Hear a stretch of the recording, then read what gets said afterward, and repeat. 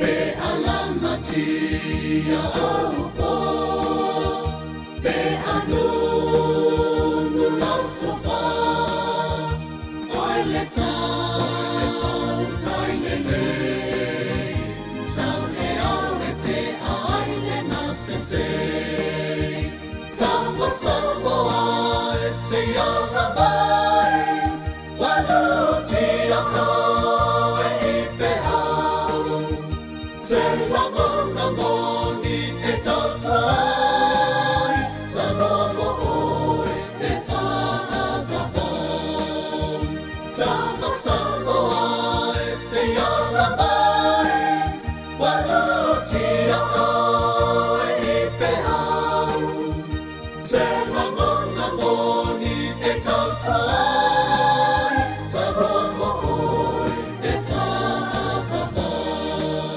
sanomo oi e whaavapom. Taraflava o David Tua le nei, o lo e whaafonga mai pēi le Radio Samoa, tasi lima i watolu a mo, Samoa i amanuia le nei aso.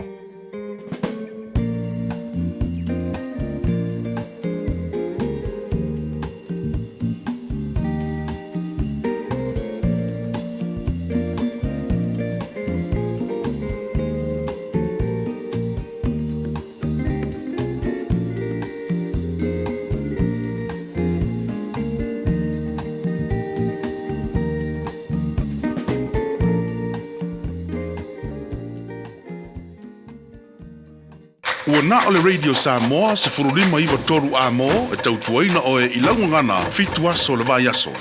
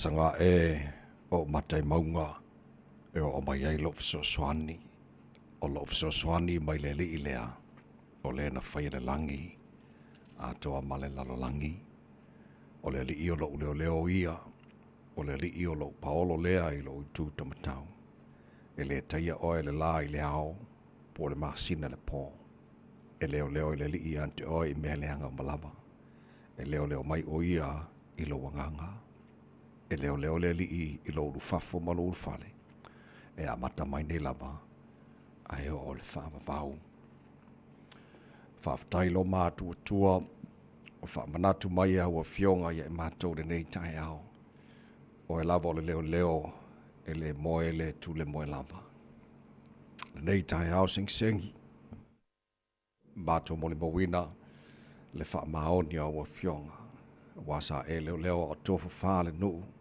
o mātou mamoe o le nei o mātou au lia ma alfa mai le nei tai au le manuia le nei tae au sengi ma le tae au fo. Mātou pese ai o vi inga le nei tae au ma alanga ina lo manu malo. Mātou whape atu e pa ia. Pa ia lava oe le atua siri ese. Le atua ma malu o le atua ma mana. O le atua e pule au i mea malava. O le atua oe soifua mai lava le pavau e o le whaapavau. O le atua oe malia i mana o i melelei malava. O le alefa ma le omeka o le amatanga ma le ngata anga o le mua ma le muli. O le atua oe la elevi ingon ma malu o le atua oe pulpulu le matango fi. Whaftai lau mea lofo le ola fau o mātua maua. Le nei tahe au. Ta maa whaftai lau lofo o tute madu whai ngā marolonga sa tofa whaai o tangata. E whapopo ni aso faudo lato se fua ma le mātua ni yola. Mātua o li ele ni aso lua was fultasi a yaso mati o le mātua whalaunga ni tau sanga. E sele silisili ese ma le matalasi. O lau alofa ia e mātou o me uma wa e whaia mo e mātou lo mātua tua. Lau pulelea. Ia, o le mātou, malango ni yaso, tu nāti o ao ta māwha mole, se e tau tai mai le wholaunga a whai nei. Awali tia whaiva le a whai ngai ma le tino, ile ne yaso a toa lo mātou ta mā. Ala whangia ta mā nei mātou whanau o sa ili le poto e ala ia o aonga, o le mātou te talo ia malu tia na ia mātou whanau. Ile paolo lo walofa, whai ngai mā onga ne yaso, Whamulia fo i ta mai whaivolo whi ngai marim ta matai whai aonga. Ngafa malea o ina nea mātu whanau i aso te tasi. Mātu talolo mātu tua e mana tua pia sa mola te nua pele le loto. Ia yeile manuia o lau fio iona te tai. Te tai male tonu. Ma ia whaia lau lau whina ngalo lau mātu tua. Ina ia manuia lea tunu. Na ia mātu te ngata uma mana ia mātu wainga. Ele ngata i sa moa whapena fo ila lalaman pāpā awa iso se tafora nei ki lope. Whamuria le nea tunu o New Zealand lo mātu nofo mauma waita mā. Whamuria fo ia tunu uma lau langi. Mātu whanongo longo i taua misa lo mātu ta mā. Sailinga o le pule ma le malosi. Ai whano ai o lau tangata le mātu te talo. Lau file muse whatoa fimali ai. Beolo tupura nei lau langi lo mātu tua. Manuia le tu i malu muli panga ma le tāpo ingana i mātu mātua tua asin sino le tunu i malu mātu malawara ne yaso. Te tōru aina lātou le mawhana whanau lo walofa e maua i pela lātou se fua lau le le tino se te siri le nganga. A ingo le tunu ua alfa i mai whanau noanga re nei tahe au. Malanga le whātua au ia le maliu po le oti ua motu si ai mawhtanga ma whana mana ia inga woma e masani. Mātu talolo file mūmalo ngang wha meise wha mawhana whana i nai i lātou. Me umalawa o le amwhana mātu whaia nia so faulo mātu tua. Mātu whaia lava ma le wha maoni. Ma ia whaia ina ia fo irivi inga i hante oi. Ta mawha muria mai le tautua rei sa mora ni yaso atoa. Wa mātu wole mātu wala au. I nei mea malawa. E ala le swa whamanu malo Yesu Kiriso. Lo mātu alii. Ma le mātu whaola. Amene. Olona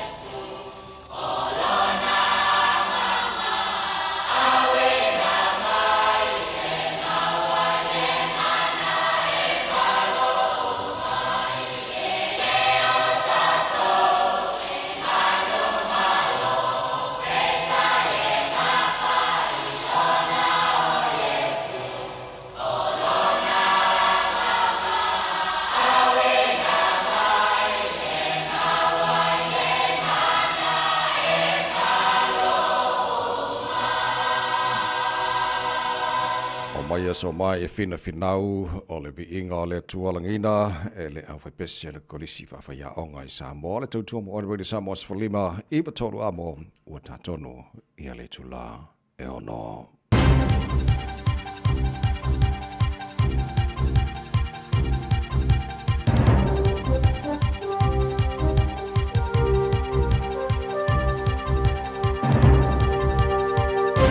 In this update, there's hope the Northland Expressway will be supported all the way through, no matter who's in government. The first stage of the planned 4-road highway, which will connect Warkworth to Tahana, is being opened to investors at this week's Infrastructure Investment Summit.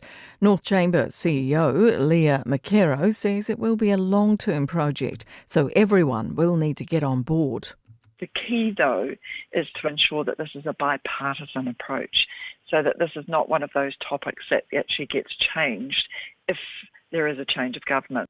Road rage is becoming a concerning trend for New Zealanders as workers and students get back into routine.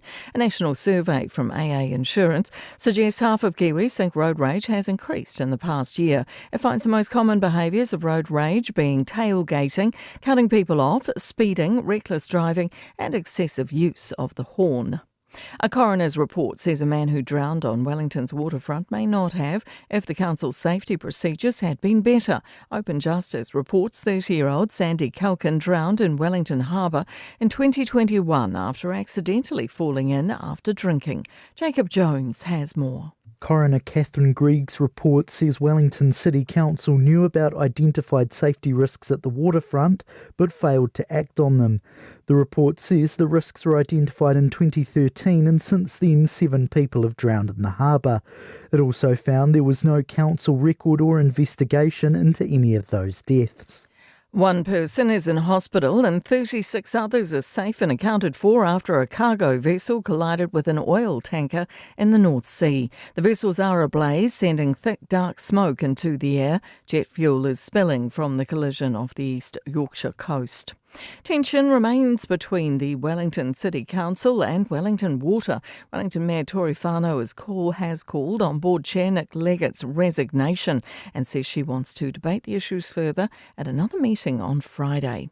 That's news. In sport, Parramatta have confirmed Dylan Brown will leave the club at the end of the NRL League season.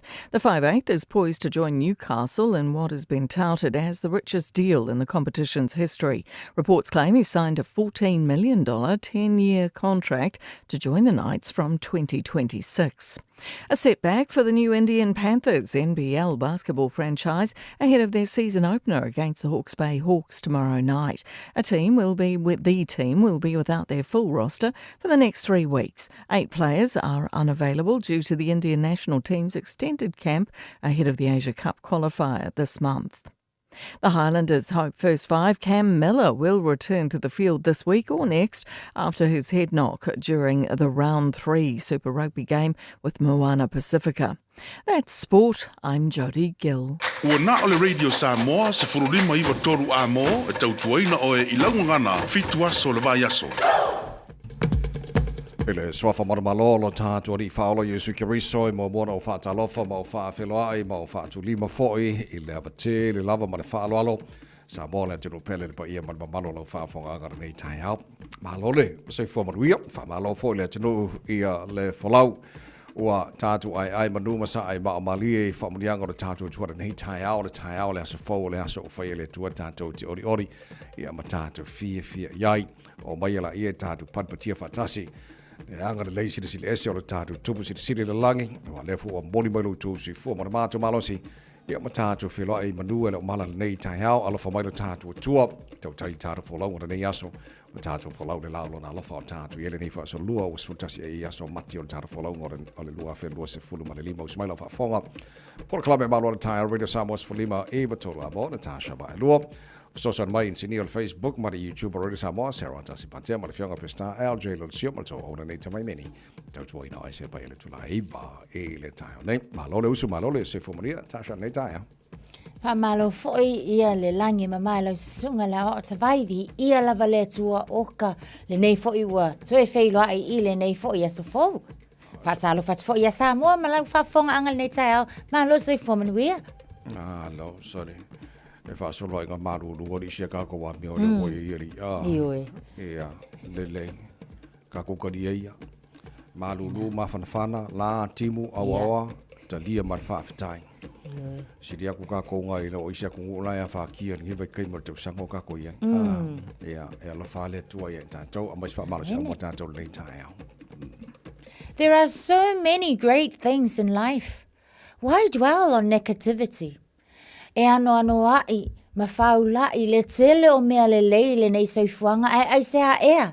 E tātou te tūtū mau ai pea I mea le. Manuia lau wholaunga le nei tai au Samoa.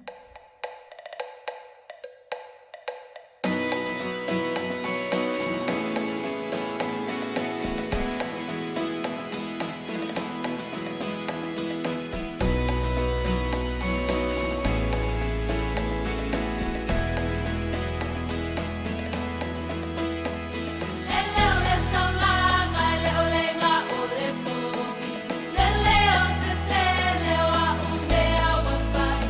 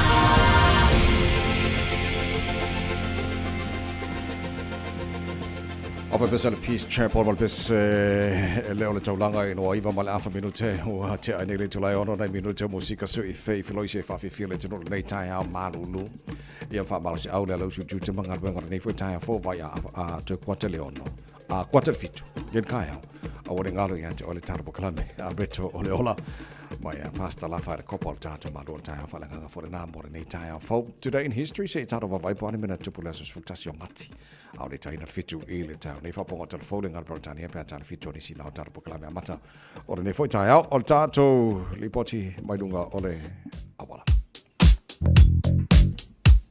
Fatalo fatu afta vale nei tai au malo le usu ia o le foi ua tato wanga ia tu lunga o le ala tele ma o le tala mo tato ia o le nao lo so longa le le lava foi lunga o le tele le tai mile nei ia o lo ofile mu foi mai ta watu le o iai foi se vaenga ono fa pole nei tato pe ono lapta ia tato ile nei tai mi o le tai au ele o iai ni fa ala vela tau ta vale ia le ai foi ni vaenga o poloka le nei tai mi tau lava le afta vale manu ia tele lava lau fainga malanga le nei mi tai au nisi foi wa mana vanga luenga anga ia tu mau te malawa ia manuia fainga mlango nei tai mi le tai au ina was full minute te ai le tu lai ono malo le tai au Radio Samoa Talofa Samoa o Jerome Gray le nei pe o ti e lau ta vale po e fa fonga mai I lo mota ia tu pele ni lo lau le tio le sfulu lima I vatolu a mo Radio Samoa numero tasi I New Zealand. Ua mawhai ona au ina atu le tala o le tau Iaso Taitasi ona o le lango mai a le Pacific Finance Limited. Telefoni o Varselau fitu whawha lua fitu. Tama ki makaura au kilani no whanga whasa langwa Radio Samoa tātu I le vainga matala nei I le tala o le tau sifutololo I le maru lūr nei vainga o le tai au winga whama wino le tau mo au kilani. O le awhasolo na langi le nei le tau e awa I niso taimia nge Maria Marasavidi mai sauti si sifo luas fut whaara maulunga whanau I ai. Ia le vevela o le ea mo tātou I au kilani I le nei aso sifurvalu lona mawalalo tai au pe au dio le awhasolo na awa fo I langi le nei le tau I le tele vaenga o au kilani luas futolu malu o le mawhana wha mawina mo tātou le swa tai au le vaenga I o tuatu susuru mātango whina la tele vaenga o au kilani le stofi papena fo E o le susuru mātango whina la tele vaenga o au kilani le sforeile whasolo na awa o langi le nei le sto na I langi le nei le samana sunga fua ia o whamomongo mana watu ina maila mai tau mo tātou ile nei fo I taimo le tai au a o whanga solo le por kalabe maro le tai au o la whain tāra papai tūlanga o ile tau tero isi vaenga o sira pena fo le tau Samoa panisio vaenga o le kelopen o wina tū talo le tau Radio Samoa on le fisosere mai ale Pacific Finance Ua loa le tautua le Pacific Finance I nonga tupe mo so se wha moe moe maliu whai puiponga aso whanau sa whai whainga malolonga ba so se wha lawelawe apa laine lo le pacificfinance.co.nz pe wala au le oval se lau fitu whawha lua fitu e talo sanga sauna nonga tupe I le bao le 5 se lau tala ma le lua se furu hawhe tala e lua minute whai lau talo sanga online www.pacificfinance.co.nz a tasi le tu lai whatali e se tali e iai inga whabitoa pala au lo le Pacific Finance Limited ile oval se lau fitu whawha lua fitu oval se lau fitu whawha lua fitu Se fulu mo tolu lo tia dele tulai ono tusi tala band ile pese le tai au talina fa fianga Radio Samoa ne fo tai au fo le tulu aga tuta mangal wenga le tai au fai se talo fai se ti manaya o su fia ma dia fai ne asol pese le mo Matala no manu denganga nai on le tai au Abe o le la ua punitia po I puau E sau malua wha asusu I laua la au Sa sala le punga la au matala uau E tio fo I Samoa whai o na tai au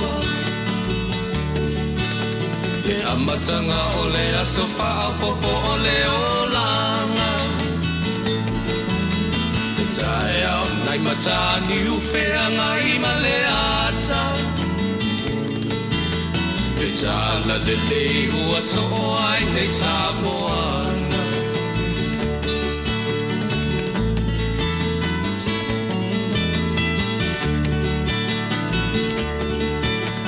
So ti tau whao le sua mani e o le vine ula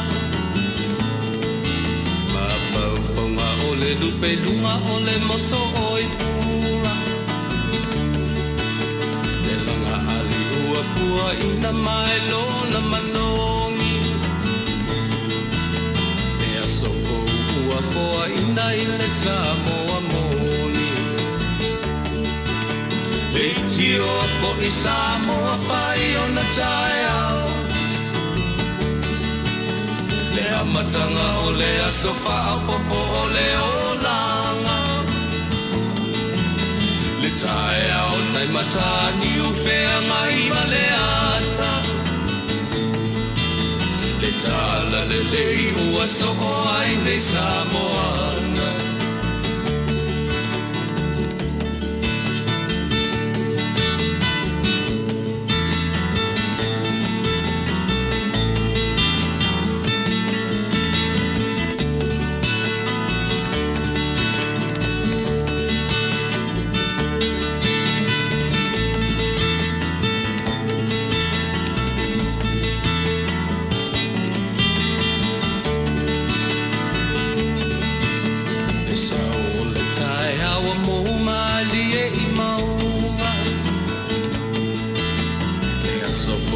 Valo ia I mapaupauna E inga ua whaako ia tuile matai Tangata soifua ua oli oli mawhaapetai Leitio o I Samoa whai o na tai au Le amatanga o le aso faa popo o le olanga Le tae au nai matani u fea ngai ma le ata Tala le lei o aso o ai nei Samoana Leitio fo I Samoa fai o na tae au Le amatanga o le aso faa popo o le olanga Le tae au nai matani u fea ngai ma le ata Le tala le lei ua so o ai nei Samoana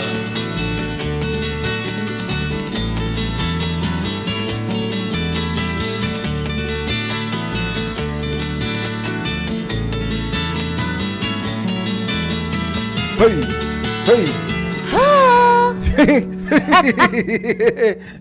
E manga ia, e maruru, e whesi maruru ar kai, o sa le sifu fitu lau tele tulai ono, le por klawe manu le tāna, wei le Samoa sifu lima I wa tolu a mo, pa anga o whata se mailunga tātou Facebook, mari YouTube, roi le Samoa nei taima le tai au, e se le kouri lei, manoa, whawhtai, lau tō pule lea, whawhtai le whata se mai ma le, whatala wha mai le nei tai au, fau, wha marasi au fau, ele au whaingoronga nei, a wala tau tuaino le tunu le tāna pokalame, manu le tai au, ia mo le nei aso lua o sfutasi ia so mati o le tāna wholonga nei whaitau sanga, aso lua la mo mātou nei New Zealand, ma Australia, ma Samoa, ma isia kungu umalaulangi, ia lafta aso ngā fuaresi vaenga lai o, tutuila, Rarotonga le sia tunu lau te loa, aso whatasi ma Amerika, ia ma isi vaenga umalaulangi, ia o le sia sengana o tātou aso mataimi, ai tutusale alofa o le atua e tātou, o lo tu se fo mana matu malo silne so fo tātou iai, masalo antitilo le termine pe a male to se fulu valu masina, to a failes fainga palota New Zealand, pe ona masini e te tolu tu sanga ma tofo New Zealand o le atunu o le te tonu, o isi e tu sa maisia tunu e tai tolu tu sanga ma faila tu fainga palota, e ele poll na release na nafi, o vaenga I e tu sa fisilingia, ia nai tangata ele o tangata uma o New Zealand fa pena fo na fa isi tunu nai tangata msaro pe afe fa na fa ngale emaili fa ngale telefoni na fisile ia o ai le party to te lango ina ile nei time pe fa nga pa lo tel nei time o ai to te mana o ia pale mia pe fa nga pa lo tel nei so o vaenga o mai fa nga solo te le lope kai koru kai fa kai lima masinon fai ai e ta mai I polsia o le mea lai lifa nga ia le finangalo o te ngata o le tunu mai sa la to ia sa fisitingi so e la le pole na release man nafi titi lo atu a lo titi lo atu le ngata in pe furinga mai good news mo le leipa good news for mo te ta le leipa wa le titi lo atu o le wa pasi ia ia foi numero silia tuai ele ngata le leipa silia to not national fa bena fo ia Chris Hipkins le tata o leipa silia to the preferred prime minister mai lo pa miolo ini mai tau atu I le palota le na fo I le Taxpayers Union Courier Poll lea sa mai tauina e pena sau no atu tawai e tolu sulfa tesi ma le tasi pasene le watu la I mai ai ia le patia le Labour a o le national o lea ua pa u mai ala la tau palota I le tolu se fulu tolu tesi ma le ono pasene I le filifilinga fo I lele ma mafaufonga fo I tangata safsiringia po o ai e tau na pale mia po ai fo I wa sila ma sila fia wa ono ngā tau na pale mia le taimile nei o lela mai tau atu ai fo ia o lea fo I o lo wa sili palota a ngā ia Chris Hipkins o ia o lea ua mafuli fo ia mafaufonga o tangata ese lava fo I vai taimi ia maalunga o le tausanga e mai se lava la ia tau lava la ia pe ia mafuli lava le fulisia o manatu tangata ma la tau palota e fai I le tūlanga o lo ia I le soifanga nei ma le tūlanga fo I lele o le manui a lautele o tangata a lautele I policies po ta I ala foi a paki kai kasi ia po fea foi o loanga iei ai mai se la le au taxpayers a wa pe o tātou lea tātou ia tatongi tax o tātou ia le mafuli lava iai ia le tūlanga foi lele o le langona inga o le kinga po o mamafa po fa pe I le avenga atavai I le nei foi taimi ia o le tūlanga na o le lo iai e fisui ia I lava finangalo I le taimi ma le taimi ia wa ole winga na o ia vaenga wa telefone na fsiringia I se taimi folele e mo ia ia suenga lo fai ole winga lo famtalanga folele ele lopo la to ia fa mai yes anga e lango le leipa me opeki o fa ko fanga paloka ele sfurvalu masino lo manai ia ko sui fo la to but for now mo taimi nei fa fanga palota ole ata atole na fa tula mai ele taimi nei pa fa fanga palota to ni sila ia e malia la fo le sa no nga palmiel taimi nei mana tua la fo o le ua ele o mafai lava ona lilo le fai unga pause ai fai mai sa nga ko inga o kele o popole kele le pole pa lava le mea o le o te manao ia sila fia pela tunu e tu mau pele coalition mal fai nga malo I le faawa wina o la to ta yala ma la to wala fo ina fa tatia improving the economy infrastructure and law and order so ele o kia il ko inga mea nga pa wal mea ia fa ka ngu wala to tati ai fa tatia wa o lona na tel tunga ele mela tel tonu ilo no loto e mafai ana suia ia pe fu atu le umile fa fanga palota but ati tilo sawa ile me le wole lifanga ile finga lo tangata na fsiningia looks like it le ngalwenga Christopher Luxon e tauna file palmia ni sila le ne wa na o ma wo ni soli poti e taimi a fatala no le palmia ni sila Christopher Luxon ele media e vaenga o ana saunoanga ele talia ngo fie tangata e se la mal talanoanga male te ta leipa I mean in professional way o le fa puina o laina ba vai laina e fai ona ia sauno ia o te ta ia te lo por tasina vaenga wa I'm finally lifanga ia masui ia le finangalo tangata safsini ia ai ni sina vaenga talanoanga il palmio ni sila o le ala sauni lan fai ngamalanga intia te loa o le fai ungar vaso le nei o le amalanga ia le paramia malana amalanga I tono intia fa moe ina ia fai ona fai se deal free trade ia ma intia ia tau sia walanga o inkia le sia tunu o le kele sa palai o fumai ma nurses o le mai tono New Zealand io e tavai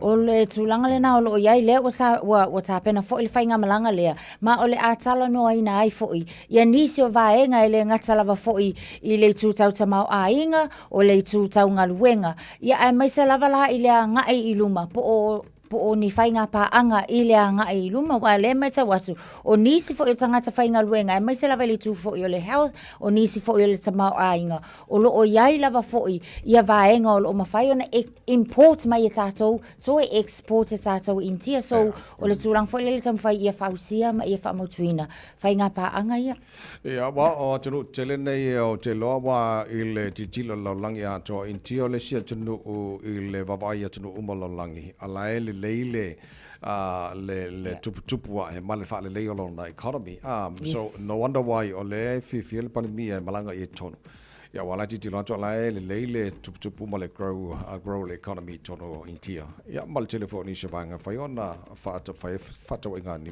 ma India.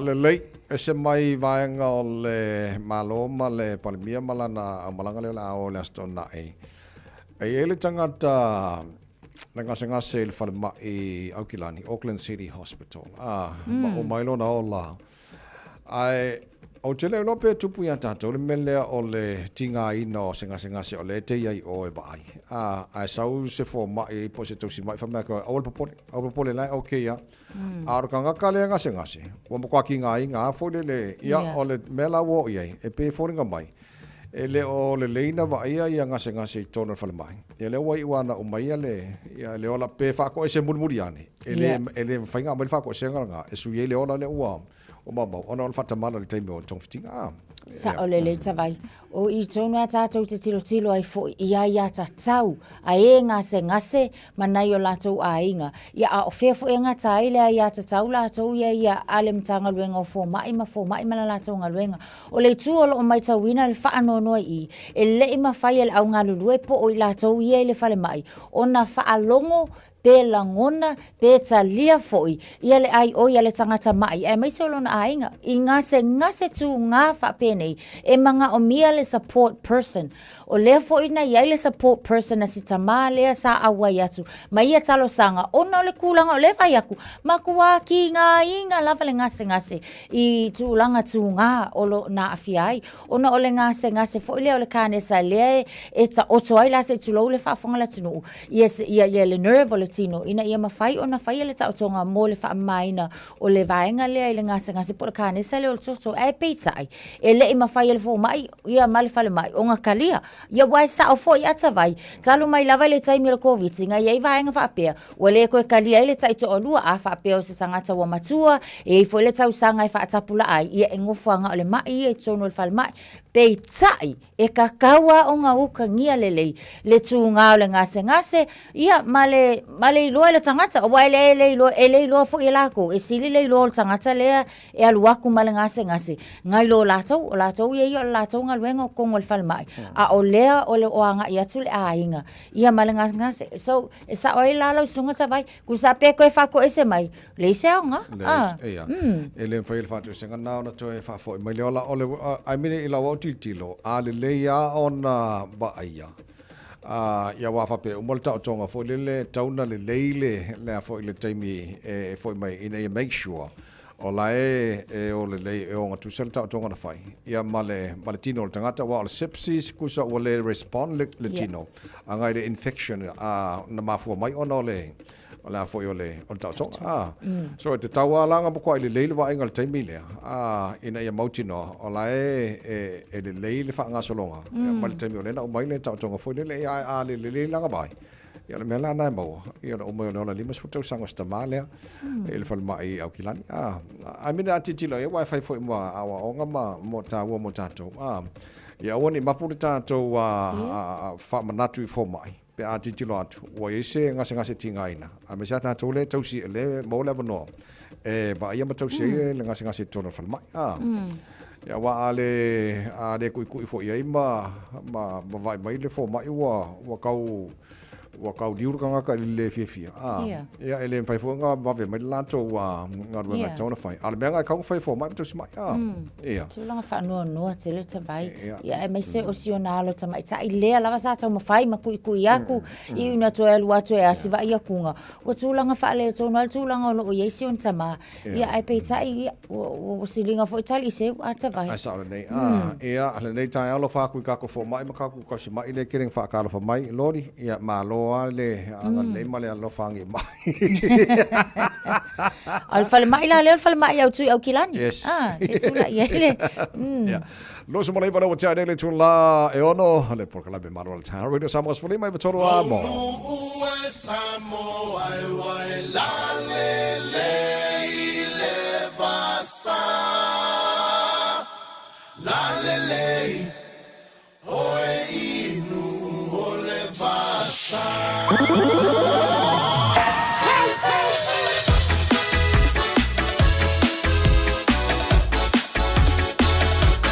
long no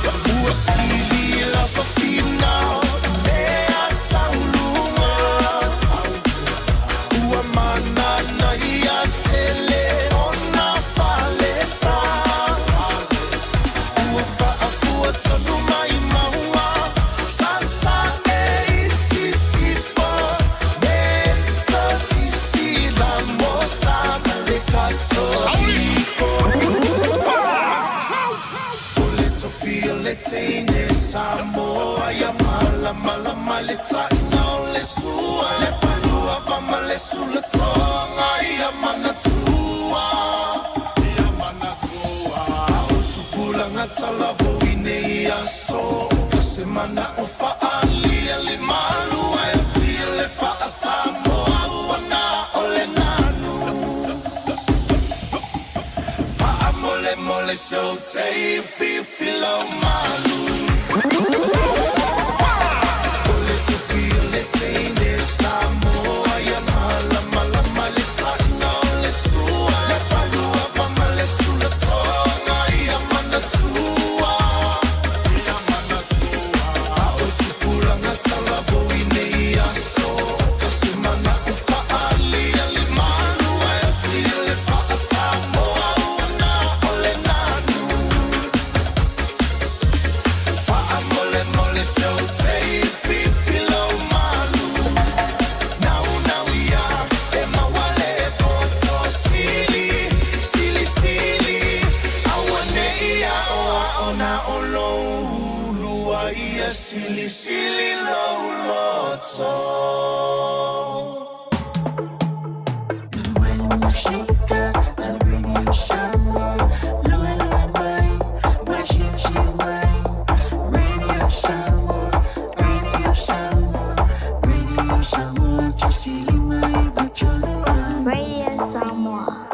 Alofa no pita no mafaali sofina ngalo e winga ile lumana I o taunanga mai. E mo bia le pule nga no au kilani lau soswani. Ile whainga wana whai unga tausele ni moati na e ile tausanga o lumana nei. O whatara noanga e winga ile fuwhanga whare tausanga ale pule nga no le watatala se I au lia le aso lo se fulbalu o mati. Mātou te mo bia sofina ngalo whalia e winga I nei fuwhanga mora tātou I tulangi. Mo nisi whamtalanga ile awale whaali sofina ngalo asiasiane ile akhaveyoursay.nz/our plan. Hey, don't be that guy or that auntie ignoring a sore throat. This isn't just some drinks and lemon tea in your sweet situation. Untreated sore throats can lead to rheumatic fever. Nobody wants that for their family, eh? Go get your Pepe's sore throats checked at your GP, school nurse, or pharmacy. It's quick, easy, and most importantly, free. So come on, whānau. This summer, take care of your tamariki. Get it checked and get it treated. For more info, hit us up on socials at Stop Sore Throats or visit stopsorethroats.nz.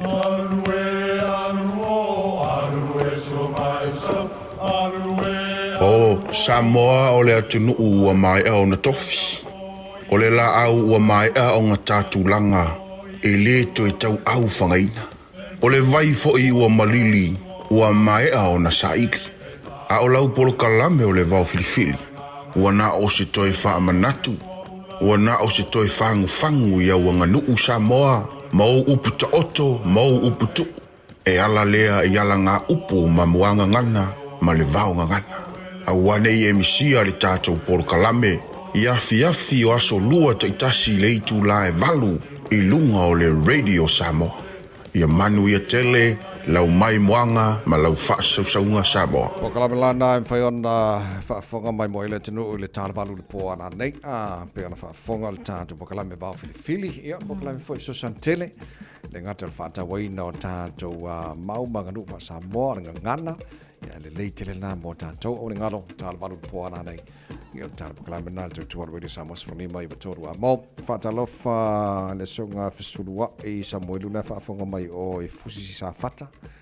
E Samoa, Fisuruai, malo whaaftaile, whaatasmani tāna pukalame nei tae au, malo le seifua manuia, Rupe Matasila, Ngāru, malo seifua manuia nei tae au, Tasileta, Amtonai, ia, ne sunga le tausimai, a Loli, me sepa, Selau Channing, good morning, manguia whaiva nei aso, a nurse, malo whaaftai, Caroline Tuala, Tarei, Tauanwhai, malo, Tarei, lo whaakungi kai a fau, apelu, pasta, malo seifua manuia uso, Tail Fantas Manita Fo, Tassi Feletti, Malto Telo Tanto, Manongi, Malorsi for Manuia, Pulio Falpankeke, Maki La, Kausango Bobai. Alai makua isia mual fai pankeke o malta minesa pai. Tani Malay, Kiri no Hamiltone, Malorsi for Manuia, Malto Telo Tanto Pango Fata, Simon Nay for entire Fo, or the Melne or the Ngawi. Ito tono fale o loa. Masalo masangi arga ngā ka o langa ia lea masangi o ngaoi. O le mea foi lele o le alu tono fale o loa. Se nga oi foi la nga ngai o lo foi le pe lo se fulu pe ko su ka la le worth so a nga oi sini ale la kilo o ova male afrika la le worth o lo na ave foi le ai e foi nga mai le usika e security guards na ai ia te lo foi se ka ngole statement bul mai i le tutor ala to ia skulaki ia pe a ma wona va fa pe al mene ole mole vai le tu pa to mai tai mol ngau ia ko ile manga ia le ko nga kula nga sore Yo te vai o se tala fo ile le mana ia fo I se faita watu a mai se la fo ile fa fong fo ia mai se o le mai ta watu ile ela kiki te vai ele makua nga le lusu fa kausanga so ole se mai ta yo no ingoa o Rosie Heurea e sau mai I Huntley so ole mai ta watu ia lua se fulu ma le lua molianga nga oi ai ono la molianga ele ngatele nga oi ai ai male tau fa matau ina ia fa manu ina tangata sai peila o la tau sono fale o loa ia male u mia o a upenga fo ia so ole tai milale na mai a uni ile se fulu iva uni e o mai ya novema luas fulu iva novema ile lua afe lua sutolu mai tau atu pe male se fulu lua afe ta la le worth pe a fa le liu tupena ia o loa ia ma sainga ngoi peila lenta o te vai anga oi fo ia fai kasi fai lua wa lava ale mai ta watula o le timeline na le nei ta vai se fa ta inga fo lele mo le fa fonga mai fo I sa so tunu e lo le manga ia o le vai mo aso mo mua aso full valo november le lua fe ma le lua tolu o le Rebel Sport I Hamilton ia afe lima se laut pe a fa lu tupe o ke topa mua le lua afe lua tolu Chemist Warehouse I au Kilani ia mai tau atu afe lima se lau ono su valta la pe afa ali tu peina ia vaenga na ngau ia o ke topa la susuiva luafe luas fulmal tolu lava foi Ripple Sports I Hamilton lava foi novema ile aso sfutasi luasu luafe lua tolu ko e maua mai foi I le Ripple Sports le Hamilton le luasu liva novema luafe mal lua tolu o le warehouse I te awa mutu o lona winga e fa solo foi le atavai o le tulanga le tu tau tupe le unka mai pela ai ma o loa foi ai paule tu leanga e tau fa matau tele I tangata e felwa I ma upenga ona a fai akula kanga kai ai ia o le tulra na ma o nganga la fonga inga fai o le makua I la fonga malolosia fa la le nai fitangata e o ai ATM o le foi na ma ai nga maua mai kai na inisio ATM ai ola malona soa ia nga nga luakua fa pelo kala soa ia o ke pole kangola ako e apa le tono le ato e mautino ala nei tangata fo I e lata o le penga so e leila se mawhai unga whakaunua I se tulanga fo I lele e tau fiai but ele o se tulanga lele ata vai okay e sa o lele o le lawa e o le vanga le wa te lola o tula fono I al vanga le skula ki malamlama le ai lo stanga te tau whamatau ai I se o penga ia peila o le anga se le na tau I le o ka mai kai o le winga la le se la tunga luenga fai o tau fiel tangata e tu tangata al mole la tu sanga le mo te lo le mama la le skula ki le fa fonga mai ia ai e le fa pela ku fa wai e ia nga luenga fai fo le wa e alo fo ko sa fo wa ke lo menan tu wa alo wa ko sa fo ia nga mo lo la ia le ko sa ngole la sa wai ia fai lo e man fu fanga o ka lo nga po e fa le oi hai tackle lo hai tackle ko apakats aku e kam sa au ya ka ko ya nga aga ma hai tackle bi lo le aku le la men ku ma ke le lo ke ki la ko lu flo ai nga suluange nga la suluange ko ma ko le lo men ku eu afo ila mana tuata vai ile lua vai asa talua ile sa tau tal no el tau fa fia mai tu la fo le citizen arrest so afo la ia a tonu e ngi se mafainga fa tino ina but ole la matia foi ole tulanga onga ole fe wa ima upenga wa tangata ngi ele nga oi foi le fa samsama ngwa ole alu ka penga ya ol fa le tonu lana mali tulanga e fa inga tai lava la e ta to le community onga kausi siol ka ko sanga le mu nga paula le nga le nga wa yo nga fa le olo ki kele se fa yo o fa le olo sole se aka ko wo le Ripple Sports ale au e au lava ele alu nga ole house mo si fale sa Le nga fai au ngā kanga mea le iei. E le alu ngā le $2 shop sana. E kanga le au ngā. Fai ngā le ia. Ala ngā ia le ia ngā ia me le so. A fa kun leo se kupe so. Alu report sports le. Hey. Fai fa le. E a le Ameria fa moana mai le mua winning tore fa tana fa tu nei tai au fo. Wa pena foi fa tai a mosa mai Melbourne Australia. Senior Australia Maria le sina tavai. Ma lo lava se fu Maria. Miu e fa mosa ma lo lava. Silia, utai, fa fi fiaco tai au. Kia ora, good morning. Tēnā.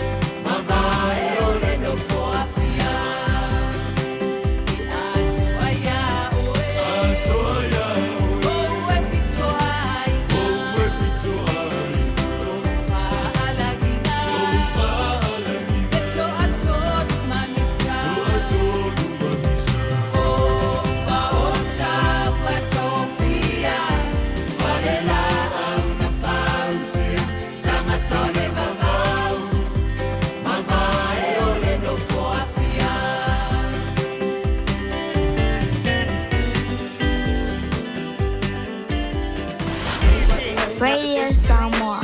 Taslima Ivatolu.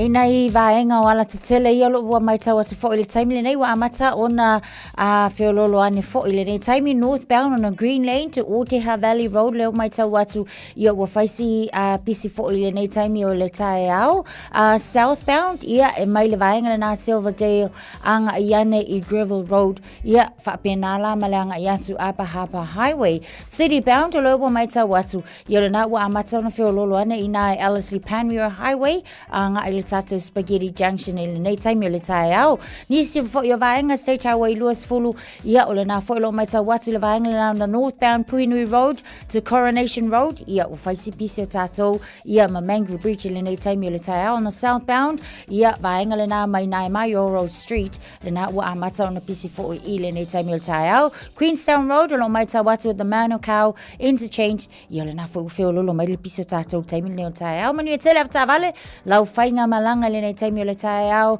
e whaafongfo mai pele malu e tau Radio Samoa no tus fululua minute na tā leo le tulai fitu. Talofa, we're the Katinas and you're listening to Radio Samoa on 1593 AM. Bread of life sent down from glory. Many things you were on earth, a holy king, a carpenter, but you are the living word. Say it now. Come on.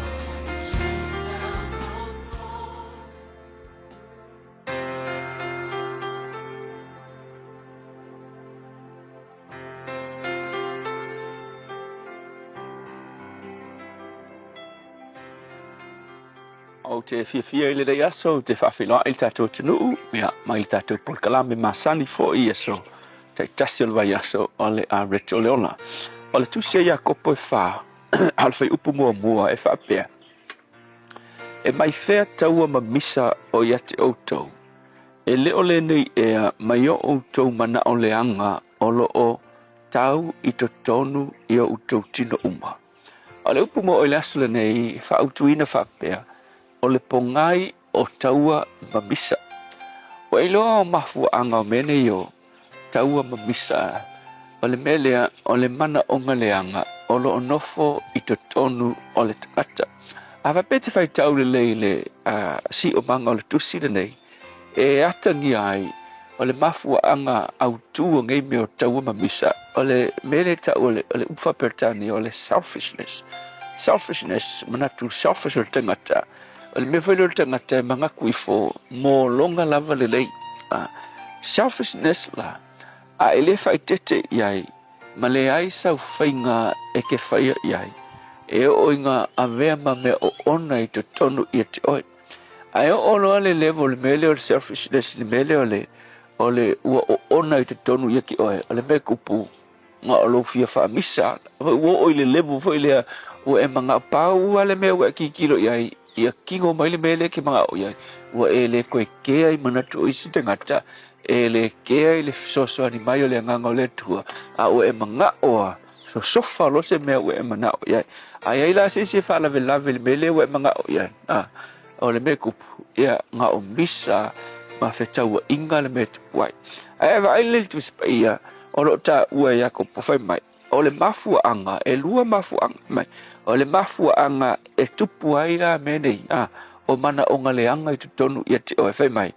Ina ua outou le ole atu I le atua. Ma tau iai.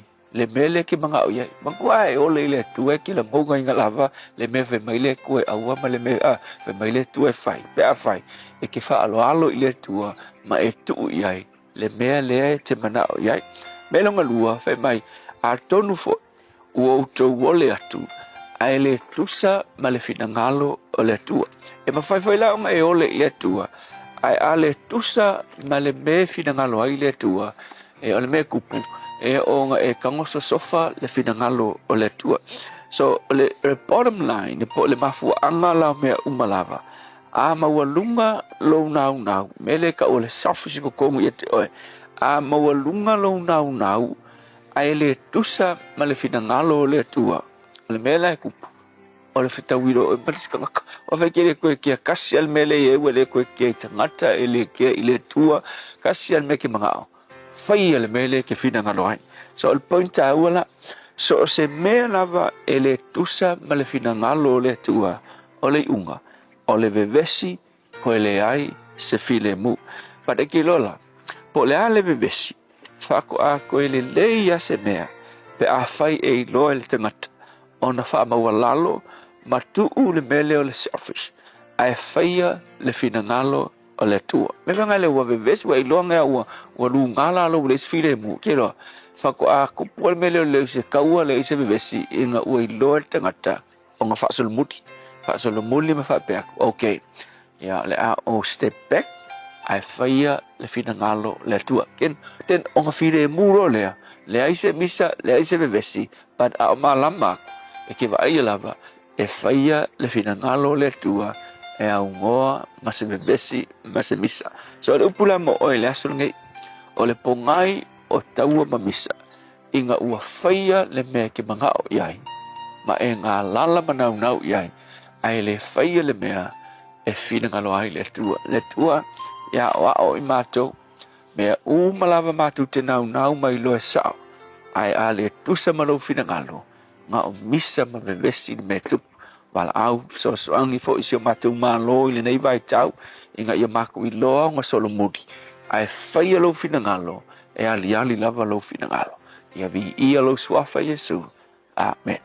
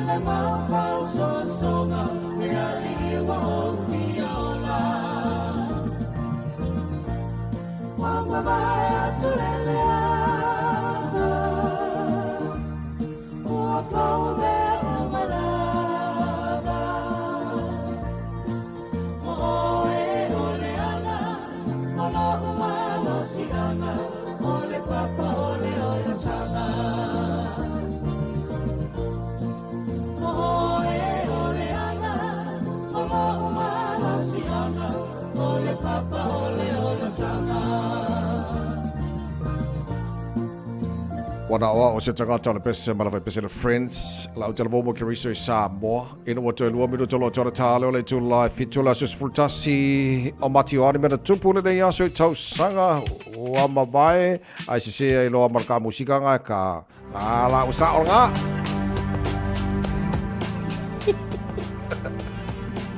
Le sausanga tasi valu lima. Ia, ile so o le aso le nei na whana wai pena soifua mai ai Sir Michael Campbell le na lawi loa ile tu fo ilea tau a taawale afi. O ia fo ilea o se ulu wai tangata na ia pasia le tolu se lau maila ile itu la. Ile sausanga lua afe lua sfulu mai tau ina ai whaalawi loa ina ai ile so le World Health Organization le tula I mai ai foi o le whaamai tele e pei o na iai le COVID se fulu ma le iwa ina ua mali liwai la le na o le se lau lua sutasi afe lima se lau ono sfulu ma le wha I tutonu o le lalo langi. Ile sausanga lua afe lua sutasi whaavai na oina whaatala noa ina ai le sunga I Prince William ilunga o se whaataltala noanga ono ni tua inga nga ile ainga tupu e iai se tu whaailonga lanu ma o le so la ile tausanga le na whaalawi loa ai e Prince William ile lalo langi a toa ma ila tau sa whai le whaataltala noanga e le ai se tūlanga tau whaailonga lanu I to tonu o le ainga tupu o le nisina o waainga I mena tupu ile nei aso tausanga o mawai Malo soifua o le siafufonga Samoa, Radio Samoa, tasilima iwatolu a mo. Se kia Radio Samoa. E te mana o maua se lumana I manui o lo wa tali I polo wa whawhine. O se fulu nei tausanga o whaatino le Pacific Advanced Secondary School le au aunanga. Na whaawai le nei a onga e Sir Michael Jones. E whaonga I nai ngangana ale Pasifika I le NCEA, STEAM ma le waka ama. Maua fua o fua onga toile ai ni pili a onga. Ua uti a wanoa mo le lua o lua lima. Mo nisi whamtalanga wala au loa le pas I le o valu se lau valu o fitu lua fitu fitu. O valu se lau valu o fitu lua fitu fitu. O fia maua sau ta vale po sau piki apu. Ai tong I ta iwa yaso, lua va yaso. Pe ta imasina o le sleek cars o le a maua ai le fisoswani. Ua ta pena le au whainga luenga a le sleek cars mo oe malo a inga. Aua e te popole I se mea e tasi. Te tala fitu aso mai le sfulu I le tai au anga I le afo le ono le afi. Tele la lai au kilani I saute. Mili mai loa I le o lua tasi fa, fitu lua selau. Po le o lua o, fa lima, tasi lima tasi. Beta Drive Doctors I le taulanga whaatau I maangele whaapea manrua. O le vaenga o so ngase pe amana o mia. E whaatino e fo I matupui pui o le whana witi. O tupui pui la COVID is flu river mo I lātou is fluan tausanga malunga atu. Whaapea matupui pui o le flu. Wala au telefoni, 255 valulima iwa valu. Mo so wanoe whaatino ai nei au nanga. O fisa whama I maangele I taftafane o le McDonald. Amanrewa I taftafane o le Whaletusi po le Public Library. Beta Drive Doctors Clinics. Hey!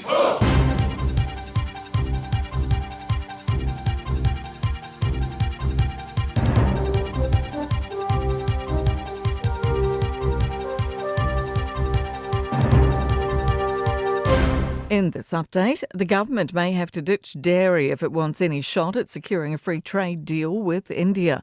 Chris Luxon's heading to New Delhi and Mumbai on Saturday with a contingent of ministers and business leaders. Geopolitical analyst Jeffrey Miller says any meeting is good news, but it's unlikely a final deal will be done this term. He says getting our biggest export, dairy, into the country will be extremely politically challenging. Given there are many small farmers in India who are reliant on dairy products, the thought of dairy coming in from New Zealand is difficult. Insurance companies are fielding growing claims caused by road rage. A national survey from AA Insurance suggests half of Kiwis think it's increased in the past year. It says tailgating is one of the most common road rage behaviours, with more than 15,000 claims made for vehicles and rear-end collisions in the past 12 months. AA Insurance head of motor claims Bo Paparoa says drivers getting frustrated need to keep a level head on the road. Having to think about potentially what might be going on for that other road user as to why they might be driving in a certain way. But really it's just trying to remain calm yourself and really just try and shift your mindset. Tension remains between Wellington City Council and Wellington Water. A special meeting was held yesterday for Board Chair Nick Leggett to front up to disappointed mayors after revelations the company was potentially wasting millions of dollars on contracts. Wellington Mayor Tori Whanau, who has called for Leggett's resignation, says she wants to debate the issues further at another meeting on Friday. And speaking of special meetings, Whangarei District Council is holding a surprise closed-door meeting this morning to discuss fluoridating its water. Council is one of 14 ordered to fluoridate its drinking water by March 28th. It is refusing to do so. Local Democracy Reporting says the latest meeting wasn't publicly notified at least 2 days beforehand, as is normally required. That's news. In sport, injury-ravaged utility back Braden Ennor might have spied a gap in the French top 14 rugby competition. Midi Olympique reports the 9-test All Black is linked with a move to Perpignan. The club apparently have their sights set on Ennor as part of a recruitment drive. They're 13th in the division at present. Ennor is currently sidelined with a wrist injury with no slated return date.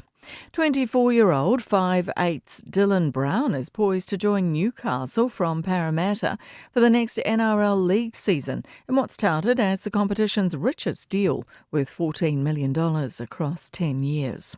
A double blow for Auckland FC ahead of Sunday's A-League football match against Central Coast at Mount Smart. The Black Knights will be without midfielder Luis Verstraete and defender Nando Painika due to 1-game suspensions. That's sport. I'm Jodie Gill. Ua na ole Radio Samoa se furulima iwa toru a mo e tautuaina o e ilaungangana fitua so le vai aso.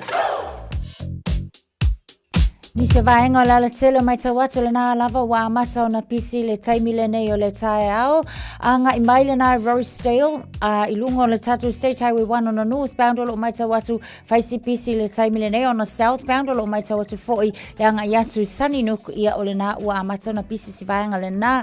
On State Highway se fulu maleono au kilani anga iatu I Cumeu o le o lo mai tawatu le taimile nei ia wa amata o na pisi foi tatou. Slowing down near Waitakere ia maleanga iatu ile faetu le na le la lo mai tawatu ia wa faila fo isipisi o tatou. Eastbound traffic mai tawatu ai ia o lo o fa pena le anga I mai Cumeu anga iane Westgate le taimile nei.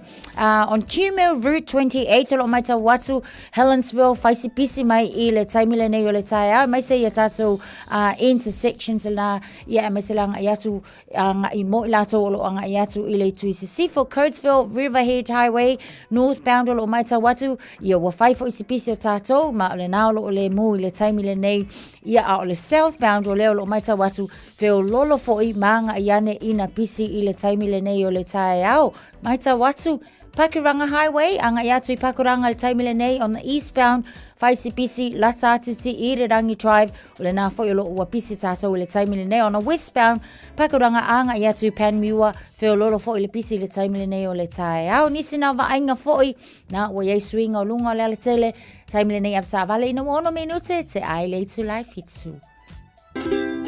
Na lova Samoa wa ule nei o kasu ti alu a wale suia ngila wa le kio Ae vai mai ina se fulu lima iwa kolu. Amo, Radio Samoa. Vevela a. Ua mawhai ana au ina atu le tala o le tau i aso taitasi ona o le langolango mai a le Pacific Finance Limited. Telefoni o Valselau fitu whawha lua fitu. Malo se foma nui le tino whaftai le whate mai le porkalame malo le tae au Radio Samoa o le vainga lata mai le tala le tau. Taro amata mai Samoa, toi whatala whatua le tara porkalame panga o malawa o lo mai mo mai lunga le Facebook mari YouTube mai le tino pele i Samoa malo se foma nui le nei tae au. Awa la titi ale tau i Samoa a tata mai fotlangi de lei e nisio taimi o winga na tau i Samoa i le so lo te wabai atu luas fumaltasi lo ina mafan whana le ere ni vanga le tae au o te alfitu i Samoa o la matene na awa le tau langi de lei nisio taimi le atu no tolu se fumaltasi degree Celsius mo runga le vevela le e Samoa e le so luas fumalima i lona mawalalo a wani ngalo taru tala mai Samoa pia tale tu la valu i le tae o nei se mai le talo le tau i New Zealand nei i le teno vaenga motu i saute paangal tara pakalame so vaenga motu i saute malo lavar se fo maruia kai kora lang le leile taulus futolu morunga de mafana fana Nelson lang le leile taulus fana morunga de mafana fana por vevela le air timaru lang le leile tau Wanaka pasolo na awa pa utimu i ni so utimu tela vaenga Westport i le so Queenstown la pasolo na awa pa utimu i le so lusu tasi morunga de mafana fana ole air i le telo vaenga Dunedin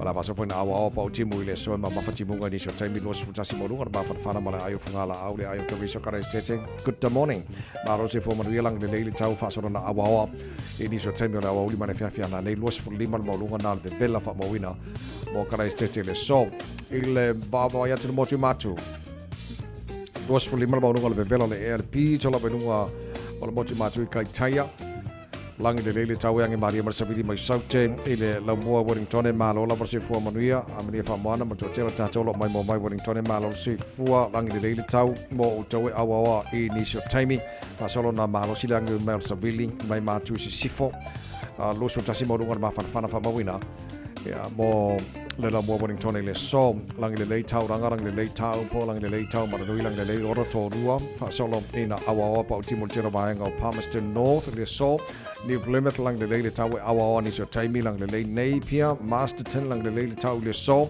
i le tela vaenga Hastings lang le leile tau Gisborne lang le leile tau kirikiri lo Hamilton lang le leile for tau mo tau los for lima mo lunga le vela fa mawina mo kirikiri do i le so tama kima kaura wa kilani no fanga fa salonga Radio Samoa sfutolo la ile maru lu le nei vaenga o le tai au o le la pong sa mai fafo ia pong sa pea winga fa mawina le tau le atu mau na langi le lei awa ni so taimi to mau losu far mau lunga o le vevela o le fa mawina mo au kilani nei aso sfut valu lona mawala lo tai au pe au lia o le fa so poina awa langi le lei le tau losu tolu mo lunga le mafana fana fa mawina mo au kilani le aso tai au pa ngai on tuatu langi le lei le aso tofi malas for railing fa so na awa langi le lei for esto nai langi le lei le aso ma le aso fua o fa mamonga o manau tu na mai ele avai tau nei te mena tai ala tunu ala papa au ni savai ngor kilope ele tel tunu ngolo moria mai o tau moria for the tau ya mo le nesa forward ta to ria talo tau Radio Samoa fa longa ala Pacific Finance wa lo le tau ala Pacific Finance in nonga tupe mo so se fa mo maliu fa ponga aso fa nau sa fa I fainga balo longa ba so se fa la ve apa lai nei lo Pacific Finance .co.nz pe bala au le over sa lau fitu fa lo fitu e talo sanga sa no nonga tupe ile ba le lima sa lau tala ma le lua se furu ha fetala e lua minute fa lau talo sanga online www.pacificfinance.co.nz a tasile tu lai fa tali se tali e ai inga fa bitoa pala au lo le Pacific Finance Limited ile over sa lau fitu fa lua fitu over sa lau fitu fa lua fitu. Se fulma tasi lo tele tu lai fitu le pol kalame maro le tai Radio Samoa fulima I vatolu amo o vai tau na po tasha le arikola le Radio News in e winga le aule le Fijian drua e ile la tu talonga na fai o titilo la o fai tau o titilo atu e pe ai le make sense la o fai tau ile aso na fai le talonga o titilo atu fa mo la so se fulua o mati ale fa kwa so fulka si o mati o fa pe e pe ai fo nga mai le o sa o ia le fa mo ngal kuskala le kusiel tala ala mela na fai o ko ya lulo ile le draw le Super Rugby lua fe lua lima Yeah. Pesa e se talonga a le Fijian drua nga fai ma Wellington a le aua Hurricanes. Ele tamorsanga o kilo le draw. O le aso se fulua o Februari. Right. O lo winga la. Ele o sa o le aso le tustala le tusia le story. O le story o winga ile le leina va ai le Super Rugby New Zealand. Ia po le uni la people ai lava le responsible va ingo au. Ia le au Fijian drua ina o mai nei ile latu talonga la lea. Ele o le aso se fulua la mati. O la soros fuale le o la soros fulo. Yo. O ngo fo po fa pe. Pe ma ka fast forward er ka kuskala le ari aso ka ko masinga ari le kai kai nga oi. Ya ke o ki kilo le draw. E tu sa la soros fulo o Februari. Le na fata alo le Fijian draw ma le Hurricanes ile lo i Napier. Ringa la fika wila le soros fulo. Al mele fata chale ngila ka pia fiki. Pola mena le vai ngole au Fijian drua ina o mai o lo te baba ya tu pe ya furinga mai le se passing fakalia ia so le mela nga fai o fe u ka inga ka mo foi ko ngur se ngo fanga po se loli po se truck pola venga ka mela lo o ko le se hotel no foi ia fe wa solo around the beach ma isi vai nga fakarikari kai mi o le kika fo le talo foi le o le ala mo ko fai ki ole ngi la ka piefiki o le mena le ona mai la tu au te mi na mai New Zealand a wan me mongia e ka kaunga ba ai le ia tamata alo po fe po Australia po New Zealand po fe la vai o ia ia e te tawana ba ai fa le sa le ya ta vai ia mai se foi la ia le foi le tato watu no New Zealand le tunu foi e longa i tulanga tau talonga ma tulanga tau la kapi e ta tau lava ona mautu le ia le va ai o auta alo yanga e mai ia wa manatua o nisi lava foi o tamafa o tamafa na aga ko ku o le foi ko ka alo mai la foi tunu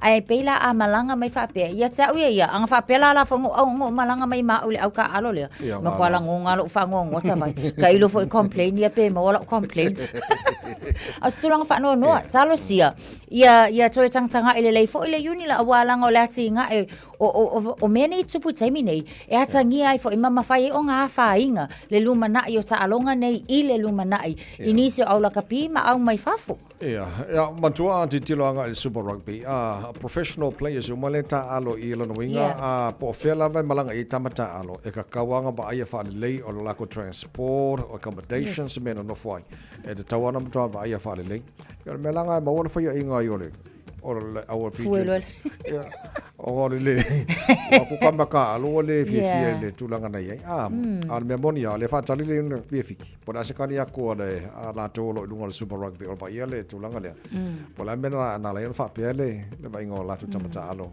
ile malanga le na malanga mai ni al melanga mo o ku ro ka mai o la ku malai o isuva e fa ka bari si firi ngawa ngana o bo o ki si fira o la ka ele iku mama inga mai ka mai kifiki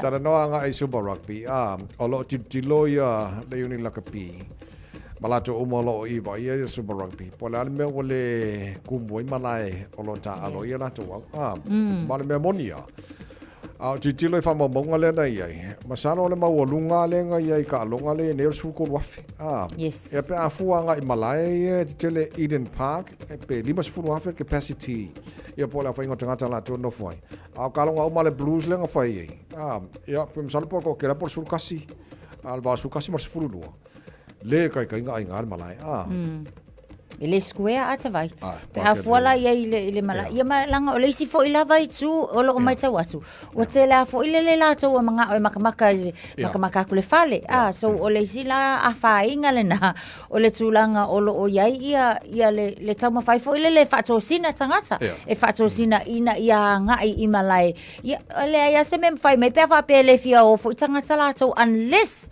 yo le vai unless mo king wala malo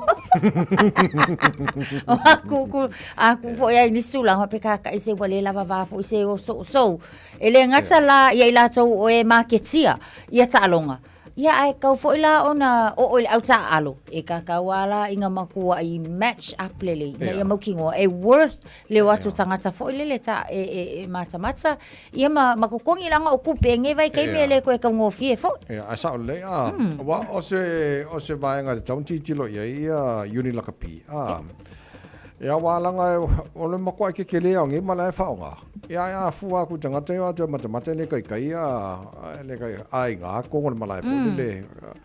Ia tata no le ska o le ka fo o kilange fai mala fo le mala la ki mala fo lo mala pala kele online talo nga fo le ia pela ko nga fa nga le su kasi fulu af ia nga avele mala e ka ia ko kumule le ai le fa pe o le fa ka longa es fu kasi afika ko al mala e limas fulu afika nga kele el fa le ko ma so ke lo me nga lo ke ma jo in nei au soka le ka ko o kilangi Auckland football team lengi so le ke fa ya kula ka lo yang fa iden pa ma ko so au ka lo mo ki lo ko ila e po fi ka ri o maka soka ri ngai lo le la ka pieri ngai vai ka ni pa wala le la ka pio ke lo foi sold out a lot of tickets kusa pe fai inga Warriors me langa ke o e tawai me langa e malo e mako o fa ka tickets yes esa e kusa pe kulua ala fa ka wa tickets e ma ko ikumule le sold out tickets yes sa o le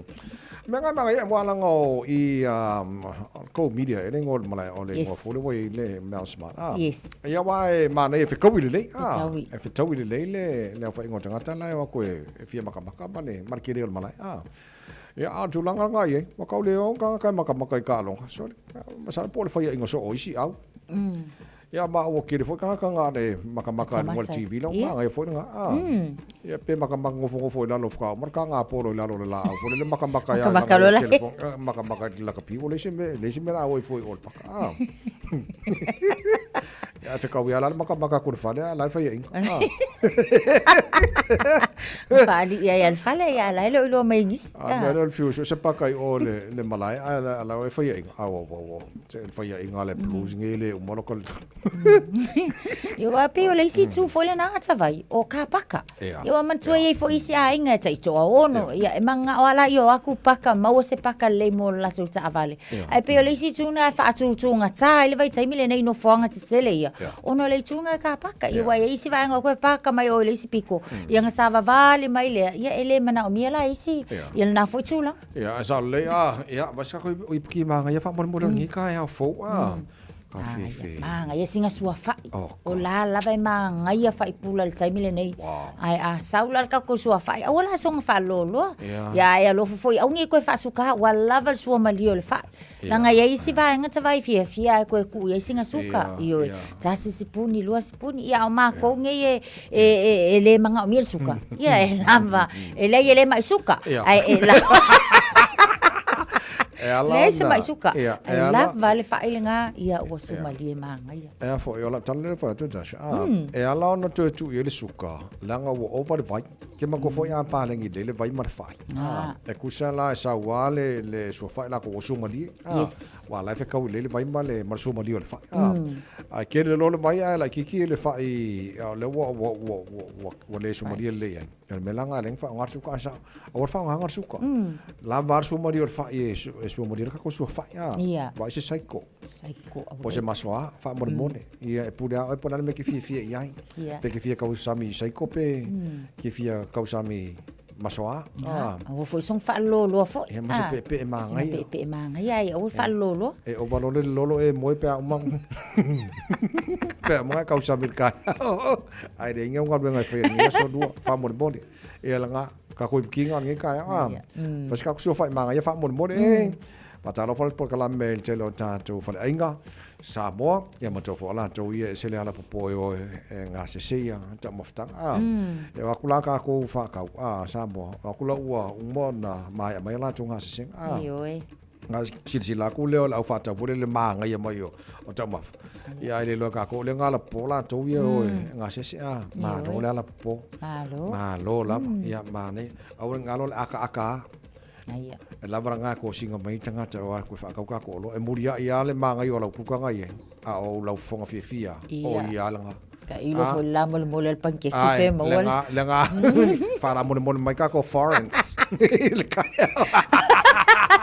ale no comments for me ka ko lo le pole va ai Hawaii o isa vai ngai Samoa the crew sala fai out the lake alo la good morning Atamarie. Lumatango fi na wa ilala. Be asulu ye na yo love for nuwa. Le moana ila ile masina. Oh mata ango be dina tawita. Filanu lanu wa ipe yo susana. Be o sei a eta oto wa tumanga. Afai tele tele tonu yo winga mana suma tama futa.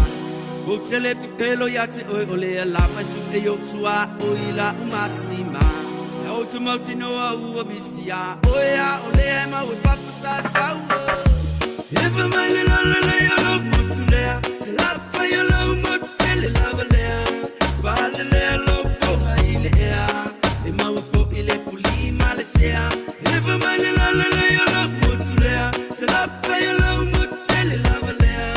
Vale lea love for ile ea. E ma we for ile fuli malesea. Hey hey hey hey. Se la faille aulele. Hey hey hey hey. O anga ifa no malau anga nu. Lo tu mau be fava mau. E malu lava ono Yesu.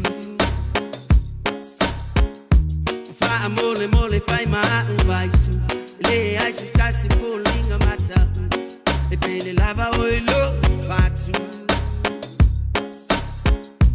Fai uangalo ya oile alo famale lo toma wala lo saufo ila oi saufa ima io auta fa se fai le alo fi amatai ole nu fa long ole le se fai mai o se upu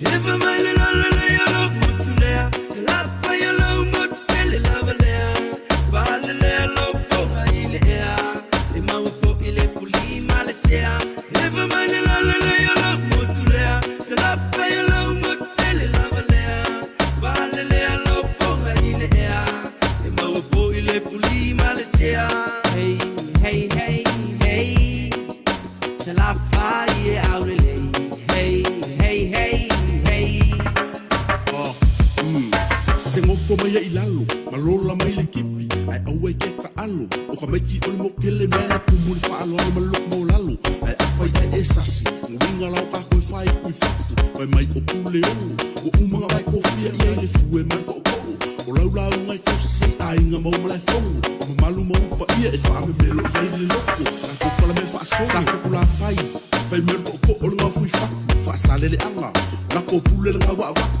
Anga e monga tule sale aula Vai ku pule malai Ku fale nga fulu ma faufonga Anga i fo monga fai mai e tule sa foku Finga olo malai e si o si o mia e fale loku Vai singango le kumalo e tule a sau Olo malai fongo o maki a maki ai u au Pa solo mai le ku sale nga ole kala e mana mana mai Ku vai kasi fale ko ili malai ole kamau a siaka Palau di sifo Ma palau le fale fai tule palauli Ilo malai fongo i veilo a Seua ako kingo le kama ma au le lei Sala fai e o oenga moe pa io le kala le lei Me mika i le loko e fai masei Wa sao fala le lei Le moku fai mema fai lau sala fai e au le lei Ifa mai le lala le o lo mutulea La fai o lo mutele lava lea Vale lea lo foga i le ea Le maua fo i le fuli malesea Ifa mai le lala le o lo mutulea La fai o lo mutele lava lea Vale lea lo foga i le ea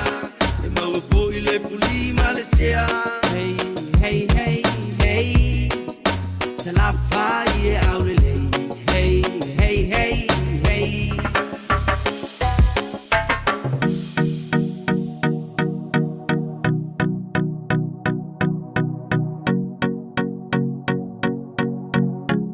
Talofalava, I'm Annie Politiwatua and you're with Radio Samoa 1593 AM. Just think a minute.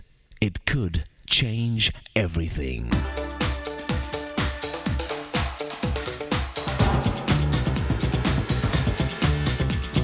Think a minute. One of man's greatest challenges is understanding women. Problem is, by the time a man can read a woman like a book, he needs eyeglasses.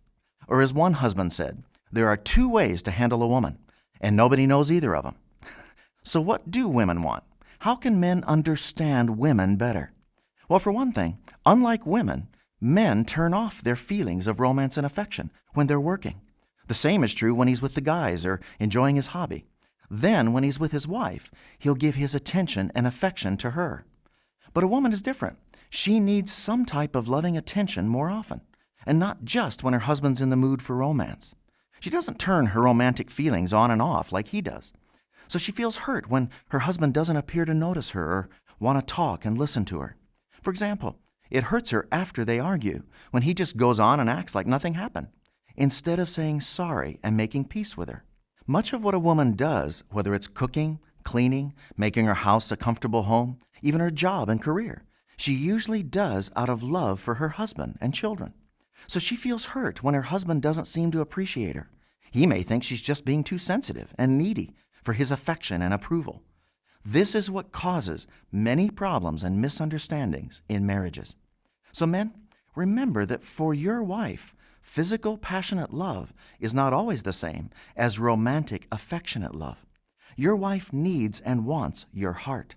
And once you have her heart, you have all of her love and affection too. You know, there would be much happier marriages if husbands tried as hard to keep their wives as they did to get them. So today, with God's help, won't you start trying to better understand and give your wife what she really wants and needs? Just think a minute. If you'd like a free CD of our top 40 programs, write to us on the internet at www.thinkaminute.com and catch us tomorrow at this same time when we stop and think a minute.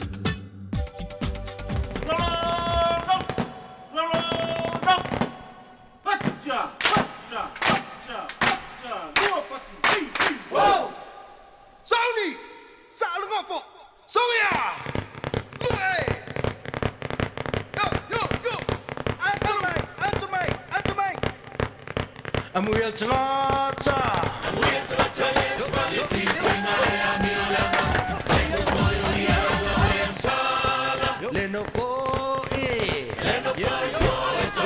I don't know where you're to la fondo yoma. Emma vavao. Emma vavao for it to la fondo. Ile awa tomo ko. Oh, you put for me my own toys. That's the part that I think. For my own fool, I am not child. It's all for you. I'm going to for them. That's fine. Live up there. Live up there. I'll put your sex on your toe a little time.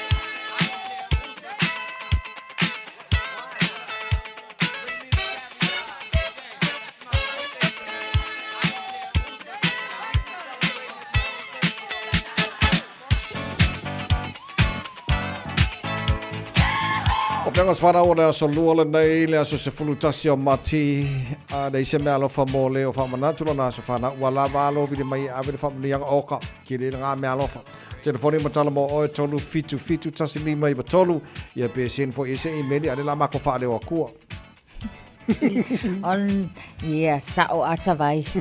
Mangaya kako email nga on air radiosamoa.co.nz. Ia pe amai sa po dungal ka ko Facebook mo YouTube ro de Samoa. Awala umanga man fam yang leng ka ana ya o te le tama pa tu e il ka fam yang le lungo le Facebook. E fa pena foi le melia tasha. Ia tabai la fa bo mo atula lungal tato apia folinga mai ali o ainga fale tangoai. Fa manianga mo fuaesi leota afaloloa ta alo o le tongo. Happy 54 birthday Kenya Salafai for Eleto ni sanga mo oe alo fatu a ingai Alaska. Leisio fa manuianga e maya vai pu e Sarah. Happy 7th birthday to our granddaughter baby Grace e Sarah from your parents Vi and Donna, your sister Sarah, your cousins and your aunties and uncles. God bless you baby from Lotopa, Apia and Manukau. Nisio Leisi fo e whamanianga mai lunga lava la apia fōlinga mai a tau mino. Whamani atu la sa whanau o toe mino manga longo le pea mamangele. Le so ua ato i ailo na uno se fulu lua tau sanga o lun soifua. Alo whaanga nā mai si au whanau Kelly, May and TJ. Whapeau ainga umai New Zealand ma Samoa. Ai whaasilisili si au mana mea o leta toe mino manga longo. O le tātou telefoni tai malia malona soifua. Soifua manuela sunga le o tavai ma le tau poulo ua whaatasi nei tu la tai au. Ia? Ia, o le whanau o toa ina o iptau. Ia o le asole nei sa wa atoa nei i le fitu sun ma le ono tau sanga o iptau. Iptau si il whaftai ma le vi inga i le atua. Awa ua e au lia mai le ia nei tau sanga se tele sa e fo lau mau iai nei foi tau sanga ia alofa le atua ia whafuololo soifua mauolo ola ia whaapoponi sia se tele maua ele tā maftanga ile loifo nei funga ele le tu mau ia alofa atu putau sefo alofa anganga e vaku ia pira taimali e pira ia ma Josefa ma le paitio failua ia masunga fa feangainga ia ma ainga poto malava ia fa tai se ia na ne o walwe o ma se ke se ula ngei fa ila wasfa na fa tai mo lo avanoa tai lava tai malia manuela vale nei tai o fo ia a pe le famlianga lungal ka Emilia ia o le famanianga mai le Emeli ia tui pelehake Joe. Whaamani atu le asa soifua le mātou tina whaaleanganga o peta whaalewai whesaisai ai. O le aso le nei mo whai e le atua a wā le whaau pōpoina o nisi o tausanga i lo soifua. Whaamani e le atua i lo asa soifua ia whaatu mawina le mamalo e le atua i ate o le whalitua. Alo whaanga mai lau e kālesia alo whaina Christian Church AOG. Tātou whelo aina nei le fiafi. God bless. Nei alelei ia e peia e whoringa mai o ka kōrunga se ngā se koe sia ki kasia i ke i fo i wa misiange oi ai, ele ai. Na? O ka kōrunga. O ka kōrunga lelei e afo i Don Bosco o mai pe pese wha mole mole. Pese le whamni e tuele pūrenga mana whenga renga radio Samoa mana tana pokala me nei maro le tae au. Yo tau aso soifua i putau. Ina lo soifua tama. Tai le tuene tau sanga tene. Ina lo soifua. Ia male malo le tino o whamanatu tau aso whara nei aso am. Yeah, happy birthday. Tau was for lima de valu.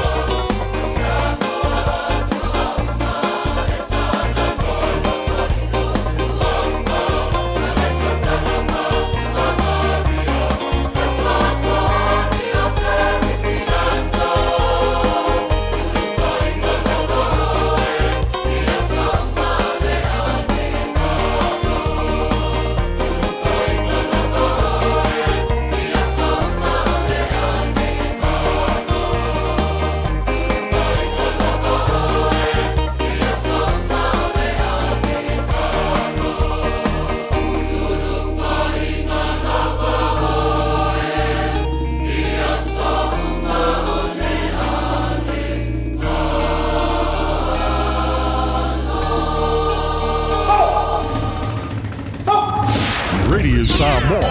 Tasilima iwa tolu amo. So is fala vlave tau ta vale sa li potia fo'i lunga o tātou State Highways Fumaleono la tala tātou Westgate ia sa polokai ia tātou eastbound lane se lua ia o taimila le nei o le nā ua tatala lane se lua le nā peitai ia o loo maita watu westbound towards Westgate o loo ua tele lava fo'i ina Feololo mama mafa i le taimile nei so lua lua travel time minutes mo tātou ave ta vale Esmond Road traffic is heavy on the city bound i le taimile nei pe amal se fulu lua minute le travel time mo tātou Lincoln Road o lo mai tau watu fo'i faisi pisi mafa le traffic i le taimile nei heading city bound se fulu tolu minute travel time Blockhouse Bay and te ada to south mai tau watu on the southbound o le nā lava fo'i o lo slow lava i le taimile nei Monaghan Road Mount Wellington Penrose Great South Road city bound o lo mai tau watu fai lava fo'i si telo poloka i le taimile nei anga yatula nai Mount Wellington and Penrose le taimile nei Pakiranga Highway mai tau watu fo'i le taimile nei ia o le nā fo'i ua fai lava fo'i si pisi mai i le southbound ia e mai se fo'i le anga yatu i le taulanga au tu nisi nā vaenga ia manisio vaenga au wala nā ua fai lua mo oi apta avale ta pena iai lau whainga malanga ai mafuta mai ai ma loa le Taola Radio Samoa no toi se fulu valu minute na tā leo le tu lai valu Radio Samoa Tasilima iwa tolu amo Radio Samoa. Tasilima iwa tolu amo. Kaputu with the Cousins follows me, Jade Lee Walker, and me, Kuraturu Whenua, as we deal with kaupapa Māori in the way we always do. With a cup of tea and a kōrero. Cheers. Sometimes it's funny. Sometimes it's serious. But as always, he kōrero noiho. He mana tō te cousin. Cup of Tea with the Cousins. We're on YouTube, Instagram and TikTok. Karaviua! Karaviua! Ta alofa Samoa, i mawhai na whasoasoani atu Dr. Chen pe a whai te a fiele mai suka. Tōta mawalunga, le maua se whanau, mai sela, whatu ngao, ti ngā le ua po tuli, whaalusi le tino puta, ka nesa, ma le tino mangeso. Maua fo'i le kulimi fulunifo mō nifo ti ngā, ma toi whaafi lesi ai lau manawa. Tele nisi o loa e whasoasoani i lo soifua maloloina. A whio ane loa e ai Dr. Chen, i le tuatusi lua ono Great South Road, Orahuhu. Telefoni lua fitu ono tolu tolu fitu fitu extension numero lua. E te mana o e maua se lumana i manuia o lo wā tali I polo wā whawhine. O se fulu nei tau sanga o whaatino le Pacific Advanced Secondary School le au aunanga. Na whaavae le nei a onga e Sir Michael Jones. E whaonga ina e ngangana ane Pasifika I le NCEA, STEAM ma le waka ama. Maua fua o fua onga tai le aini pili a onga. Ua uti a wanoa mo le lua o lua lima. Mo nisi whamtalanga wala au loa le pas I le o valu se lau valu o fitu lua fitu fitu. O valu se lau valu o fitu lua fitu fitu. Talofa Samoa o Jerome Gray le nei. Pe o e e lau ta vale po e whaafonga mai I lo maota. Ia tu pele nilo lau le tio le sfulu lima I watolu a mo. Radio Samoa, numera tasi I New Zealand. Ulo umutu senga te teofo. Sipaka o umata wa umalo upoto. Tau mawhaine on a po. Tata mei a whea tawai tau popo. Eleni, Eleni. A whale sili manongi. Eleni, Eleni. Whakale sili manongi. Pai tali oe is whaingai whai ai.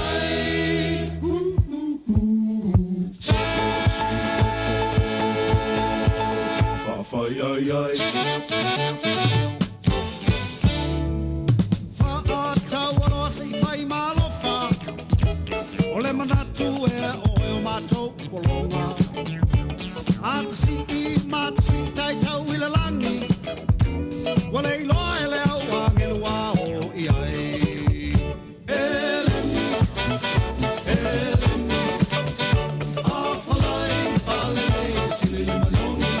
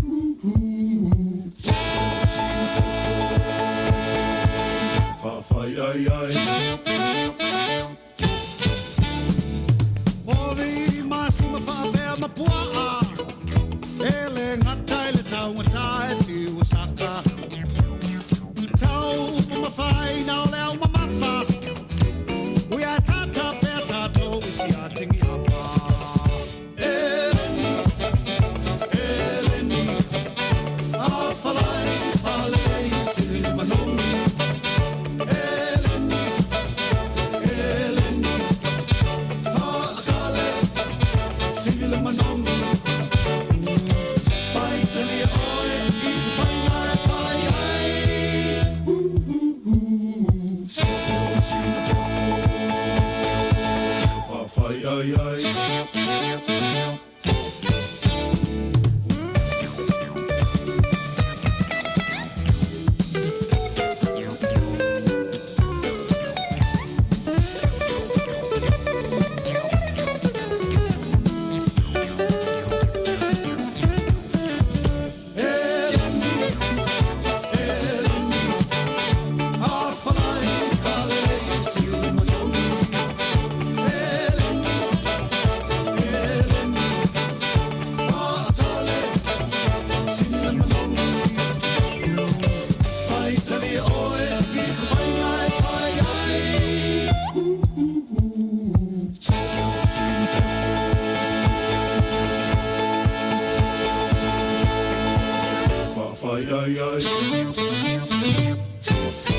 Well, there's almost really more here, but all more money to the tayo, Lenga, Wiley Ailing, or the Kamanga, Popo, if I come in here, come cars with one.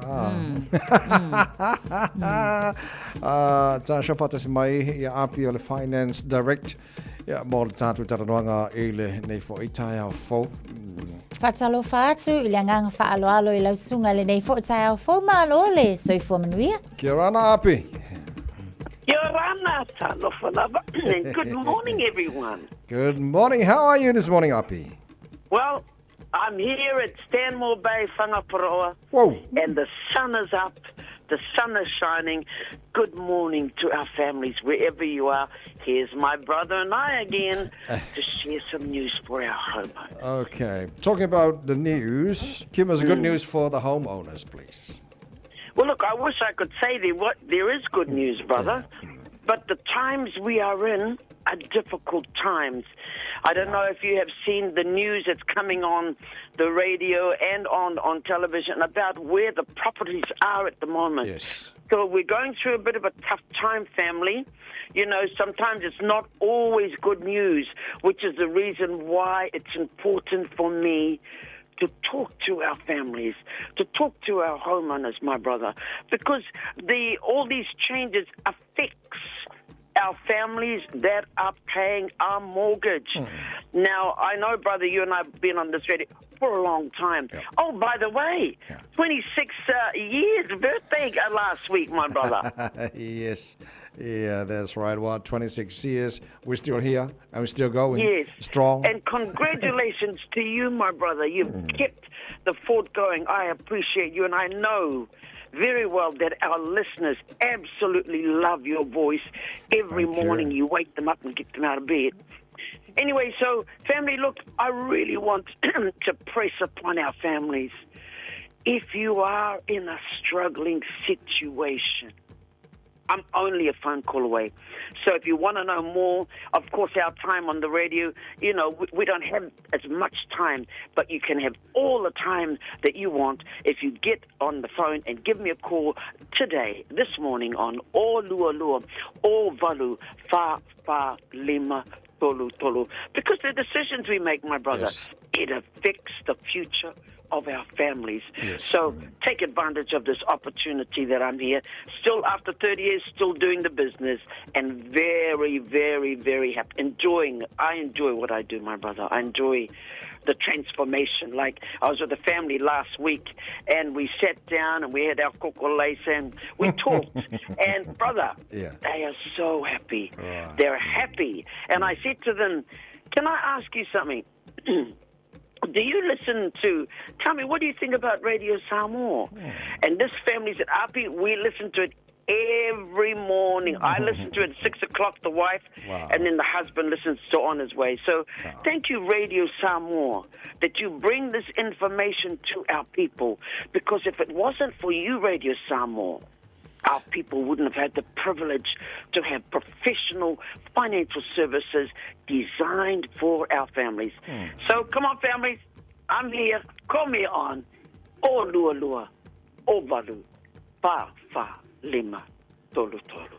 Excellent, Api. Malo lava fa'afetai. One more thing before I let you go, Api. Yes. If any of the listeners listening this morning to the program thinking of refinancing, you know better than I do. What sort of help you can offer for that family?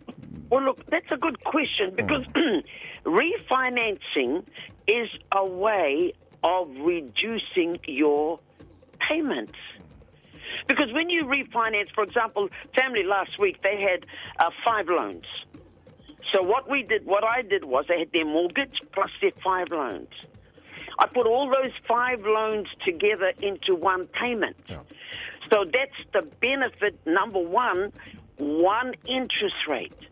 Instead of that family paying 5 interest rates, 5 different companies, it's 1 interest rate, 1 interest company, 1 payment. And the other benefit too, which people may not be aware, brother, that when you do these automatic payments, you also pay the bank. So there's another fee on top of another fee.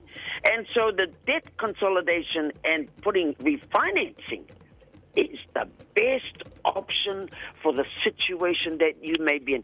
Not everybody can suit the refinancing, brother.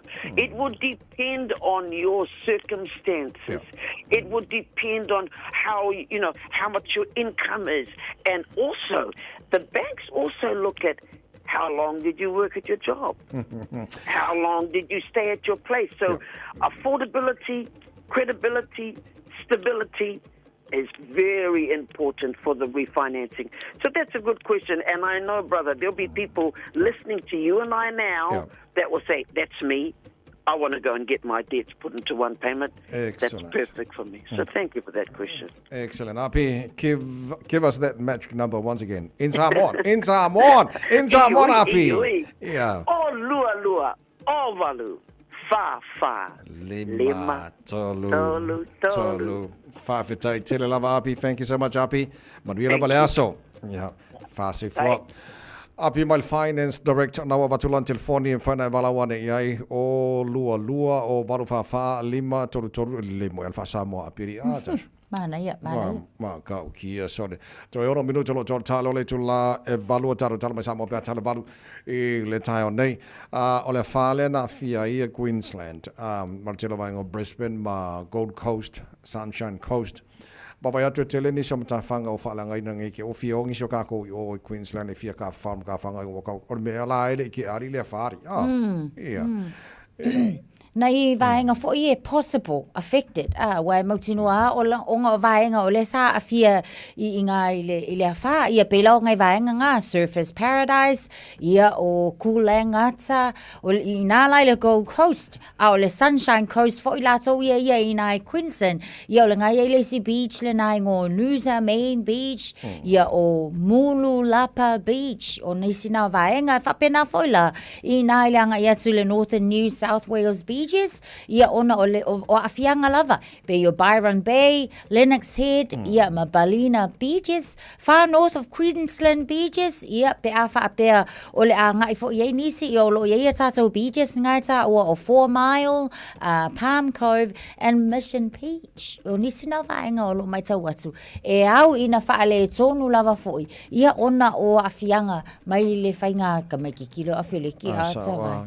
Se le anga ke le kai mesa o e felekisi o le manga ia mafanga fangari ai le sau le marulu le ngongo fo le kanga karfane malolo le a feleki aru vai se moko le ngiso e aru e ngofo fa le ai ba wange e ko yangi mai fa mo mo a wange e o mai ngai au kinangi e ke vai ke o mai ro ngi ke vai e le se me kupu ya oi pe il fontanga le use sui America ma na fionga ia bava semana I Winston Peters Io o tala noanga nei o tala noanga lava I le va fa apisinisi ia po tala noanga lava fo I feutana ina ia fesosoani le isi atunu le tutau security ia ma le tutau I le tamau ainga lava o nisina o mata upu ia o leo lo anga ia tu fo ia le fionga le minister e fa atala tala noina o te lo se vaenga tāua tele walanga o le whailutusi Amerika ma le minister o le waifafo o la ua I te tauna tala no po ani vaenga e te tauna o I efsosani pia mana mi New Zealand ka ko atunu nei like I New Zealand o long kupung fa le kongu e ka pana ka ko o ka makua ia Amerika alo fa mai wangi me faingo so sang me fa mo mo matau Ia nga, a vaenga vavasa mana ia, vaengi maka au puli le kalango ia yo si au fo ikiso o nga whaiele le sui Amerika kalango wha le lengi meri le wha mone mone.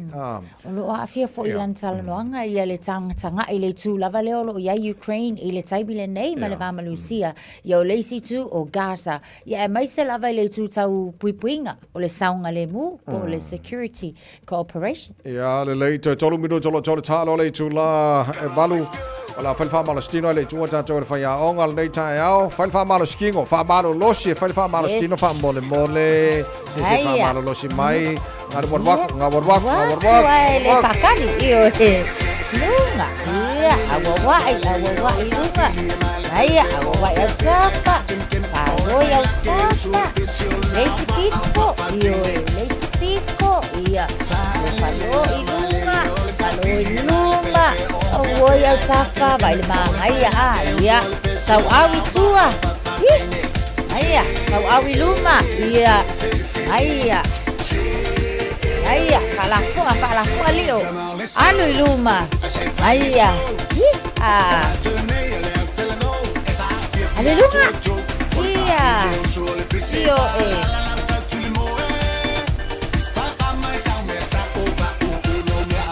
au tapa Ia oi. Nomi au tafa. An. Leisi pizza. Ia oi. Awau ia inga. Yo, dos. Dua. Yo kai kasi mal kai dua. Aya. Single. Double. Ia. Single, kai dua, ayah, dos, dua, siha, dua, se mai nga, se, dua, dos, alu, solo, malafa, luma, dasi, dua, solo, fa, kosoi lunga, dua, solo, fa, au tapa, dos, dua, solo, malafa, agas, dua, solo, fa, luma, das, dua, solo, fa, alulunga, kasi, dua, solo, malafa, luma, ayah, mana ya, oke sebang, ayah, sebali mai tua, dua, nakolu, fa, das, dua, solo, fa, luma, dasi, dua, solo, fa, dua, dasi, dua, dasi, dua mangaya, apa, kau leau, oi,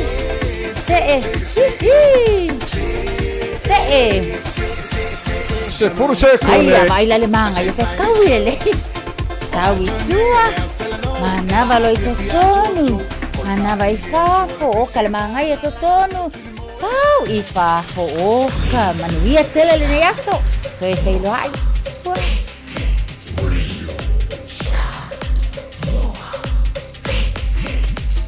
tasi limoi votu amo Usi mai alau whaafafonga. Telefon mai Samoa ia sa taitasi. Wa au mai amo oe ona o le langolango mai a le talofa voucher. O te whatalofa le whaafonga le tātou tunu i au si mai alau whaafonga tala tau longo le nei o so fau. O le tātou motu o sa vai wa amata mai ei polo kalame le mtanga aruenga o aonga maanga nuu. Wa whaatau wai le nei vai aso a toa I te tonu a aonga I lo tātou o tunu. Le tātou ngangana mā tātou wanga nuu. O se teimi mua e peo na whaelo ai e le ministawa a aonga maanga nuu. Wa whaatino I lea wha moe o le malo. E ala mai lea ilana matanga aluenga wa whaatau wa whaatasi ai le tātou ngangana mā tātou wanga nuu. O le kolisi maa walunga I a sauna amatai lea por kalame lea songafua e peo na saa a waile officer city o le matanga aluenga o aonga maanga nuu o sui o le komision ngana Samoa. Whapele whaatonu a onga o le tātou ngangana o tū maanga nuu I te tonu o le Universitea o Samoa. Ma mōri mawina e whanau a onga le visenga sfurulua le kolisi o asau. Whapea whanau o le visenga tau sanga vanu. I le a onga tūrunga lua I lea awhio anga I lo tātou motu I Savai. O le au tū o le vai aso. Ola i le ngangana, ma le anganu. Ua whamanatu mai ai le tāua, o le tā ngangana, ma le tā nganu. Ua le na o ni mea, ua tua nai po ni mea ao o na whamanatu, le ai. O isi tu tino ia, o le soifuanga o le tangata. Ua la langa whaatasi se awala, e mawhai ai o na tātou tāla noa, whaasoa, o ma mauanga ma tau anga tau sili o le tatou whaasamoa.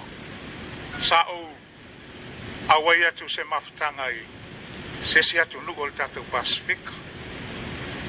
O na wala au mai leo le komiti whaafoe sa whaia le mawhitanga. E eile me tau o le mawhitanga whaatoi ina o le Pasifika. Ya, mala au mai leo au mala au officers Mr. Langolango Machewai. Ma watu le whaile maatala. O le whetu wha inga. Na u wha soa le yei mau wha apea. O Samoa yeile na upu e tau o le tala noa. Tala noa. Lona winga. O le stangata e whaia le tala. A o le stangata e noa. E wha alongo. A uma. O na watu lo le avano e whaia le tangata le sa noa. Le tala.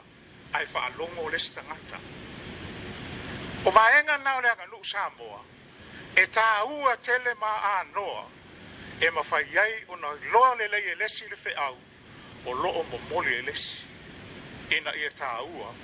Ia tātou wanga matu. A tātou vai nei o na pō. O e se lava le suinga le wai ai.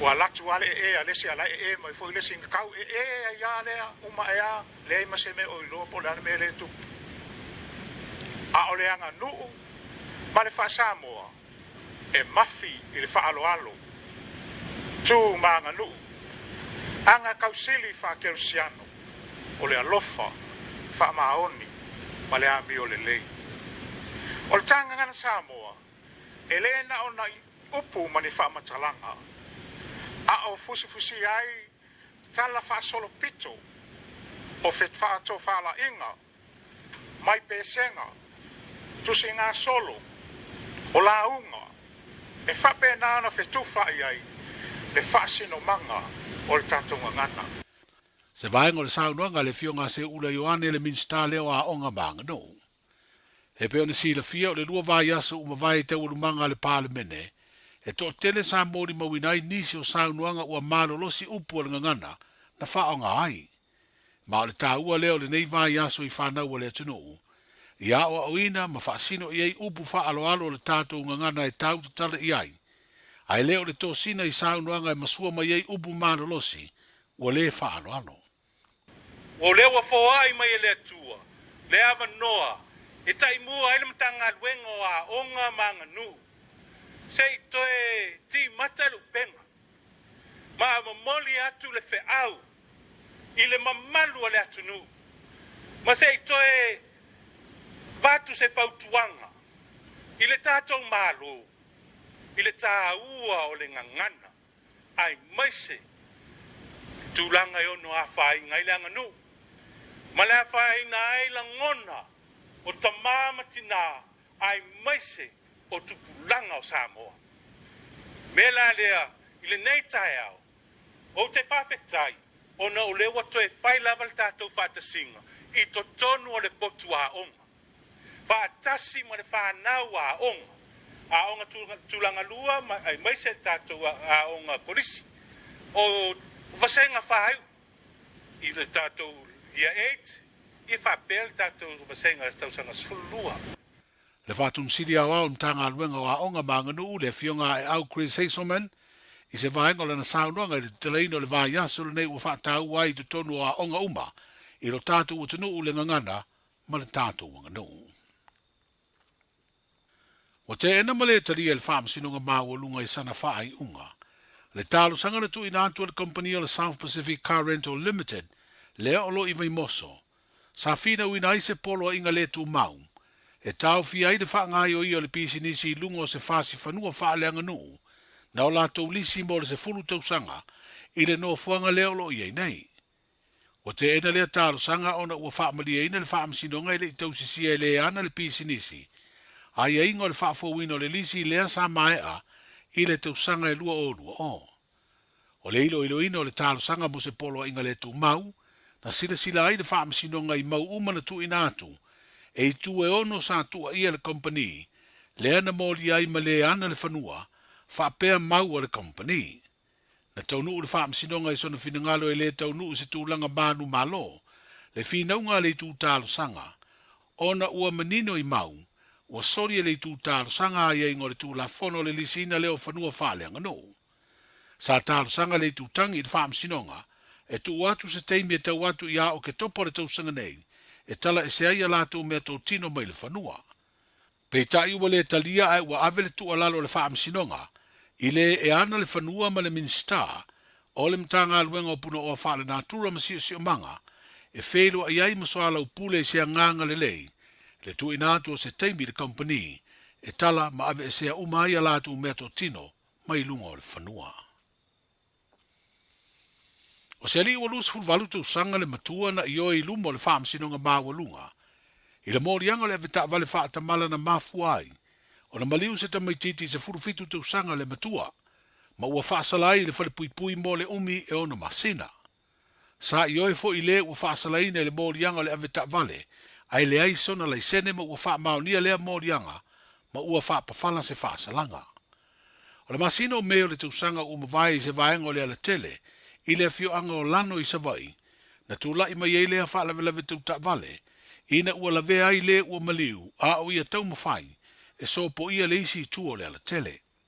O le pasi e peo na wha i loa i leo, sa tui au tafo le awala na malangai le ua maliu.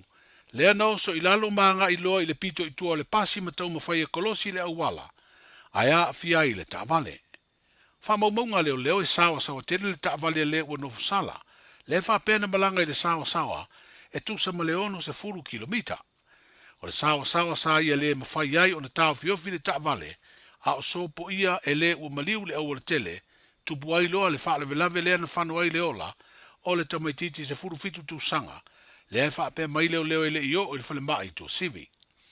E tele i tu le lei na wha vai ai le wha ai unga le wha amsinonga, e pe o le ami o le lei o le ua nofu sala, o sala mōmoni mai le soli tu la fono, sa whaia lona ainga se i fonga, i le ainga o le ua maliu, ma ave fo i ai palapala malo ma le tupe e se furu afe ta la.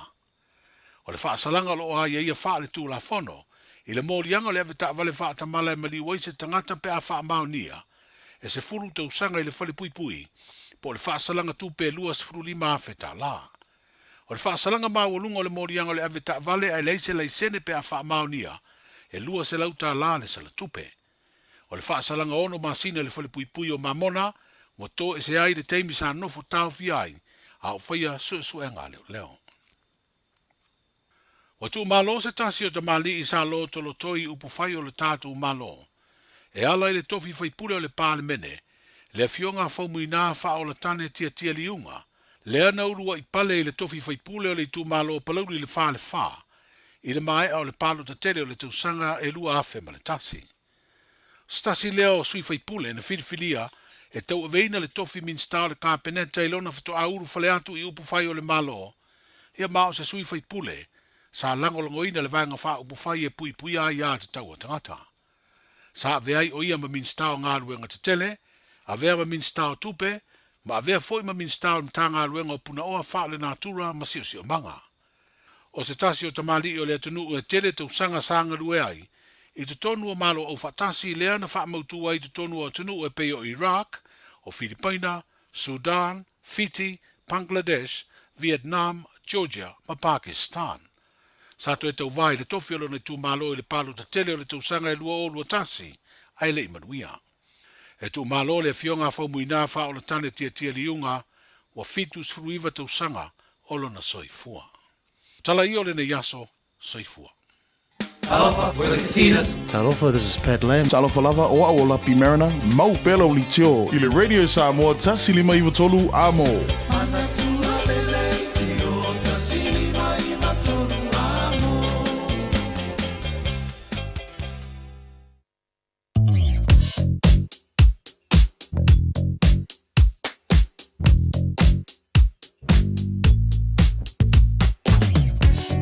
poti lata mai lunga la wala nei temi ole tai au fo esa mai lunga tātou highways nei temi ole tai au whaisi poloka le tera nisi vaenga Cavendish Drive in Manukau both directions whaisi poloka le nei vaenga ole tai au mese tātou lo a ngai lata ngai ole on-ramp ole State Highway 20 both westbound and southbound whaisi poloka le nei vaenga ole tai au Roscommon Road as well whaisi poloka le nei vaenga ole tai au fo Lungo Tata Highways in Mamayatu, Tatola Malanga North Shore, City Bound, Northern Motorway, Poloka ia Oliva o Albany and Rosedale. Fasolo mai Wairau Valley, Fapinaputa Kapunam, Esmond Road, Esele Poloka and Nevang on the Tayao, Filolo Lunga, Walla Papanga, Shirley Beats Road off ramp, Nangal Tolanga Yokilani, Motatola Malanga North Shore. Highways full value, Aleo my Westgate, Face Poloka and Nevang on the Tayao. Matamele Westgate, Royal Road, Poloka, Fiololo Lincoln Road, Machada 2, Machada 2, Rosebank, Poloka, Rosebank, Angai Poncha William, Western Springs, City Bound, Motatol Malanga by Sifo, Poloka, your neighbor on the tie out, Malanga Lunga State Highway, Lucifulu, southbound, Poloka like TTL Alpha Mile Tano, Bayora Road on ramp, Dominion Road on ramp, Face Poloka, the neighbor on the tie out. Leva Dominion Road on ramp, Fapinafo Hillsborough Road on ramp, Face Poloka of the buying on the tire. Lunga Walla Papa on Hanga, flow delay, Tajo Poloka Label off, Anga El Malava, Lele Los Fua, Fapinafo and passing my Puni Road, Anga Lemby Drive off ramp, Anga Sote, around Rainbow's End, Malink, all the State Highway Los Fulum, Anga State Highway 1. So General buying on the Poloka, Tantolo Malanga, Tolanga, Yokilani, State Highway 1. Poloka Druin Papakura, Flow Delay Papakura, Nga Takanini, Mareo, Face Poloka, Poloka, ya Flow Delay Mai Mareo, Nga Manukau, Te Iridangi, Face Poloka like GT is Tamaki Road on ramp, Nga High Brook, Tip Top Corner, Poloka Nevang Tayam, Mount Wellington on ramp, Pasilo Mount Wellington Flow Delay, Nga Green Lane, New Market, Gillies Ave, so ya pa ilabal Tolanga, Kilani Obayang Omanala, Walla Martero Isivanga, Ola Walla Kilani. Face Poloka Nevang on the Tayao, Masani, I got a true duty Magarenga for Penafort, Tim and Bolene, found out on the Tayao, the Lele, Lava Palemaita Tom, Yamasanga de Mo, Femalanga Inga, for Tayao. Taraflava o David Tuale nei, o e whaafonga mai pēi le Radio Samoa, tasi lima I watolu a mo, Samoa I manuia le nei aso. Ua mawhai ana au ina atu le tala o le tau I aso taitasi o na o le langolango mai a le Pacific Finance Limited. Telefoni o Varselau, fitu whawha, lua fitu. O le vaingala tamai le talo le tau wawai atolo tu mauinga awa o le tau I Samoa nei vainga o le tai au, e teimi langi le e teimi awa o, e teimi pa ua timu, I le atu no pele I Samoa, tolu se funu le tasi tu mau I le vivela, I lona maulunga, lusu malima I lona maulalo te whatalo whati panga umalava, ale maru le tai au so se vainga o le tunu pele I Samoa lo tau mai mon whafonga mai e malo lava le soi fua maruia. Tātua siasi tu langa I le tau I Australia, whatalo whati panga umalava, ale maru le tai au so se vainga Australia malo le soi fua maruia, I le la mua Canberra, Sifuru anolo I le malu o le ea ni vainga o le taiao o le awa solo in awa oe pa utimu le awa uli ma le fiafia na nei lua sifuru iwa le maulunga le bebela wha mawina. Ia mo le la mua Canberra le so I le tela vainga o Sydney Australia ma lo sifuru manuia lua sifuru lo ilma whana whana nei taimu le taiao. O le awa solo na awa ofo e pa ona e wanga ni so taimi lua sifuru lima le maulunga le bebela wha mawina mo Sydney Australia le so lua sifuru lo na mawalalo. Melpone Los furo lo ile ma fana le vanga o taiao la fa sono su sul mate ngo fira la mama kwa I vela I male ea mo to todos futolo lo na maulunga los furo lo na mawalalo Brisbane ma lo la vale on sai ma lo fo fa to fa ftai de to lo to mal ta mo to le vanga o taiao fa si vela telo taiao los furo lo yai o la fa sono na awa pa una wanga ni so taimi los furo iva maulunga le vela fa mawina mo Brisbane le so Abava ya tu sulmata ngo fila la tela mai ngo Perth Australia bevela yo le ea mo do todos fut final na maulunga todos fut maulunga bevela le ea I Adelaide la fasono na awa le tau le so fasono na awa lang le tela mai ngo Hobart lo su tasi maulunga ma fana fasono ma lo sil savili pa uti muni se vai ngo Darwin todos fut tolu maulunga bevela o vai ngo mana Australia ma tu lang o yai ia le tau ia bole nei so lua o tato o lia tamaki makaura o kinani no fanga fasalonga Radio Samoa fut fa o ia le marulu de nei vanga o te hawa vai atu no mana de sur mai la I Manukau nei o winga fa mawina na tau le so tu mau na langi de lei fa so na awa I niso taimi pa una I wanga le tui matua whanga paroa. Le matele na awa malangi le tau tela vaenga au kilani tu mau losu wha. Morunga le vela mo tātou le sos fulvalu lona mawalalo tae au pe au lia. La fasona na awa o fo ilangi le leile tau losu tolu. O le morunga na whaona o iai e le mawhana whana le ea mo tātou le soa tae au. Le vaenga yo tua atu mana i langi le leo le as tofi malas for railing. Awa o langi le leile as tonai langi le leile as samana sunga fuara na vai asuru mana i atu. Bonga na tui na mai na vai tau I le nei taimi o le tae au. Ua loa le tautua le Pacific Finance I nonga tupe mo so se wha moe moe. Maliu, whai puiponga, aso whanau, sa whai whai ngā malolonga, ba so se wha la velawe. Apa lai nei loa le Pacific Finance.co.nz. Pe bala au le oval se lau fitu whawha, lua fitu. E talo sanga sauna nonga tupe I le bao le 5 se lau tala, ma le lua se furu hafe tala. E lua minute whai lau talo sanga online, www.pacificfinance.co.nz. Ai tasi le tu lai whatali se tali. E ai inga whabitoa. Pala au loa le Pacific Finance Limited. Ile oval se lau fitu whawha, lua fitu. Oval se lau fitu whawha, lua fitu. A whanei misia tātou tala mai Samoa nei tae au o te papole le atu e whasala wina mo oipa tale tu lai se fulu mana lua na ori le so mana fitu po ana nei o le si whaponga o tala mai Samoa le tāle palu le tae au a tae au. Ia ora nau e whafonga wo whalonga fo yo nau e sirifio le fo o lo tātou tala nani putia mai Samoa le nei fo ia so lua o tātou iai. Mana ia le whatawa ino le ngana so ola I le ngana ma le anga nuu mana ia la te whaalongolongo atu I le talatala ina ma le whaamalama mai ina o le upule o le tala noa wa o te loa o le upu o le tala noa.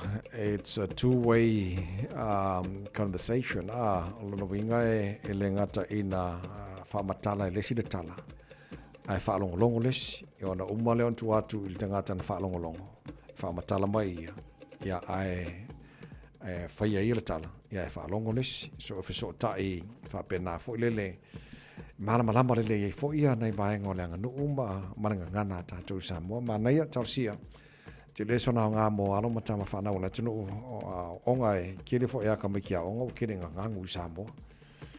Alo te mantua ia le o le lopona tu sanga sa tara noi mane fionga ni sta wa onga. Te leo vaenga na ia sau no na vai taimi. O lo anga ia le tau whainga mtanga wenga wa onga. Toi la langa le ngana malanga no I nei whanau. Langa o telo ta mai tiwa. Te le whaonga ngana Proletania. E malama leila tātou fōlele au meka meki Samoa inge fōlele au mesaka meki le a onga ia korisi ma maura runga malo. E pei e kau kere la tau whaonga ina ngana Proletania. Ia ai I titi il tātou ngana Samoa. A o la tau ia mai Samoa. E tau ona tua le lei ato tua la tau wha Samoa. Ia e tau sia. Ia le lei ma au ngana I porkalame nei. Ia wala tau la langa o le ola ilenga ngana. Male anga nuu mana I tele lea vaenga. Ia pēna whaafonga te retunu nei fwoi tae au fau. Tau tō mōna rere Samoa Sifurima Iwa tolu a mō. E na ua lua sifuru te retu lai valu. Usi maila whaafonga. Tātou mō wha Samoa nei fwoi tae au.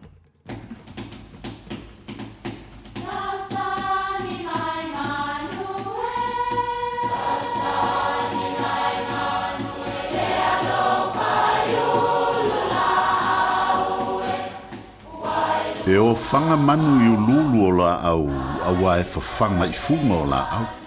A o le tangata, e whawhanga I upu matala. O le mawhileo o alanga upu mamuanga ngana Samoa maona whaapongai, e a fua I lona sio mianga. O lona lea sao I le whaatufunganga o le iloa whaale aso, mai le tautua se ia o ina pule. O alanga upu mamuanga ngana, ua lanto mamanuina le tō whamanino a Samoa, mana tua fo'i, e tāo fitau muli le atunu. E le o le au lefu a ia tamali. Sa le wa aitu la fale I tāu pou au le lei. O le winga le o le upu o le au lefu. Ai sa fai tau I alo o tamali I longa o Samoa. Awa o le isi le mafua anga nalai o na sii fale tautu. Ina ia mawalunga le ngafa o le nu. O le mawalunga o se ngafa e malu ai le nuu ia fio anga. Ua fesawa ia lantu whaia. O le mafuanga le o le upu awa e le tāua le au lefu po le au le lei. Ai tāua le tūlanga. E tinga lava o na nau le tamali i le tamai tai wala le lei. Ai a mau lalo lona tūlanga. E fiwai anau. Ai ese lava le tamai tai e au mai iai e tūla fale. I ese fu ia whainga. Masalo ai o pō ia o le whaampau pau o tangata. Ia sa sili atu le tūlanga. Nai lo fōlinga. Ia pe loto le lei foi. E le taulia. Ai taulia le mamalu e maua mai ai. Ia manuia lau whaasau.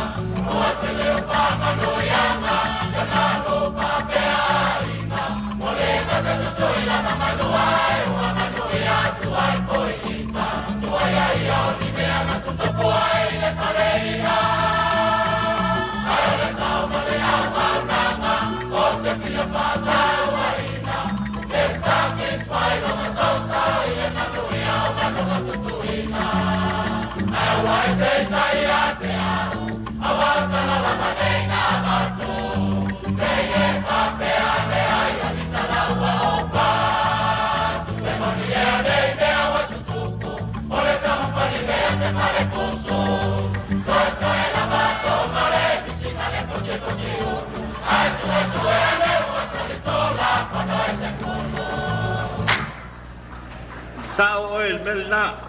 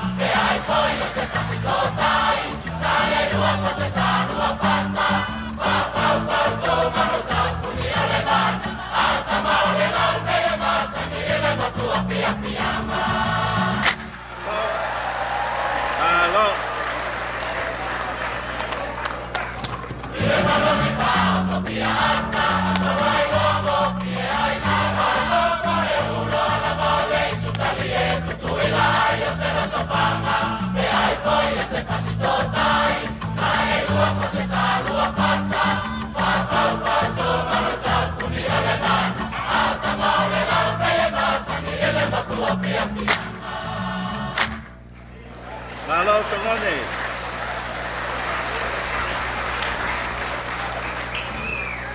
Koe sao foi oil melnga. Ia malo lo inga la wa kele la sa o sangone a ia malo o le na fa fianga mata ngo fia la fianga sangone mo tele sala fai.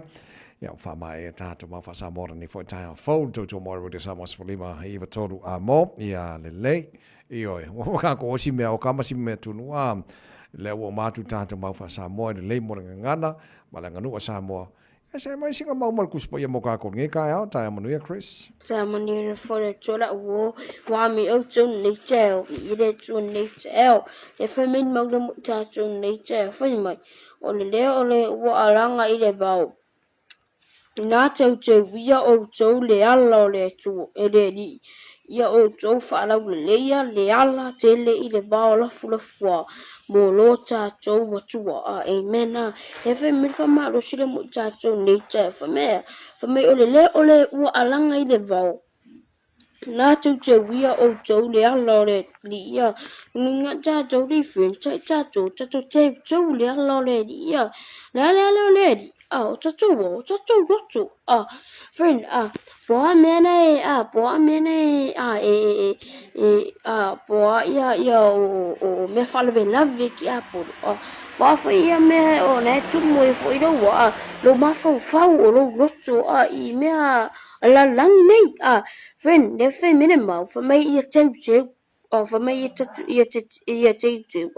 mai taure te tatu fa mau tatu fa mau ia tatu fa mau tatu wala de ala re ia friend ne fa mai lo le vai nga muli le tatu ma fa mai ia o jo fa la le ala re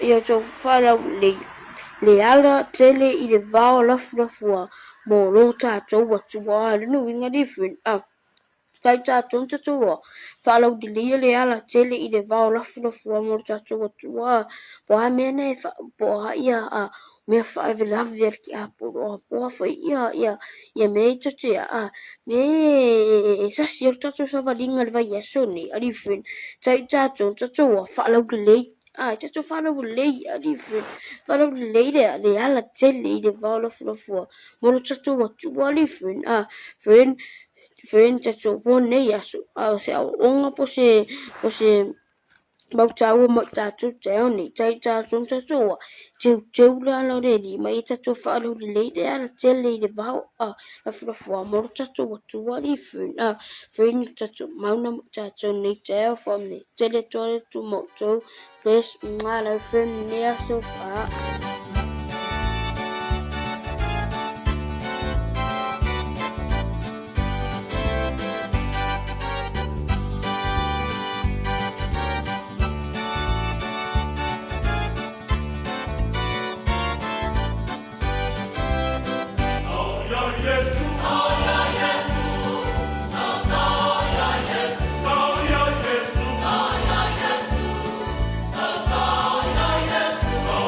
Yes.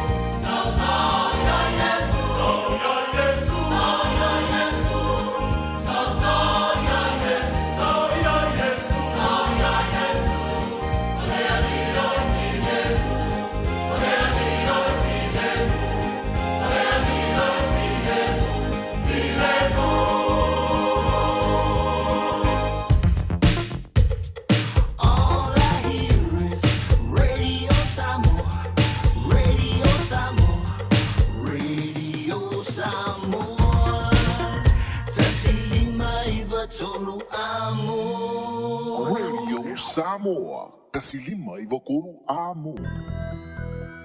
Homeowners, talofa lava. My name is Api and I have a special offer for our families today. If you require personal financial services, I'm only a phone call away. Call me today on Orualua Ovalu Fafa Lima Tolu Tolu. Talofa, wa o salmasinga fale lua Tim Toilolo o le loia Samoa. Fabitoa la o nanga I mta uputau immigration, pepa malanga, tangata overstayers, so stoinga visa. Kapena foi le taxation, por tu la fono tau la fonga. M5 foi on o tau avena mta upu fal tu la fono I Samoa. Famol mole vidi mai numera o iva lua nono o tasi lua lua. O iva lua nono o tasi lua lua. Faftai. Tā pena sau lumana I manuia, ma sue sau whailonga I le soifua maloloina I le Skill NZ. O le nei whailonga o le mawhai ona e au sia senga luenga e maua ele tutongi e amata mai I le luas futa la I le tūla. O lo o maua le avanoa mo e a lala New Zealand, whapea fo ie o lo au mau I atunu I fafo. E tele fo ini simta upo ese e mawhai ai ona auta wina I oe. Vili mai loa I le ovad se lau, fitu lima wha, lima ono iwa. Pe e-mail I le info@skills.ac.nz. Mō nisi whamtalanga. Talofa Samoa se o atunu pele. Ua tatala ina nei la mātou whale o loa o le leata I lai Super Reds I le Onovalu, Michaels Avenue, Ellerslie. Molo fufonga tau mafa. Ua maua nei le mātou talo fiti I le iwa tala iwa I le kilo. Talo Samoa I le valu tala iwa I le kilo. A fio mai loa I le Onovalu, Michaels Avenue, Ellerslie. Po le telefoni mai I le olua fitu. Fitu. Lua lima, valu fitu. Talofa, this is Pat Lamb and you're listening to Radio Samoa, 1593 AM.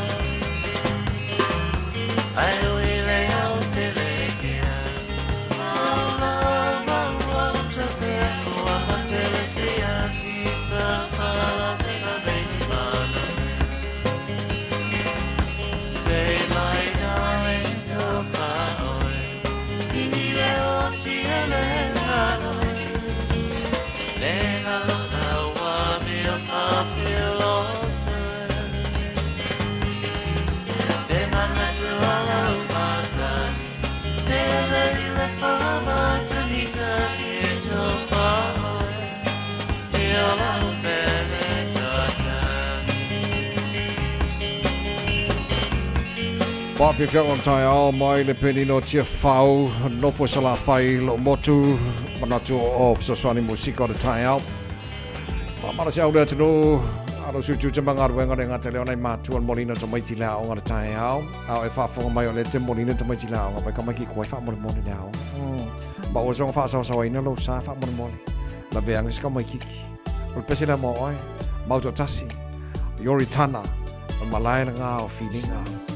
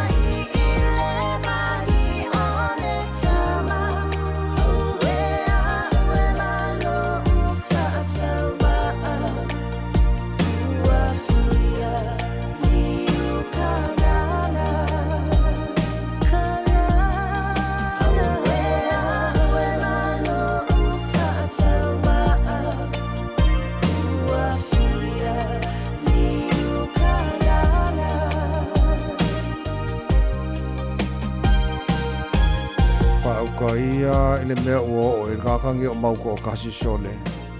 Ua fia liu kanana. Ka no whae, ia lale fia liu loi mai lane ia. O whawi fianga o tai au ina wa toi sfulima mino tolo o te tāle o le tūla e iwa toi pauna mino tolo toi o le tautua o le maru o le tai au. O le nei aso lua, tātou whafonga mai tolo whawhenga ruenga malo le alo su tiute ma whainga o le nei tai au.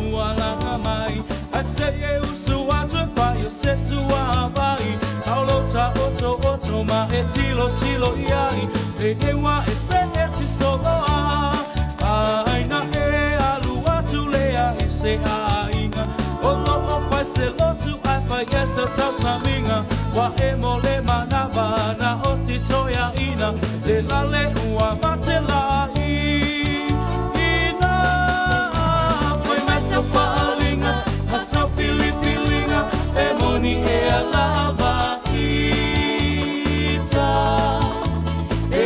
Talanoa, Betelea, Manatola, Tawalanga, no.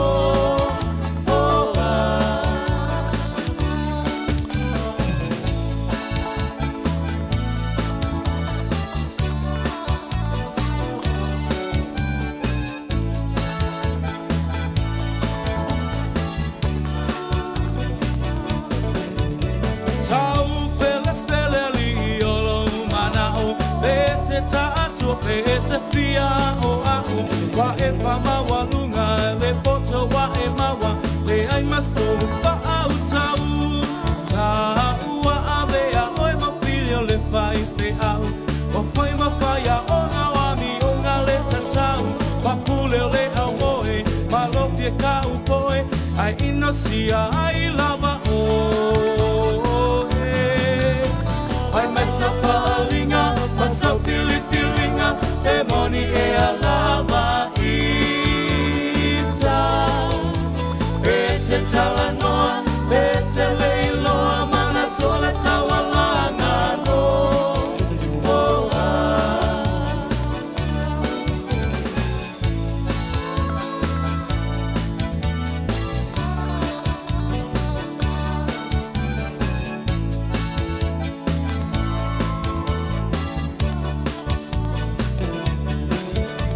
Tafa mai ata o le vavea o anu o le vao ua vava o o lo upito ie tonga wha o ma ato ata oto i fo o wae pupula vale i le po atoa o fiu o lo tina i lo upa aso pomoa o lo fia vi ia ma lo fia i loa ai inosia ai lo uingo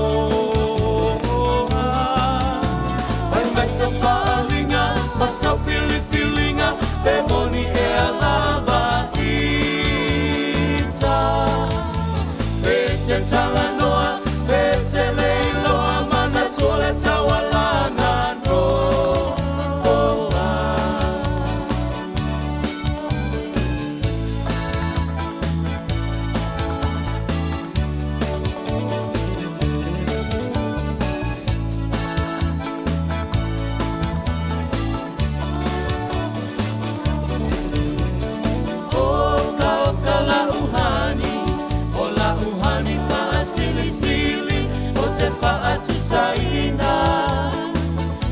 Se apa ela pi o se pisu pasili o se masike ke mai piti o sina sapasui o ni tamato maniti afai lava uatonu e uatonu lo fina ngalo tafa aipo ipo avane ile malo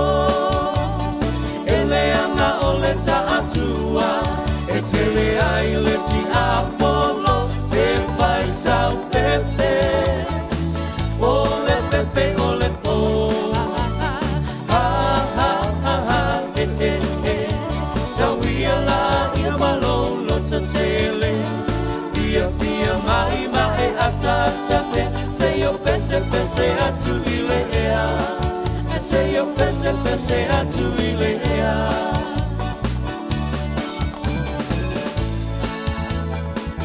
to Warren Samuels for Lima Vitola Motors, a full minuto to the Talo to La Eva, Famalo of Taipa, Angal Tarabukalame, my Momailung on Facebook, Mali YouTube already Samo. My law Fabi Fanga, my Tailong and Pule, Taindale, Pesefab Tomo, Tatu Umalavo, Mafutamailung on Facebook, Mali YouTube already Samo, Malo Fab Tai, Avanoa, Hollow Fentany L2 Tour. Iso sa bayang o Renee Foy, lalo lang yun, ang pwede mafuta may Renee tayo, malo laba, le, fola mo yun.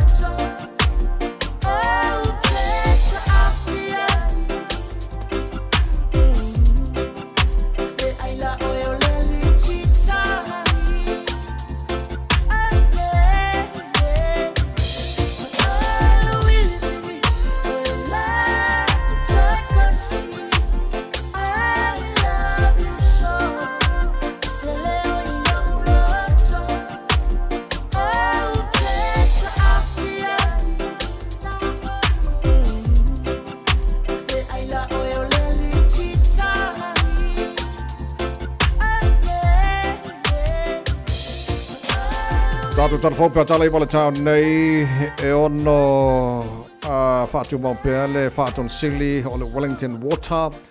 Awele tō tōlu le whale mai o na sawa pēa o cocaine ai le ai. Ta pēna le whainga malanga tere le malo alu intia pasia e palota a le Labour le National. Ma fori le lango ia Chris Hipkins. E vean parmi o New Zealand. Tātou tala nālo ta pēna mai sarawau masimino.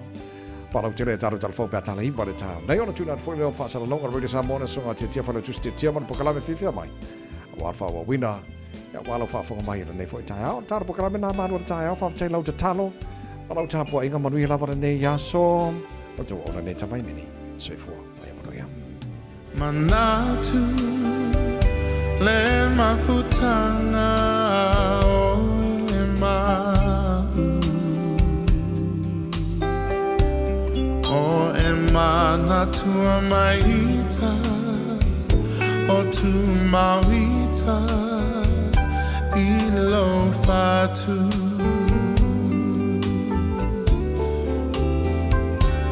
Boma tate tala no ai. Mamo sao se haso, sao se haso, tato e fiava ai. Usue e fuli mai lo tua la upele o tele tu na oe. Tamo sao songi o la fusi I amana tua.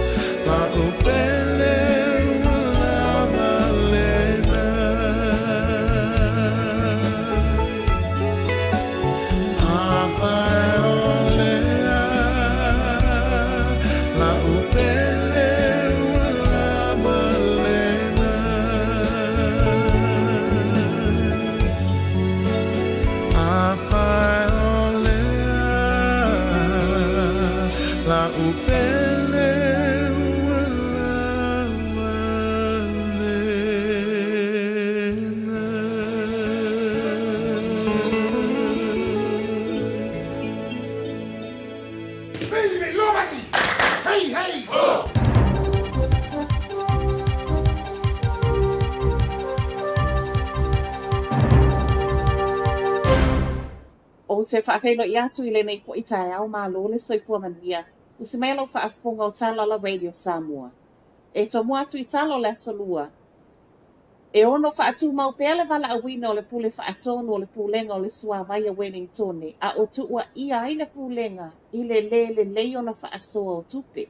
O le vaiaso tālu aina sa waitua reporti o loo tā uai le maualu lunga o tupe whaalo o le pulenga o le Suavaia Wellington whaatusa i isi pulenga anu. Ma e whaapea o le lei lava ona wa ai o tupe le mafuanga. Na tālo ai ma le whanotanga whaapitoa ana nafi a le komiti e tala noa le reporti le nei. Ma i lea whanotanga na whaailo ai le pule whaatonu ia Nick Leggett o lea ua iai suinga le lei wa whai e le pulenga. Ma o loo mawhanawhana fo'i e manuia ai le pulenga o le Suavaia Wellington. Ta utino le pule nuu o le ai Tory whanau ua manino mai le whono ana nafi le komiti e le o sui uma e mana na o e whaatea le whaatonu. O le komiti na whono ana nafi o lo awa Yesu i o lo whaisea mai le pulenga anu o Wellington. Le e au fiai Wellington City, Greater Wellington, Porirua, Hart City, Upper Hart, ma Wairarapa i Sauti. Ma o i lātou fo ina i e whaia le whaai unga e whaatea ai le whaatonu o le pulenga. To atolu na ave le whale mai Wairarapa i le whaai unga le vaiaso ona o leana whaapea o pauta cocaine, ai le ai.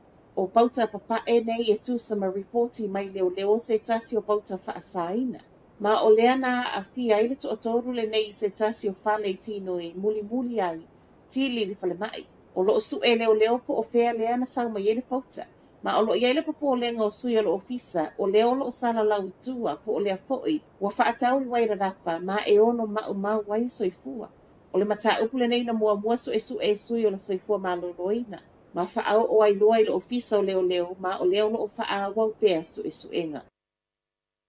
Wata pena se tasi au malanga tele le malo lea e aluai malpale mi o New Zealand i initia i le vaiaso a sau.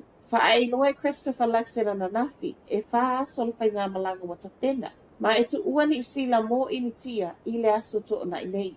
A o iai initia o le a mawai le avanoa e tala no ai pale mia e lua. Ma ele ngata o tu tau fi whaatau wa inga ai whaapea puinga leo lo wha moe o le atala no ina e taita ina i lua. O initia o le alava fo ina polo misi wa yei Luxon i le palota o le lua whenua tolu. O le asaini ai le isi maalienga sa o loto o fi whaatau wa inga i le vama New Zealand.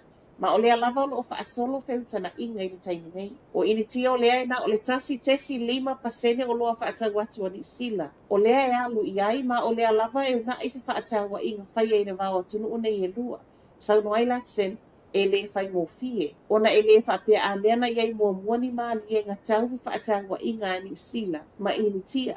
A o na i maali ai e New Zealand fi whaatau wa inga i le vau ma initia. E ui lava i talitonunga o Luxon e tūlanga tutusa talitonunga o New Zealand ma initia e tasile i tūla popole i ai. O le tauole na i Ukraine lea lava e le o manino po o Lucia po o Ukraine leo o tuwai initia. Ai mai le pale mia i a Luxon po o le a lava le i tuwe o i ai talaluanga ma le taitai o initia o le a wha manino lava pe i ai e le suwi ai le tuwe lango i New Zealand ma e tu mau lava New Zealand e lango i Ukraine. Ma tala muli, mo le ulu i taimi wa pasi ai e Chris Hipkins pa lota maua ale pa le mia Christopher Luxon. Pa lota wha apolo kikile nei le Taxpayers Union ma e ui i saunoanga le pa le mia. O lea wa a matona wa ai e lea tunu utau ma whainga malolo i ai nei. Lei ta ai le o tutusa lea ma le unga le pa lota na sau. E le ngata le pa u o le lango i le whainga malo. Ai whapea fo i o lea ma fuli le lango a tangata ya Hipkins o se taitai. O le ungal palota na sau tua na nafi tolu su male tolu tesi ono pasene le olo o sau whai ele national, ai tolu su male wha tesi tasi pasene le Labour. O le ungal palota le ne le Taxpayers Union na nafi e tai tutusa le leima le ungal palota la fo i whapea le One News, le ana whai ele masina whaato a umatu. Whai watu i tala la Radio Samoa le ne fo i tai au, manuia le ne yasa. Ua mawhai ona au ina atu le tala o le tau i aso taitasi ona o le lango mai a le Pacific Finance Limited. Telefoni o Varselau fitu whawha lua fitu. Ua loa le tautua le Pacific Finance in nonga tupe mo so se wha moe moe. Ma liu whai puiponga aso whanau sa whai whainga balononga ba so se wha lawe. Apa laine lo le Pacific Finance .co.nz pe wala au le oval sa lau fitu whawha lua fitu. E talo sanga sauna nonga tupe ile bao le 5 se lau tala ma le lua se furu hafe tala. E lua minute whai lau talo sanga online www.pacificfinance.co.nz. Ai tasi le tulai whatali e se tali. E iai ai inga whabitoa. Pala au lo le Pacific Finance Limited ile oval sa lau fitu whawha lua fitu. Oval sa lau fitu whawha lua fitu.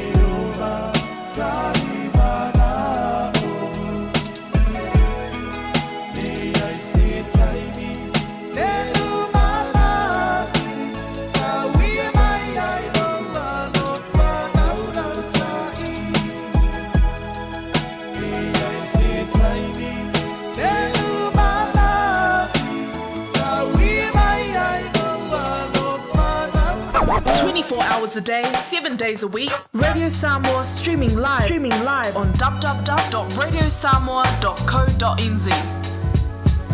Faitauina le upo le poto no le tautua matavela linga Fusi and Sons Funeral Services I Mangele ma Samoa. I taimi o mawhatianga ma whaanoanoanga ona o le maliu. Mana tualinga Fusi and Sons malana au nanga o le a whaamama avenga atu mo oe ma le ainga. Wala au I le telefoni lua fitu lima tolu o fitu.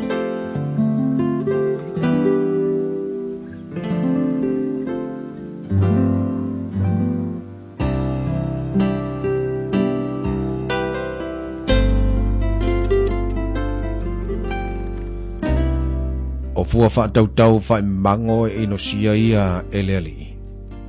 A ole me fua I a toa o lona lea fia.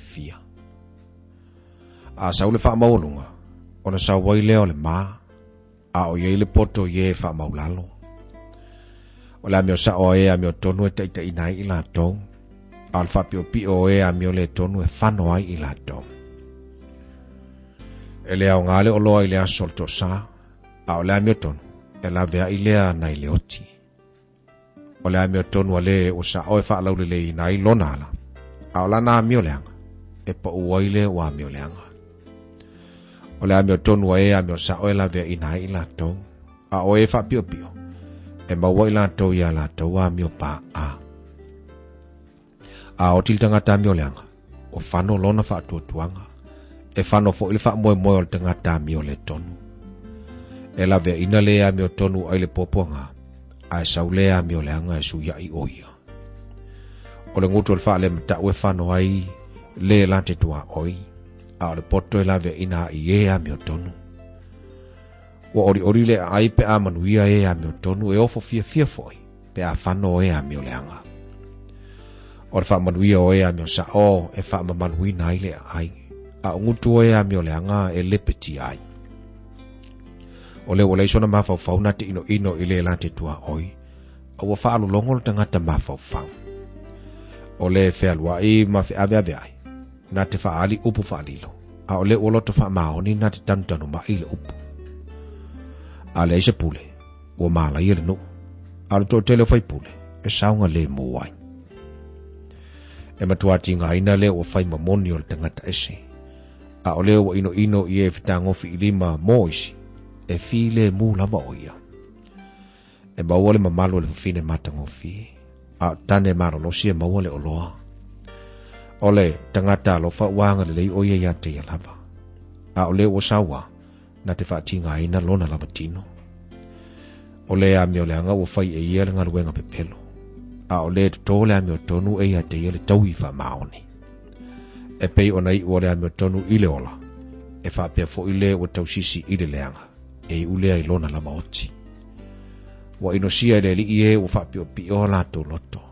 A oe o sa oa la to wamio e fia iai oia. E tango le lima I le lima ai le whaasa o ina le wamio leanga. A le whanau wa e amio tonu e sao I la to. O le mama auro I le iso le pua. O le whafine la le leile o te amane mawhau whau. O le mana o e amio tonu wana ona leilea. A le whaatutuanga o ea mioleanga e ulea le toa sa. O iai le na te whaasara lau inana mea, ai a tili ai ona mau mea. O iai fo ile o ta ofi ana mea siri ile mea o tawai, ai mativai o ia. E whaata mau ai ngai na le tangata mata mau.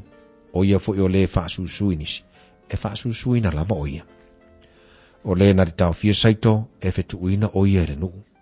Ai iai le whaamanuia I lungo le ulu o le na te whaatau ina mai ai. O le na te sa ili le lei, na te sa ili le alofa, a o le na te sa ili le leanga, e o lava lea ia te ia. O le na te whaatua tua I lona o loa, e pa u lava o ia.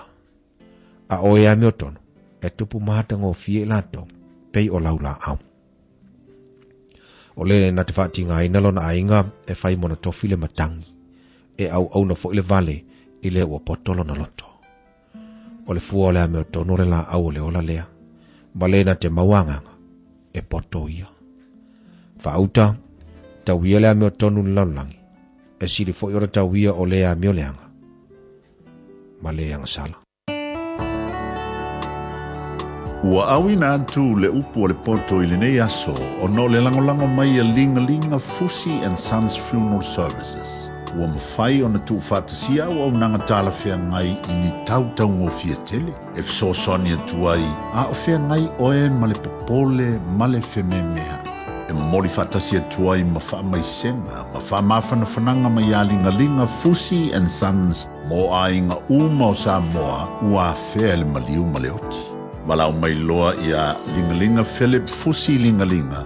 To ia whaapo lingalinga, to ngia si ulavea, pesusu mai I le luas fulvalu Canning Crescent I Mangele.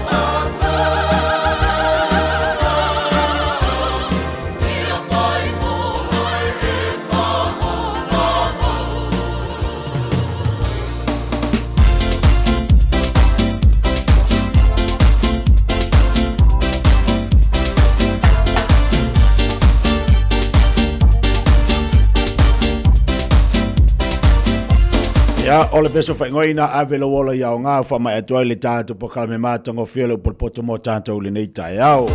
Ma to bele tato wa tunu me fo yaso ma na ye mani yaso ma tango fie. Ya tato tiute mo tato faival ni yaso pe ona tape na ina lo por poto mo tato to mo tato po kala me nei ta yao la solua. Ya, lo su tasi minuto tede le tula e va no po kala me fifia mai to fa talo fatu fa felo ya tu pe mo ngo tato wa tunu. Nei tai au foma ni yaso mata ngo fi. Ia fa malu du atu pe fa pe to fa fonga fonga mai. Ia wai for swing o le leo e. Angu sa fo ngi fu du. Ia so ia. Ka ko fu du ngo sele. Ia fa talo fatu nei table tai au le maftume tatu watu no nei tamam tina matu e mota malawa fa pe fo ia la finga luenga le tua. Sunga fa fengai ngo to fa tua le ngato fo ilea. Ia o afinga patele to mai tai sa. La tua vala wina nga luenga le tua I lea fata faitaulanga ma lea fata faitaulanga ba talo fatu po kalame fifia mai le tai au fo ya man manatu o lo so longa le leima manu ia le tai au vi ia lili usu le tai au su fia tatou le tai au se pe ki fa longa ko ke ngal me lo kingo o ke popoli pa on me lo fa tai le tua le fa malo longa ia usu fa ngal luenga se vanga nga fa longa kwa o le nga fakia ka ko kingo o nga kau ave nga luenga fa ilo se malo longa ia ai mana ia fo ia fa ima fa singa koma fo ile nei te wa ina no telling nga luenga ia ai te wa fa ina ai lu sui fua ai fa longa ko lo fa ko lai ten ale finga luenga ai fa longa ten longa winga format ai fa longa ten fai lo ia lau kusi é uma venga vai foi ai valor tem ia longo winga ka un erk finga venga ai valor tem ole va venga ka kalfa ia vai forma ai valor ko lo ko nga ka ka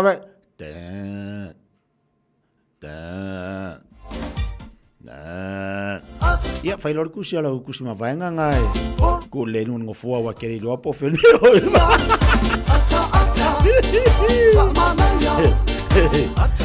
va pega le olanga ele le ia le mau imedile ai fai masia ke fak ai le ia lo mau imedile ele va pe o fai aku ame oi ko ri kar fak ia si tatu se atu sina fa fianga le taiao tatu tari watu la ia le sai di mai le fianga ya ke na ono mal tatu pokala mel taiao i ona ia tatu maftanga ya solo vesta jasi good morning Samoa malor sei fo morian le taiao fo ia vai se senhor sei or va benga for se senhor le la le taiao se senhor lo uso que fai ngar benga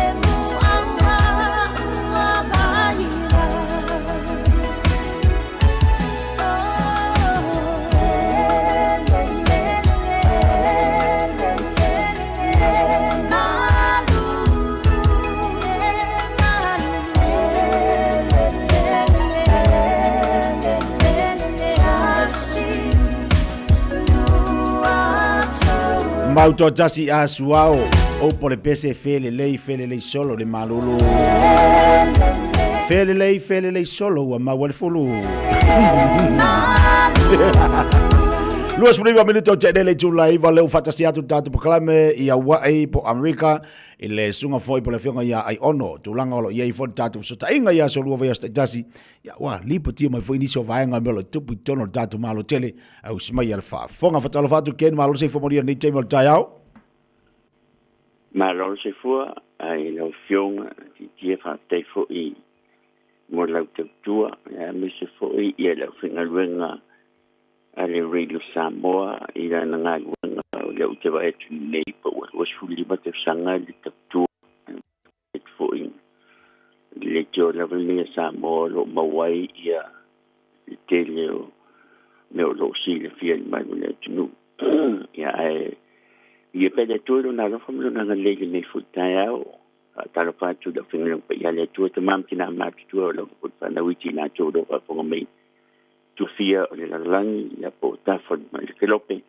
ma talo fa tu sa tu proclame le tu sa o tu ma na se tu America ma wa lo si fia I vanga ya me fo lo tu ne tu ya afia yo ta tu ngata ya be mo chi fia na sa o tu fo ya ta tu malo fa lo nia I teni o te ne fa ta no inga me lo tu ne tu ya ai ne futa o le msalo e la ta no tu vanga o po kana me ya afia to te ta ngata ti ti ya ai ya du lo va ya pe na ta pro na ta pati lo fiong ia pe se vai o da po kalame po me po lo e si pia po fe si mai ai ia rol va de netu te Leken, por me le nganga fa ta yo lewa molto a ta so ta inga lia so lua ma tango fia fo ina so ta inga pe ole pa ole vai nga le tu ta fa si dia tu ai ken ali am ta dia ta po kalame ole tulanga fo ile na ta tu tanga ta ia fa pe ole na ye fa mo le malu tele o tu America ia mo le toe awina tu le Samoa ono ele imoni ala tu pe ole al tulanga wi la vanga ia o po kalame na o lo faia pe bon si le fia e le se me fo me o leva na fai I so sa tu no lava o fo New Zealand Australia e fa pena fo o Samoa o le fa pena o tu nei o te fa fo tanga te la tu no o Samoa o fa fo ko eta Samoa ia e tanga na o tu no fo Samoa e fa pena fo la ne tu no o le Paula vale se sengo no tu la I mai ia le presidente no ye nei sa fa ina na forlanga I tangata fo I sapspaia ia tu la I mai lo fa ina executive order polo inga fa al presidente awa le mena ye wa man to fo I sa tu la I mai fo I el presidente lo ye nei le wa fa sud bon le wa fa sud fitu que va man sud viva le memadi ya wai onai o presidente le ye nei e le leite le vo le lunga le I meo pena ta fai lang e man lama o ia ile afia o fo io o finangalo tangata I lunga o pena ta fai lang ya o milana o ile te le ile vala na sao I mo social media ma media la tele le tunu ai la I mo statistics ai e to tele tu tangata fo ina na fa fo I el vai te mi o I Obama e to tele fo I tangata na fa fo I isia tunu ele presidente tate nei o Biden no winga o presidente Umalia elena al presidente loro ye nei o fa fo I tangata ai vai fo ile le rhetoric fo ile e taipe na o ye presidente o fa fo I tangata ye tunu no mai ye ele o ye ni pepa ya le melan na ile e ta wo fo ile role ta to wi lo nga lu e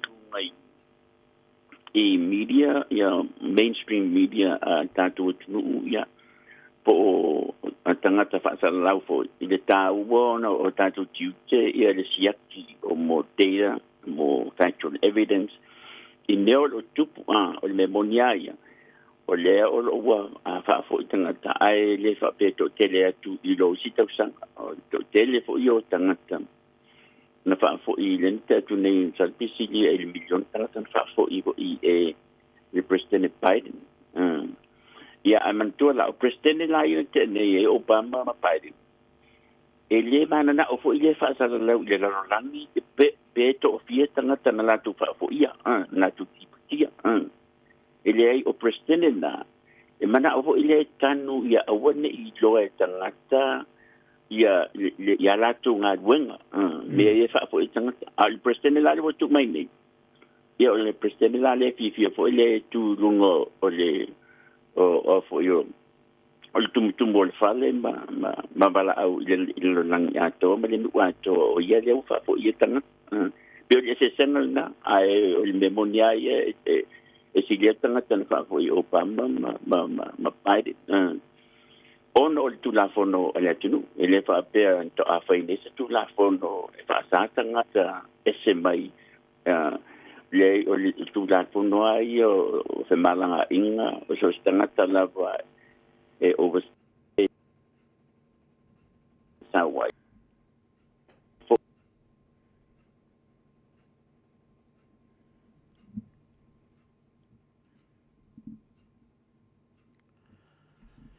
Tara whakene tau motu mai tā ua, marenganga whaalolo, whaamolmole lava.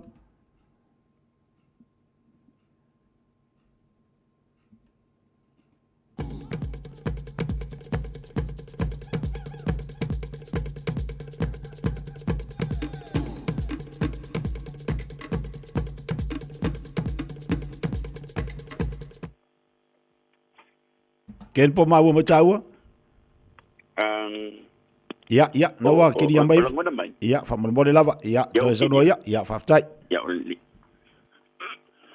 ya fahamul dua tu nak jadi ulo profet tu nu le mena ngata mai ya nak tangdong ai le o mele sa tangdong tu ai tu sa upal te lo president ya na te nei o president Obama fo isa fa fo ia tangata ponti tangata le to tele tu do tangata fa fo ia e Trump i lona ia fo'i no fo'i nga moa le lua fe sul fitu sul valu ma le sul wiva ma le usfulu pa pena fo'i lama Biden to teli o tangata na la tua fo'i ono le tula fonoa ia masani ale atunu e whaasao na turnover tangata o te au naso ia mai o le me fo'i le tupu nei ia o le o presidente ina tenei e ia Biden ma Obama e o lato e le man o ile fa sala la langi ia lato po kala me il fa po io tangata o la fa po ite tangata ile va pe o tafia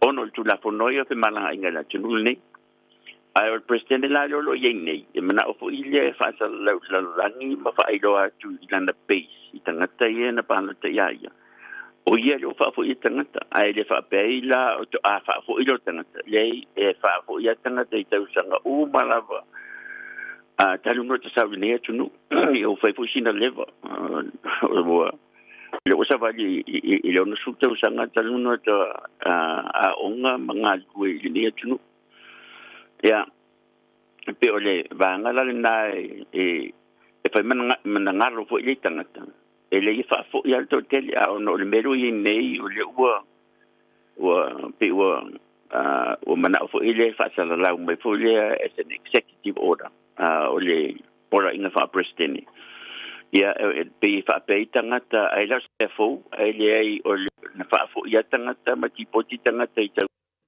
masina bomba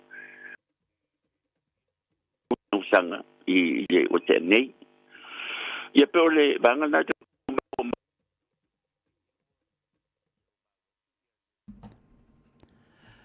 Ya, Maria lewa manino le vaenga ia ke nei ono fa sidi foi mo le nei tai au ia wa ta ua fu le manino ai ona ta tu tangata tu langa fu olo ia fa nga solongo po klami ante utu ni Amerika ia se vanga ani se vainga to ona fa so pe ila o fionga i melo tupu tonu na to malo tele Malo.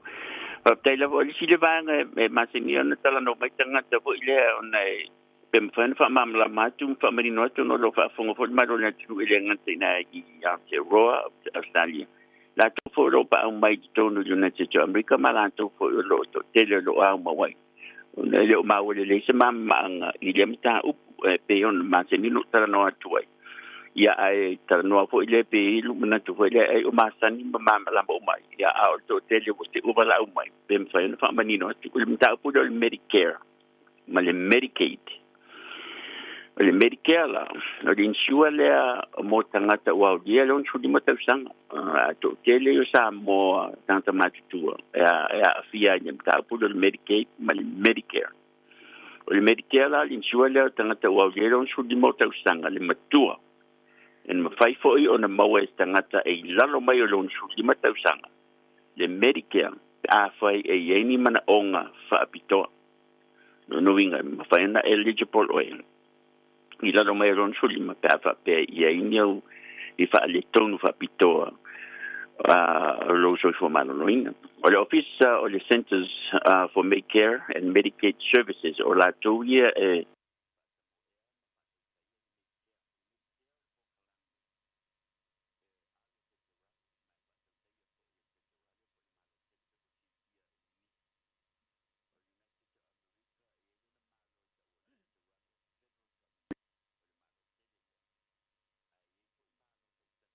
de lima to fa le fondo este fo asi tu sa e fo ia la to fo I pa tiute e stete de tasi lima food o no por kala melale o le Medicare federal tu sa o mai tau e matutu unga stete o mai lima food o stete United States tu pe mo fo I tong ele Medicare sa o le mai nga lua tu sa lua ba tu pe e fa matu mai el Congress mala fonga na tongi tangata whainga luanga lea la o le lima le ona su lima te usanga o ia umatupe te o le US Treasury o le fatupe ale federale e tongi le Medicare le tau I masina te tasi e ta o le premium company e ta o le health maintenance organization pe ta o le HMO sa sa ite ia e ave ia il federale bilion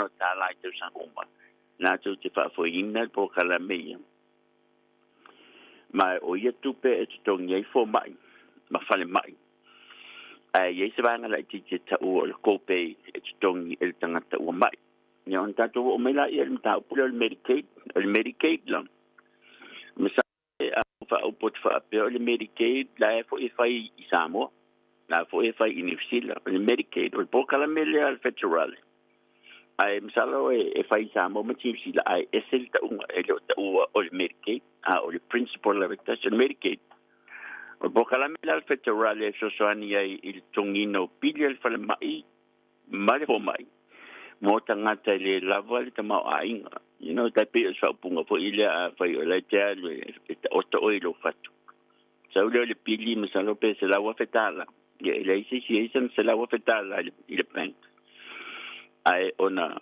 saudole ma Medicaid e la tu la fono al federale il pokalami ai o stete ta si la tu we fa fo el Medicaid ma pokalami folia e a FIA America samo a tola le si va la le me tele ina fa le tonu e tele o meta o red states ona o le ta mo fa red state e tipi de Medicaid le ale ona mawalunga lava ia le poverty o tangata mativa tonu United States America I meta o red states po stete ia o lo fa foia e le Republican o le ngava fo ila tangata I le benefits o po kalam e le tu sa umma stete limas fo lo United States o le Medicaid o se va meta o le welfare system le o le naita o te tonu nai I altero o le benefits ale malo o le United States o America. O le Medicaid masani o na whaonga I ngase taunga tātele.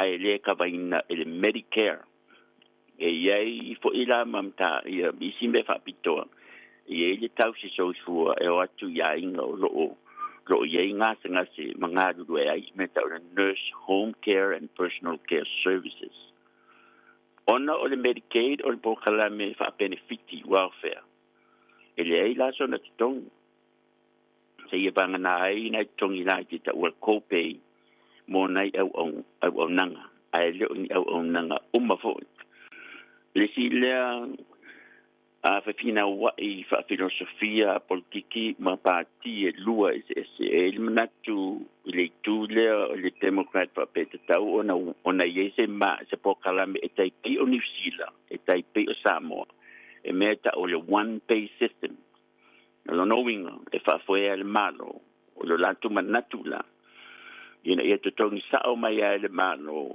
alu I fo mai ona ngadu luele o fo mai te pio fa mai lai sambo ona ngadu luela ia mo tanga te o te mama no winga ele se mo la ave fo tu pe ele si officer mo private companies ona no fo le private companies ni mato tongi mai ia mati te la tutupe ia amantua o le malosi o le lobby po company nei private companies I le lanto fo I lobby po le lanto tamfai e ta fiofi pel po kala melo rini o ai sia company pito I mau mea I le langya to fai tau bilion tanganta bilion ta la mo company nei I tau sa uma mai tupe ale malo tupe tangata so o le sila le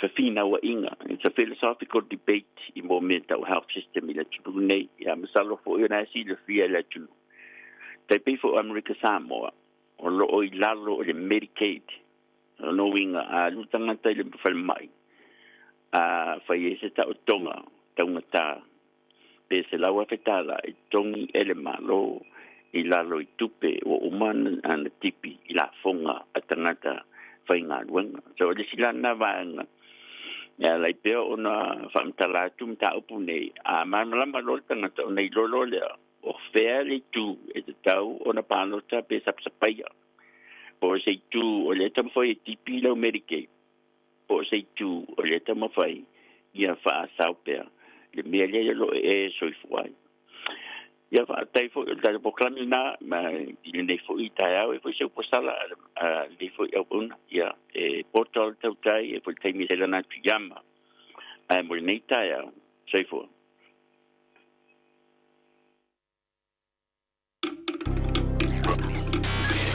Tasilima I Watolu Amo Radio Samoa. Homeowners, talofa lava. My name is Api, and I have a special offer for our families today. If you require personal financial services, I'm only a phone call away. Call me today on Olualua Ovalu Fafa Lima Tolu Tolu. O fia maua sau ta avale po sau piki apu. Ai tongi ta iwa yaso, lua va yaso, pe ta imasina. O le sleek cars o le a maua ai le fisosoani. Ua ta pena le au whaingaruenga a le sleek cars mo oi malo a inga. Aua e te popole I se mea e tasi. Te tala fitu aso, mai le sifulu I le tai au, angai le afo le ono le afiafi. Tele la alai au kilani I saute, vili mai loa, I le o lua tasi fa, fitu lua selau. Po le o lua o, fa lima, tasi lima tasi. Baby, lobby! Hey, hey! Oh!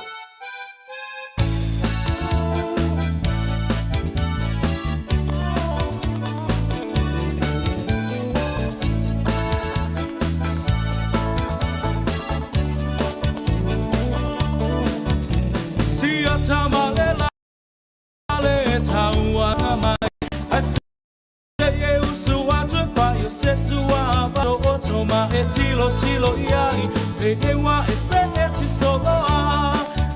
Aina e alua tulea e se ainga. Olo o fai se lotu ai fai e se tausaminga. Wa e mole manaba na o si toia ina.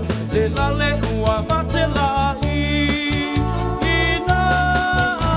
Foi mais seu palinga, mas seu filipilinga. E moni e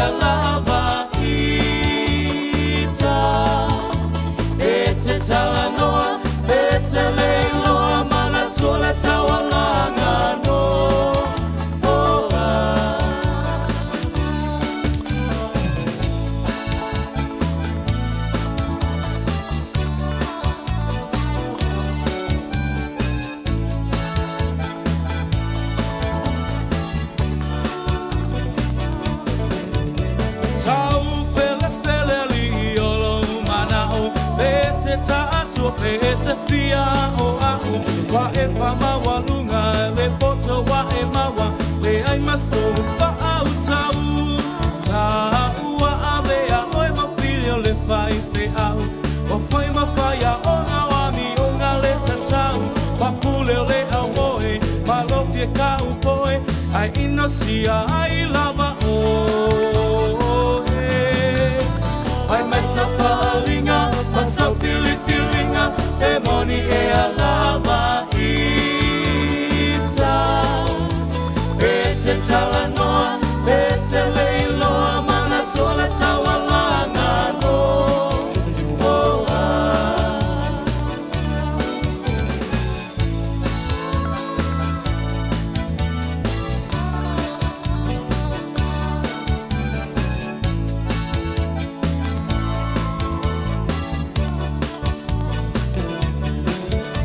Tafa maia ta o le vavea o Anu o le vao ua vava o O lo upito ie tonga wha o Ma ato ata oto i fo O wae pupula vale i le po atoa O fiwo lo tina i lo wha aso pohoa O lo fia vi ia ma lo fia i loa Ai ino sia ai lo uingo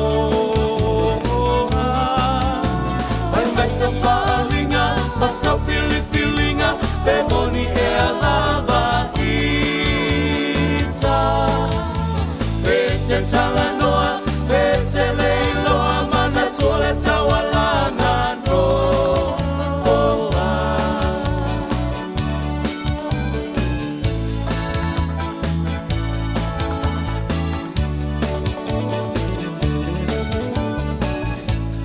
Ia, nei whawhiwhianga mo tātou le nei tai au leua to es 4 minuta tāre le tūla es fulu whawtai o leua. Se e mai se tāsi o tātou pokala me tāua mo tātou le nei tai au. Tātou tata noa si whaasoa mai whotu langa o lo i eilu soi fua malo loina. A wā whele au nanga mara tautua. Ale tātou whalemai i mangele leo whatasi mai eia le sungan whamai. Ia, Dr. Noa. Niso whaenga pe ona iela au nanga mara tautua le pera drive doctors ina i mangele.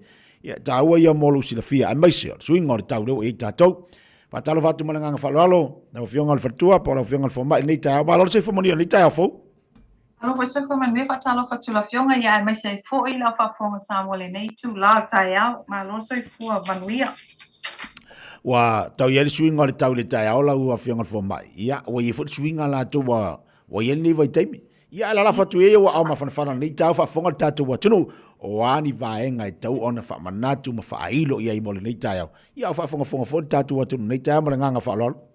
Ia whaftai a tia wai. E koe fi whamangako koe il ka whakalukoanga le tanga whai vai aso len kiengi. Ile me tāpula le o le COVID ona e nisi na e koe fi mamalama e fesili. E whakamu mai i le clinic. Ona ile i maua le leile ile i mamalama le whakatalanga sa abatu. Mera nai pape e tawa tu e ko over le whamanga kunga le COVID. So gaming e, o lai pipisi lava le COVID, e pe ina whamatala tu e to te lo tata e lo to e whaila ko tests, onga o le won pole koe ni test kits fua e sa fua i mai le Ministry of Health. So mele e a role i kankala ko e whakauenga kits mai le por chemist warehouse, chemist, any chemist. Whaila ko test, ai tā ua lava so sisi lava pe kaui ni symptoms po a unga fulu. E te tawana whaili test ona whai tinga. E le leile mauti noa po e mo le COVID pele ai. E whaila e lo tūlanga ma tau singa tauna whai. A ua whai tinga i lato ka meki la iki. I ai mai sei fo i lai tāta matutua. O le whaengo, whala au i sa whatala noa ina. Bo antivirus ble mo me kemisi. O le whatu, o whatulanga ina le ia, o whangasulunga foi o whainga prescriptions. Maua fua i lato e 5 tausanga i lunga. Ai mana o nia lali tala vai mai le family doctor po le GP. E le au ngā mo i lato i la iti fo le 5. Man mela na hape o whaile test o wha mau nia o mau le COVID. O le ngofo i le whale, angale au le whiua i mai i clinics. Ai vili mai i le fo mai family doctor whakalangoba po angia aunga lai ai po awha whala au ngisi whala au pe o Panadol, Brufen e watu ma se whatuanga e watu sosoani e tau singa o le COVID ki gaming ai po le 5 fitu aso lai mawai. Mana ia. Ai o fe wa I solo mai because mai fo ia la para pe manga mi so swangi o se kulanga le kinga inga kele. Yo ro fatuanga na mai fa ilo me fa ngali I panga ngo fo ko ka vali fa fo car park. Ia na fa ilo me la ia ku fo mai ma la fenga lo inga fa siaki ko kongole o ta vali ma fa ila ia pe na business tu la pe me tono pe ia fa kingo mai ala fa pe nga venga ai mo pu ngol te pisi fa mai. Nga ngai fai ia kulang fa pe nga ia pui ia isi la kele me se la ko po mo fima ma va ven kinga inga ma ia. Dr. Whawhewha nei tangata mātua, tasi rea pui ngai tauna whai tete fo nei tangata mātua. Yoi. O menga ia, menga le whakua pango, ka ua lava le whai o le test, ai ka mako pe kale, pe kawhi le isu ka fulua, o le whai o le whanau, o whai whakau le test, o koe whai test, make sure, e lo se kōwiki. Ia whai alo kūlanga kaunga whai a peo lau ki nganga peo kausela, para ki nga whakapo marosi ke le fiva. At least, em whainga mai vili mai whaile apo me mai vai fō mai. Alau mau ki ngoa ilo se COVID ki em whainga mai ko pongo le clinic e le kausia ki e whakakon ka avali. But o mea ngā luenga ngā kaunga whai aile e fsoswangi mai fōi lau whainga luenga mā koula kōwia e whangoa whakau ngā whanga solonga ngā luenga. Tawa ia le vai ngale pena whailo ma whamanatu mo tātou atu no ina ia. Aware ia awhia I tangata le tono le whanama. Ia pea whapete te ua atu fo ilea ni sola atu e momoli atu se tasi wa whaina, se tasi wa amata na awhia ngase, ia api e sele mani le whamanatu le. Ta tau ana tā pena mua sia ki whafu, sia ki rainga, aile yang o anisi vaenga tau na whamanatu mo le tātou atu no malenga whalol. Malesi nena iai, whangale wai le ai e maula ma mua e whai ia whakalangoanga, mai fō mai. I le whaelua ki le whongi po le video, e kau le mga o mea le kau o mai ko kongo whale mai. Ai fuafua la le kūlanga po la koe ngase la e mawai. So I think o ke lo kaimi kau whamangak whapianga maa kō whenga wenga. I whamangak koe whaelua o ngor kūlanga le maa ko le lava fō mai o la aiki fō mai, o la aiki mako fō mai. O le fisosoangi ngā masuinga ngā whakau o le whangasonga ngā wenga. I ngai mō pela wangoa e fiso ka e mai fō mai. Ai kau leo mai ko kongo whaianga la ngoa, e a vini mai lai whaile appointment. O le kaimi ngā ale whapele whamanga kua koe kengi o la ele wangoa ngā o le phone consults po le video consult. At least ten facility mai ai pe se wangoa penga, kasi whaianga whaofewhile I le peha pe wa full template fō mai. Au ngā pe wa le whainga au mose au wala o mai ko kongo le whale mai, whaianga pakalangoa longa ke whongi po le video.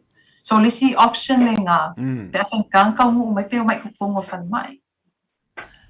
Ai whawhila tau whaia le whato a mata nanga ia tō le si tala I tōno tātou whale mai. O la sef so swani fo ile mo la to wa le fa fonga mai la to ma tu te fia tu la ma tu te fia a o fa mai la le sa no mai ila o finga fa tu o ani vai nga tona ta pena te tatu atu no e mo fai ona to le stala ma ve la to ni tangata e atu anga ia tu na tatu fa mai le scala le clinic o me ka ua fa mo ningo le ID so por passport por birth certificate e mai fa mo ngi ai lo as fa ngau le swa fa me se fo ila le address o mea ngai e ka uen whainga mai. Whai ngai mo lawa ngoe e le skala mai lunga online. Pe au kongo ma ko website. La ele form e whainga print out. Pa kungula ia and then you can either send it in pe mai kaiminga o mai e le skala. O le si vaenga le te tilo te mine. Wa afia nei whanau laiti e mesia nei whanau fo i e laiti. Te a whanau pepe ma. O afianga la e ona e le tangata matua e wai. Arolo e mwhai ona te taril tūlanga o fulu o ani pui ngai tau, ai meise o ani afia ngai te tau, ona wa aia tuare matua wa afia ilana tama, 5 tau sangana ilalo, e mwhai ona ngai atu musef sosuane le foma.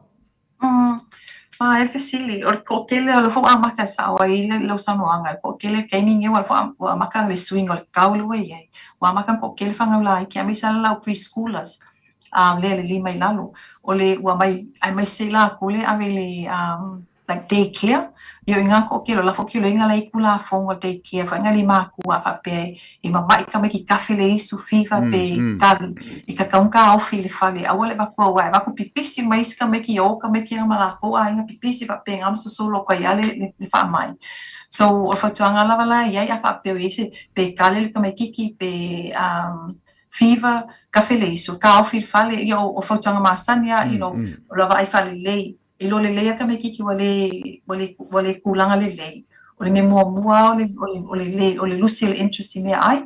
wa refuse ia feeds and mo nga o lisi me fa ngo ino ile ko ki o pe me masang yai ia me alisi ke no le lang vo me ki pol ma nga va ko pe ma nga ai loa ki nga ki ro ku swinga o e ka me ki ka ni ka nga va ve a mai ka me ki au fa ka ku umia ele le ale va ve au mai vai fo mai ele yo se ku lang fa pe nga wai va ve like pe me le fa me oi e va ve nga nga o skula nga le ka me ki pe yo kan ka ma ku fo ia ta ko nga mai vai le fo mai fa ko se so soan le la foto lo fenga fatua lo fenga forma ipo ani se vai nga fa mai ta po kala me ni ta yao fa mo lap I think o me nga he me ka wa tengi nge ma ko e le ba ai pe ai e fa manga ku pe e fa ngo me yo mo video consults po phone consults ai ko ke lo la ko yo mai ba pe o kwai ngo mai vai fo mai o ngo kwai nei mo me sa va ngo mai vai fo mai pa so le ia va ngo nga le fa kala ngo i lunga le video pe fa kala ngo fa i lunga le telephone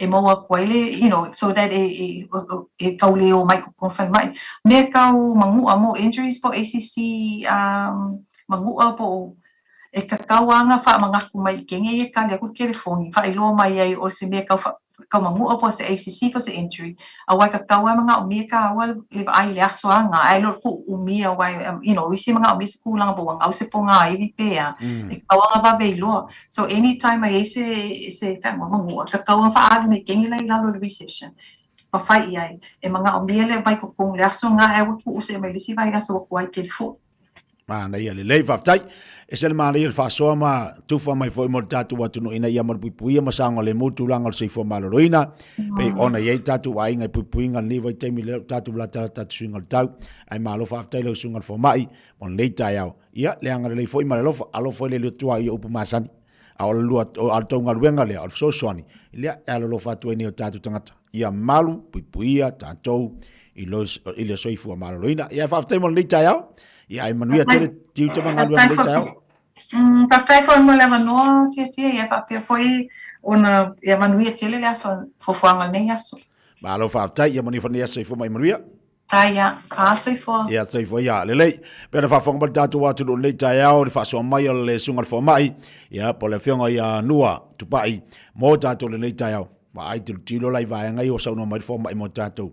Ai le fa na vai tatu matua, tatu umala ona ia te oe na yo wa ao no ola maloloina ai woni ngali at oe au nanga matau tua ia pe ona ia ia au nanga alu tama fana o tanto wa tunu te bele wati nei te bele tai au le ua tato nu lava le tula sfulu se mele fa fonga to fa salawina o tatu tala i vai fanua Radio Samoa Taslima Ivatomu Amo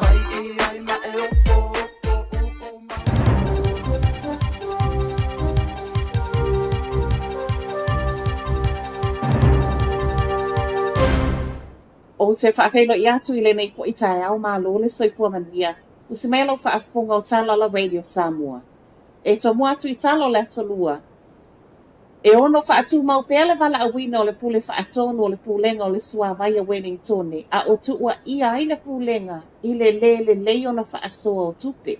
O le vaiaso tālu aina sa wa i tua reporti o lo o tā uai le maua lulunga o tupe whaalu o le pulenga o le Suavaia Wellingtone, faatusa i isi pulenga anu. Ma e faapea o le lei lava ona vaai o tupe le mafuanga.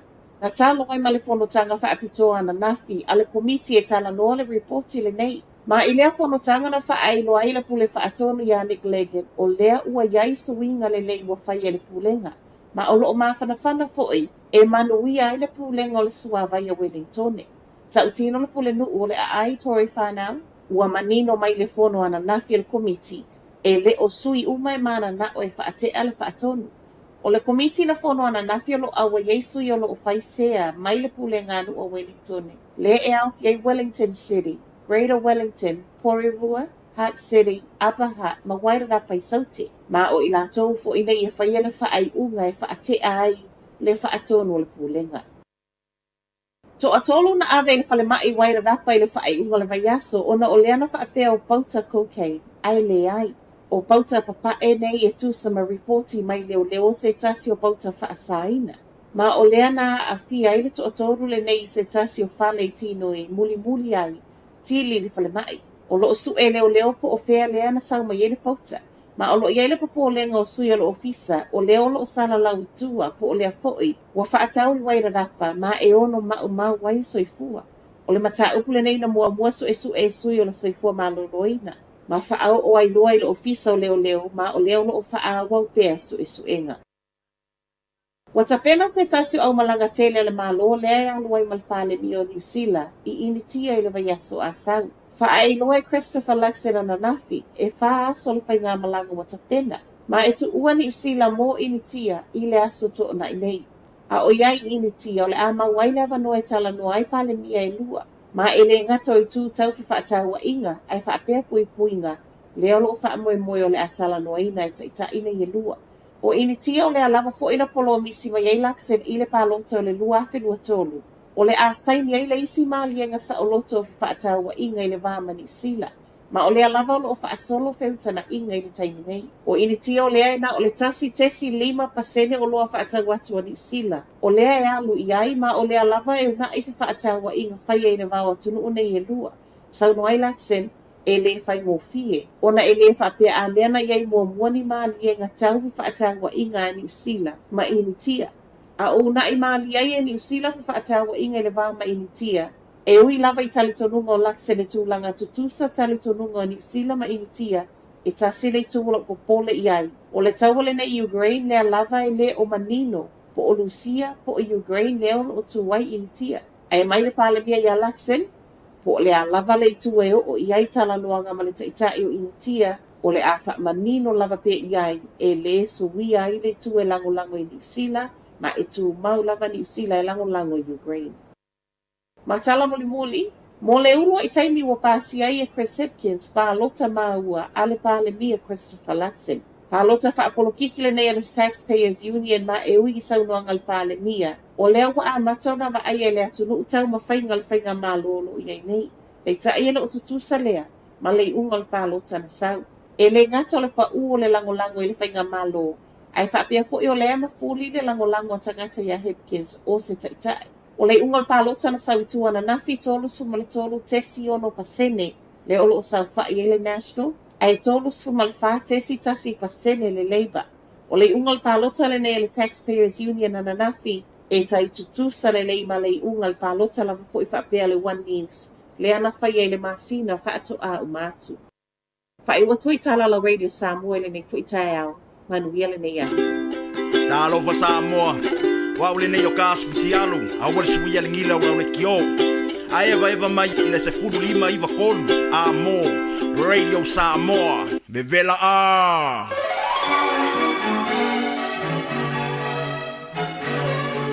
Talo falava o eti fui Mon McCarthy, o asolua vai asta itasi mai disfulu li tai au, o lo o wina atuai le por kalame to te pai le ainga. O se por kalame tātou te fitu wha iai li telo mta upu au ngā, a wale ati na e o tātou ainga. O lo fina ngalo e tā ua whaatasi me so mātou manatu. E fisosoani lea a wā se lumana I manuia o tātou ainga maloto I whale. Manatua al por kalame to tepa le ainga whaatasi mau e te fui Mona McCarthy. Ia so lua vai asta I tasi nei le sifulu le tai au. I lunga le Radio Samoa, sifuli mai vitolu a mo. Whaatala whātou ma le angana fia ma le whaafatai luma. O lo tātou tamai le langi, I ia lava lo nanga le lei, o ia lava safa penafu ina ia. Au ta ina lo tau soifua ma lo wola vai. Mai fu I tue mawale nei tai au fō, tai au manuia ma ia te ia. E se la fo le mātang o fio le alofa o le atua, tonu lava ia o kilani o lo whaasa lau atua I le ala leo nei. E se le mātang o fio ia na malu lufo le tai au fō. Wa e se fo le swing o le tau. Ai este le o le ali o ba ia le matang o fio le sulu matang o fio mai o le la ia e tali tonu foi la ala le tau o lo fia ngai ma le pitonu e la lan papa au ai New Zealand nei o fia le foi le tafo le laulangi a le lo fai o le atua o lo o iai mo I tātou umalama le swafa Yesu Keriso lea o te o falofan fa te lo ia tuai ma le whaalo le te lava pa ia mawalunga lo tātou o tunu I o tūlanga whaalu pe Samoa Papina ina foil au whainga luenga le atua I whaitawhaitau langa I fia. Pe la wana masani ai ia. Le whainga le au whainga luenga malolo. O whapena o na malolo a pita iane o lo tautua pia malango lango. talo mo le manui o le alu le tala le leia Iesu Kiristo. Ia e whapena fu ena whawhelua I ma le whaalolo tele lava, na I o tātou tua asina sina, le pa ia ma le mamalu o Samoa tulou o suafa, o tono ainga, whawhetai I le alofa o le atua, whawhetai lau tau te talo ma le tapo inga e manuiai, e kāli sia ai maise o tātou ainga, vi ia le ali, o ainga umalava I tamama tina, e o lava I nā yalo ma whanau, whawhetai le mafuta mai, vi ia le atua o whelava e mafuta mai po tono New Zealand nei, po atunu e whafo pe ona iei le tātou mafutanga, I tūlanga whaane o na pō pe ona o tau sila whaafonga ma iei, malo lava le soifua manuia, vi ia lava le atua o tali tonu pe lava ona o tau sila fia le atua tau whaamatalaina lea, o le atua e fio I ainga uma, e alofa I nuu uma, o ia lava fo ina te ao tai, o a lava fi tā ma whainga tā o lui tau, o ia ta ito o luaina lo ainga ma lo ainga, te lava e mafuta mai ele nei te in whaafelo I atu, whaafelo e fo I ma le whaalolo tele lava I nisi, whaato a fio mai I New Zealand nei, ma lole, so I fua manuia, ulu fale mai ele nei atunu, tātou te mafuta e fo I po le nofutu mawai, o a se si mai I ainga ulu fale mai, a fai fo a fio mai o nori, mala o pa ia le atua nisi, o e pele ia te utau ma tātou o te talo, ia nga le lema wha maise le atua, to e sauninga o a fofuanga o mai lo ainga, mai le por kalame to te pale ainga e wha maise atu, e talo lava I ele fi le mua le alii, wha pienana wha mawhana whanaina o tau whingalo, ia manuia sauninga I tono e ka le sia, wa le ala le a fio mai ele to te leo nisi o tātou ainga, o taimi whapena, nisi wha fio mai o non, whai ngā malolonga, vi ia le li, whailonga ina o asa toi fua, o tā whaonga tūlanga umalawa, e fia fiai ainga vi ia le li. A whailoa e mal whaftai tele lava le au fi, pai pisinisi a Samoa.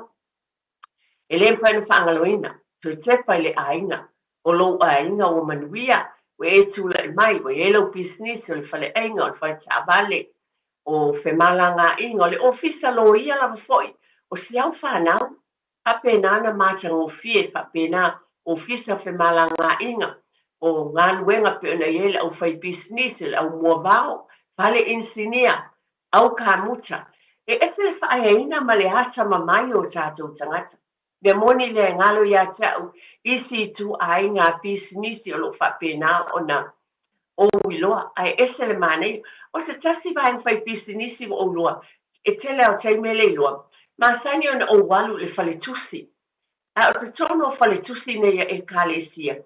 E iai ni ata te tele lava o nisi o loo iai le lautusi o le salamo. Lua sifulu ma le tolu o whaaliwina le ngana Samoa ma teu o nisi foi o nisi upu ma le fionpa ia le atua. Au whapena ana tuu le tātou ngana. Whapena o iai foi ni nā iata o loo momoli mai iai o le tangata Samoa lea o le artist lea. E nas whaatin o o te whaaftai le atua. Tasi nei vaenga tātou te le vapa ai te le iai photography o le aupu e ata. Le alawa le pisinisi lo ainga. Whaafetai I le atua. Mai le porkalame le toitepa le ainga. We congratulate you whaafetai ia vi ia le atua iau tau ngā luenga. Wai ese uma ngā luenga pe ona o whai atu ngā lue ai. Nisi foi o fua mai. O e tau sisoi fua Samoa. Nei ngā luenga uma. Mai lo ainga I lo ainga. Whaafetai tele lava ia vi ia le alii. Ma whaafetai ia o whaeina o tau uma. O I tātou fo ina. Nei taimi whaafelo I atu ma le whaaloa tele. E mai se fo le whaatalofa. Whaafetoa lau tau whaatia tia. Ma lo le tau tua whaafetai fo le sunga le awa o le taimi o tona I atu. Ma le tina ia Natasha. O le tau tuaina o le tātou o tinu. Pe ona ye amatanga o tātou ngā ruenga le nei fo ia solua. Ia ona oa ue tasi esi o tai au. O le ala le wha umiai sa utala ma la u whaafetai. Ia ma le whaafilua I foi. O le upua le atua, whaafetai o nai la ngoi nātu le upua le atua. Tau te whaafonga e tono le nei a la leo tele o taimi mōli mau. Pai tau wina foi. Le whaata oto I tai au uma. A se upu foi mai le. Nei por kalama te pai le ainga mōlong ainga. o te fia mai tātou te whaafetai whaatasi ai, pe o le upu na whai mai e tā vita o le whaamanua tā vita, i le ali i lona fisoasoani i a te ia. A bia fo i le ma upu mai lo ainga ma lo ainga, tātou te whaafetai e i le atua, i le fisoasoani mai i a te i tātou mō tātou ainga. Mai le fionga pa i a le atua, whaafonga la o whai tauina a whai foi, o lo i e lau tuspa i e whai ona tā whai tau whaatas. Mai le lau tu salamo tolu sunga le wha. O te whaafetai i le ali i aso umalawa. E le au noa o na vi inga i lo umutu. E mita lo uanganga i le ali i. E whaalongolongo i a ie ua puapua ngaina. O na lātou fia fia i lea. Ia o tau whaane e atu i le ali i. Whaatasi maau. Ma ia tātou i vi i whaatasi i lona suafa. Na o sa ili atu le li o na tali mai ai le o ia te au. Ma na lawe ina ai mea uma na o fefe ai. Na lātou wa ai atu ia te ia. O na wha oli ina leo i lātou. E le maa fo i o lātou mata. Na bala au watu le ne tangata uti ngā ina. O na whaafonga mai ai le o le li. Mana whaola i a te ia i ona puapua ngā malawa. I nā tau whatawho ia o tau, ma ia o tau i loa ele lei lea li, amu ia lava le tangata, o le whaatuatua i a te ia. O tau na ona tangata pa ia o tau mā te tau i lea li. A wā e le ai se me e mati vai, o e mā te tau i a te ia. E onge mea le ona ta anoa ma lātou fia ai. Ai le ai se mea le lei e mativai i lātou o e sā i li atu i le ali. Amanuia mai le atua na nā fionga pa ia. A o e whaafonga ma o whaalongolongo e ese le mātango fie. O upu mai le nā fionga pa ia tātou te mautino ai. Mautino ai i lou lava ainga o te tau te pēr. Mautino ai lo ainga. E tātou talitono mwhātua. E moni lava i te tau na tātou whawhetai le atua. A wā e le lei lava o ia. Ia vi ia le atua. Tau ia ina i whaamalamalama ati le whina ngā loa lofa. O le atua i a te oe, a Yeso taimi. Tui whai tau i ese le māneia. Ese le māneia o fionga pa ia le atua. Tātou whai tau ia e whetalai mai i lo whina ngā lo malo loto. Pa manatu ai le alofa o le atua. Pai le ai ase me mativai. Le tangata e whaalangolango i le atua. Tātou te pe a tau rol mativa leo te leo teimi whapea tangata o tupe. E manatu mua. E le tangata le leo lango lo tātou ye. A lo tau tala i mea umalawa. E le mativa le tangata e whaalangolango i le atua. I le ono sai. Vi ia le ali. E le mativa le tangata e whaalangolango i le atua. I le fia. E le matipu ala walu i tau. E fisoasoani le atua e whaamalo si au. I teimi umalawa tātou whaalangolango mwhai tawina pela nā fionga pa ia. Ia e fisoasoani mai mo i tātou. E ole lu i tau le nāmas whaamalo si. Ale toi te pa i le ainga. Mō lo fo i ainga ma i tātou umalawa. E nei fo i pai a le tātou pokalame. O le toi te pa le i le ainga. Whawhitai tele lava. I ainga umalawa. Whaftai tele mātua i le mwhaiona whangaluina i atea. Whaftai lau tō fisoasoani tō tepa i le ainga. O ai e te tono o tātou ainga o mātua o ta māma tina. O alo ma whanau. Tua atu fo ina o lo o iainai tua asina sina. O mātua, grandparents. Moli atu whaftai tele lava i o tātou ainga lava. E le mawhai lava o na ngalo i atea. E se tau ona o whaatai atu, wa le ala leo nei por kalami vai a sātai tats. O le tau mawhai e longo pēr, e ui lava o te taritonu ma o iloa. O lo o iei lea lofa o le atua, lo whapena fu anu o tau taritonu i lea li, a le whaamanatu lava ma le pautuanga, ma le fisoasoani, ma le whaamaulalo. Ma le nei por kalami vai a sātai tasi. A wane i fiu lau whaafonga ma le whaalolo tele lava. E tau longo pea, tasi lava le tula ale nei por kalame e tau mawhai ai, e whaamanatu tele o tāua. O le nātou te whaafonga iai, o lo longo te pēa le nei ala leo. Ai mai le nei lava pol kalame pe upu tau mua tau te whaafonga iai. O so mātou langona vai ma utou finangalo. Le tātou te whetu wha iai. Whapena ona manui ai o tātou ainga i tū umalava. Tino loto ma whau ma le anganga. Nei lata, mo le tele whaatai mātua. Whaatai le loto tele whaamalosi. Tau singo le tau mwhai. A mai se lava nei ainga talavou i mātua.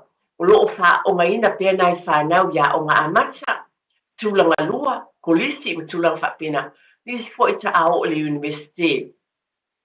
Anga lele iatu le atua ia te utou. Ia so umalama, whaatai lau tau ngā luenga tau mawhai. E le whai ngō fie, le tau mawhai ina o alo mawhanau i nei vai tau le o langa pe o na iai. Whaatai foi o lau whaamanatu ma lau whaanau le tui tepa i le ainga. Whaafunga mai lau ainga. O le to o tele ia o nā ialo mawhanau o le tātou o tunu. Ia ele ngata fo i lea e whala o i tele lo walofa.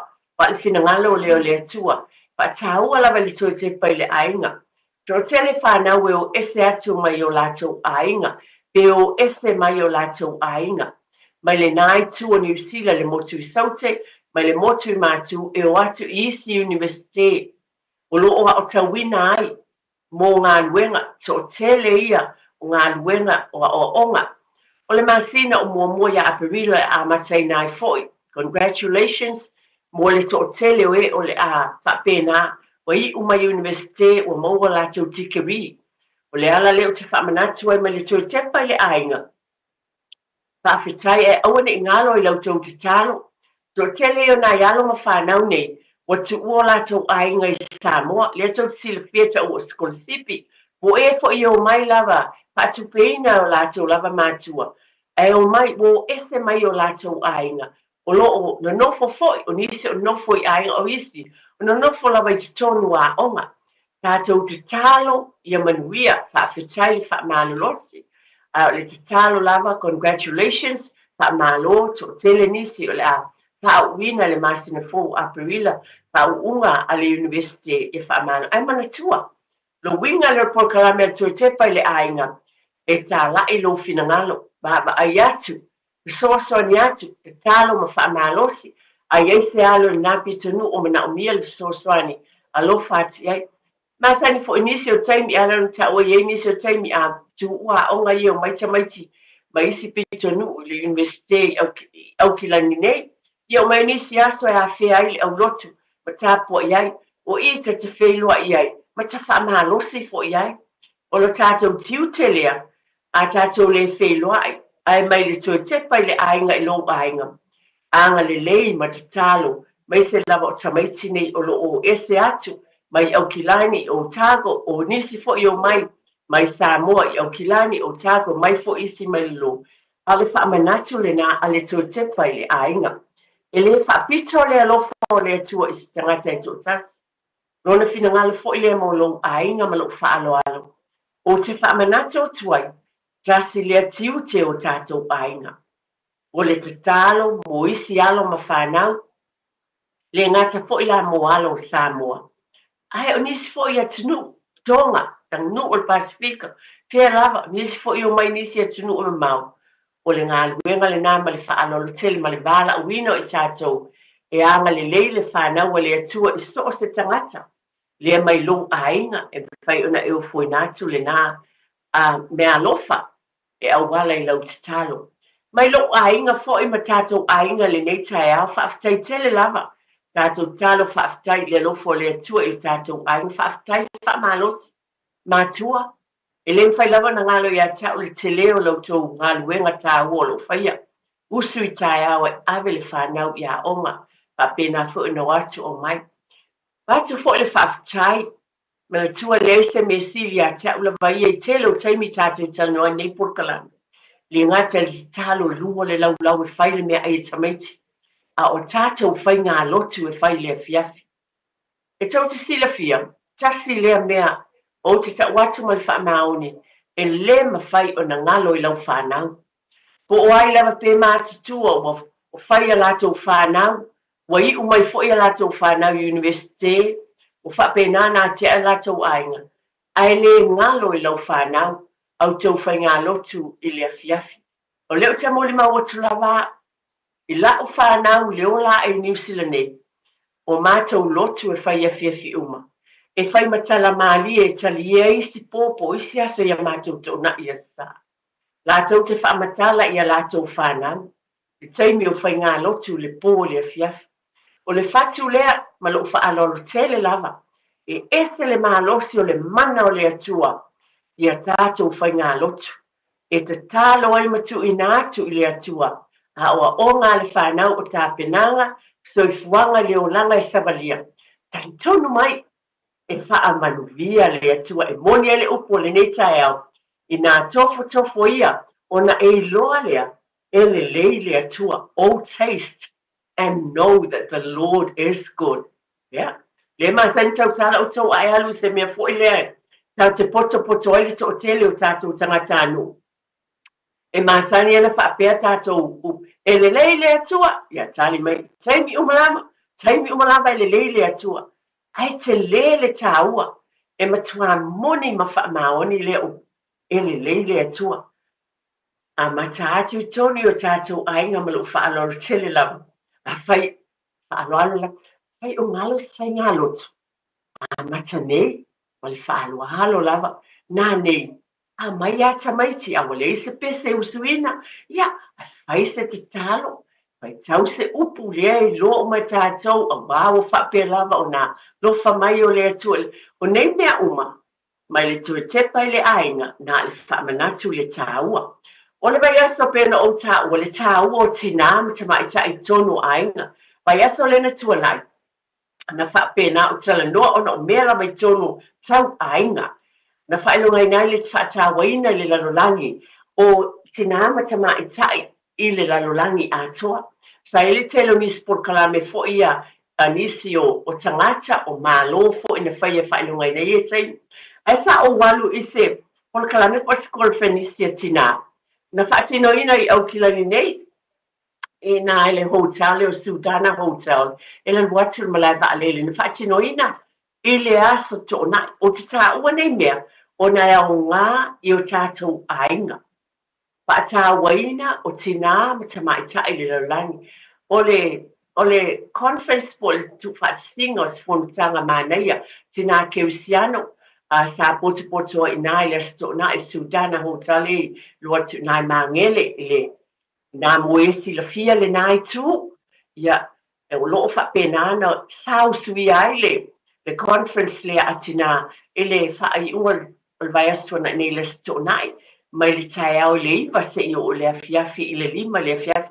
Māneia, so telefoni sin whai malanga mai Ausitalia. Tina mata mai tai. Sa mai whaalongolongo I whai launga o ina launga ina le upu. To lima I ta mai tai po tina na tufa le upu le. Wa o mai ona o le tāua o tina le whinangalo alofa o le atua. Tau te sila fia e ese le mātanga o fie. O le wala o wina, te li tina I tono o tuspa ia, o lo oa awa o mai, a se I whapisa o tale le stonai. O le lato o vaenga, e ta ua o Women of Courage, po o tina, e maua lo lato o whaamalosi, ma le nganga fia, e au auna I le atua, Women of Courage, lato lava mau e mawhai mea uma I le ali, e tono le upu lea, everything is possible with God, or with God everything is possible.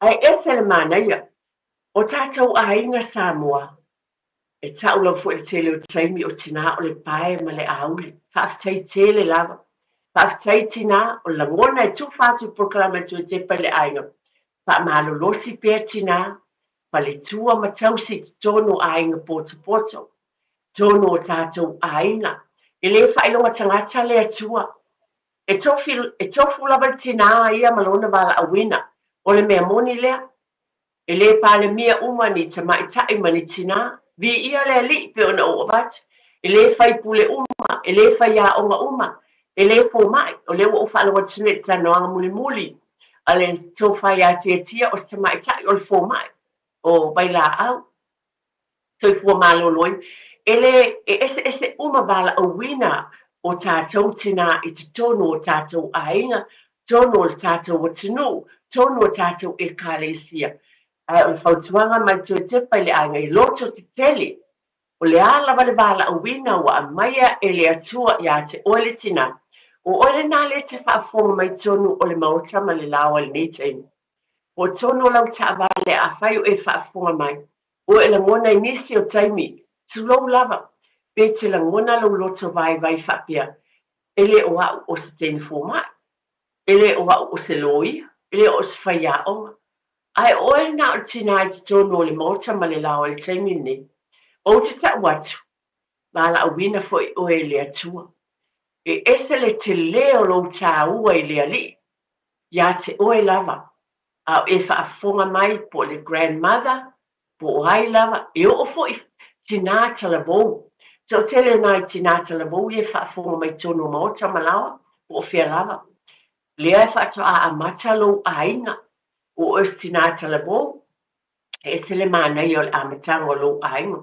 Ia e manatua, o lo wala wina le na, wa bea nei oe o le tina i tono le a inga, whaataita inga, a whaina wa usu seo to olua i le ngā luenga.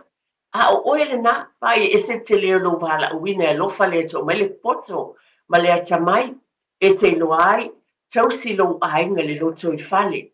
Io na iei te tausia le whanau, o le whaamanianga le nā wa mai e le atua i ate oe, whaonga ina iei oe e le atua. Iei le taimi munmuliane, pe māti tuane tamaiti, to iei se si wala a wina wale o te loa. O le tele fo i o tina, sa mua le o te loa, iei fo i tina mātou e kālesia. Nā matal mātou ngā luenga tulou lava, to awhawhanga lātou pepe, tulou lava. O le taimi nei, o la ufa ia onga amata. O le tala moni ma le whaamaoni le o tala le whaiatu. Aina amata le ngā luenga pe o ngā lue mai ei e whawhai au le iwa sifuru tolu temina. O lafta a, iei a lātou pepe ma lātou whana. Aina ea le taimi na vea ai i lātou matina. E wa aia le whanau i whal. Po wa o oina. O leo wa avea leisi ma whaia onga. O le mea moni lava lea. O avea se tasi o le whanau no nei ngō whai masu o whaia onga. O nisi o tina wa avea ma whaia onga wa onga amata. Le wingas whaamatalanga. Le whaata waina o le vai aso tina matamaitai. Ai tau o lo ainga. Tina a e whaafonga mai le taimi nei o nai tau si seo whanau. O lo wala a wina na mo le taimi le nei. O lo calling nga for this time. Ai e mea te tele. O lo ta pena e le atua. Mo oe mo le lumana i saimalo na finangalo pa ia. Nei taimi e o le atu natu sunga ia te tia. Mo tātou whaasalau whaapisinisi. Ia fo i mai fo i tue whaawawina. Le tātou por kalami le neta e au ma le whaaloalo whaapitai.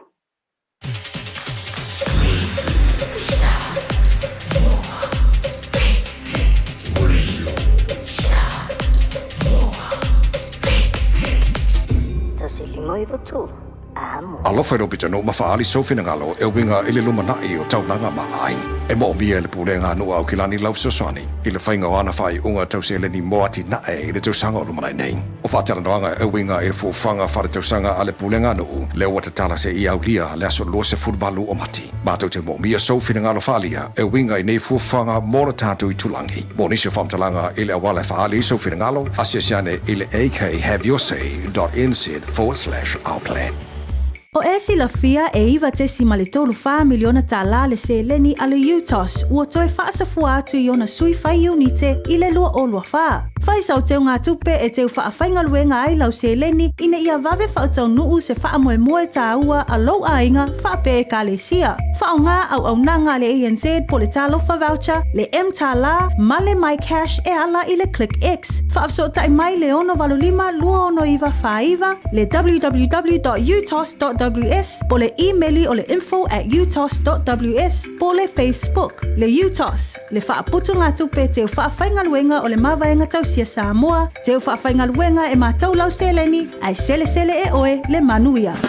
Sunga o whenga whakau e lo kawa le fōu maunga Max Ila. Senga o ka amilo e au kilangi. Mo koe foi mai lava i o Tara i le Tire World and Auto Limited. Lea e mau ai so skoi ngā meg ma pau kawa. A ole me Pico City. E ngā le lua lima ka alad vai aso le kokongi. Le Tire World and Auto Limited e te mauai ta avale ma pau tau ngofie ya New Zealand antoa. Mo fo i se ti mag wheels mo so se tu ainga ta avale ma le telo isi au unanga. Warren Fitness i le na ole se fulu tala pe ai fa i lo i na e fa afafonga le Radio Samoa i nei fa abitoa. Talia wins quotes, cue cards maisi. Wala lo le Tire World and Auto Limited i le lua fitu tasi tolu o mo pau ta avale. Po le lua fitu fa tolu lua o mo le fale inisinia. E le whaingofie le toi fu i anto whanau ia onga ona o le taunga tau le suifuanga wa iei nei. Ai o te pera ina e le Digicel se fa abitoa e te ono marumalo ai i fa ilonga ta i lima se lautala cash e se fulu e se ina yaso for Waylay ta tasi e lima fa ilonga ta i lima se lautala mo risila lima fa ilonga ta i lima se lautala mo au se talia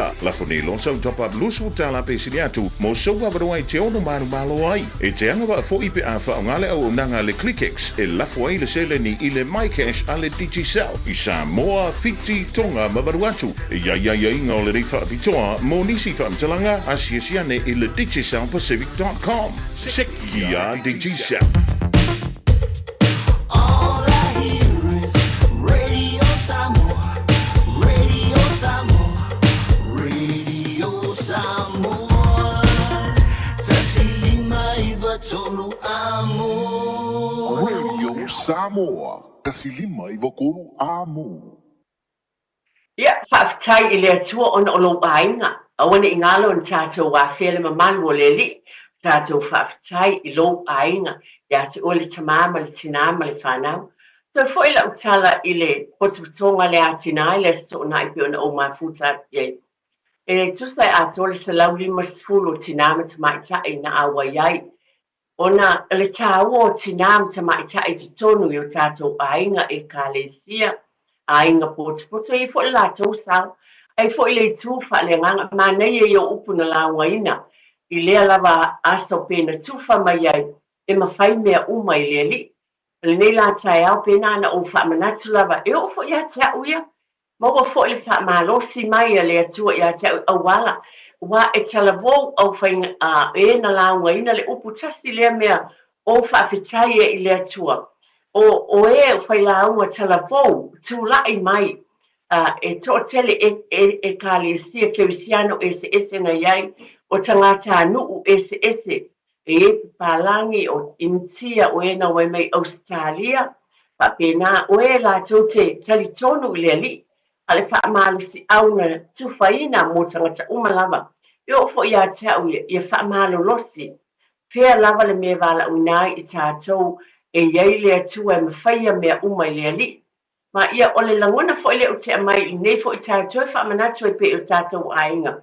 Pe ona o avatu o lau ngā luenga fo ile o lo wala uina lea e te tatalo mo isi.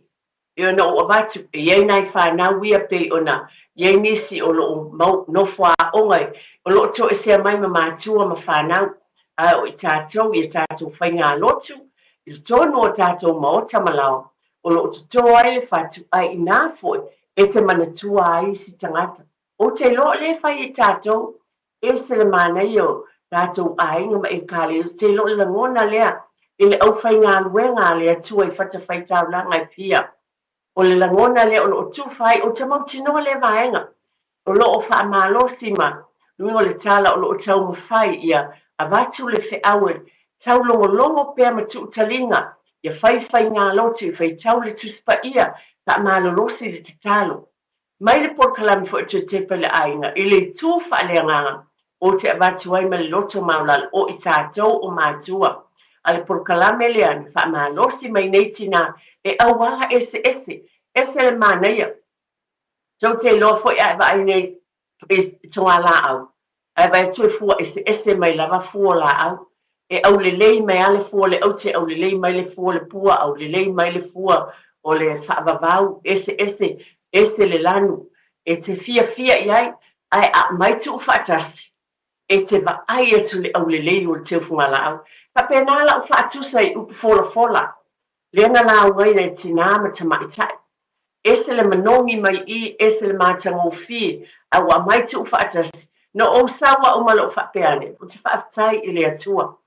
Wa mawala wa no o waluai o te whaalongolongo. E wia na uloa sa te tongi le tupe, o le tupe ao ngā, te te mai tupe lava na le valis fulu iwa tala. A le winga o la utala, o tele me ai whaale anganga. A sa tau si ai I mātou, o le morning tea, o le lunch, o le afternoon tea, o le tele ia, a le winga o la utala. Ai o mea ai whaale anganga. Wata ai, ma maa ona, tulo lava, tau ma mafa foi, o e nā whiot. A o aina tu whamai ai. O le whainongaina po le whaongaina o tina ma tamai tai tala no le upo le wingo le tala po le kalame tu te pai le ainga. I tua atu nei tina ma nei whai laua sa iai o lato tua a. Pa iai o lato tina na o a o ia I lato o le mea moni lea ia te oe fo I la le tina le te whaafonga mai le nei taimi. A bea oe o se tina e te a o foi I lautama. O se teimi mun muliane pe ona o abatu. E ese bala a wina. Ese bala a wina. O te le whapewhane a o alo tamana al foile e. Io e iei e bala a wina. O le o teilo. Iei o te walo e bala a wina. E whai pui poatu. Whai whi au. O e whai la ungo. E whale tua ti a kono. O lea oa. Di ia le li. E so se bala a wina. Ai o oe le nale tina. Na e mua I te tō le fatu. I si au tama le nā, I rau tamatene o lo tala noa, I le tamatene le tamatama I tai. Ona o le polkalame le pe ona o vatu vai aso o tua nai. Sa whaatawa I nai, o tina matama I tai.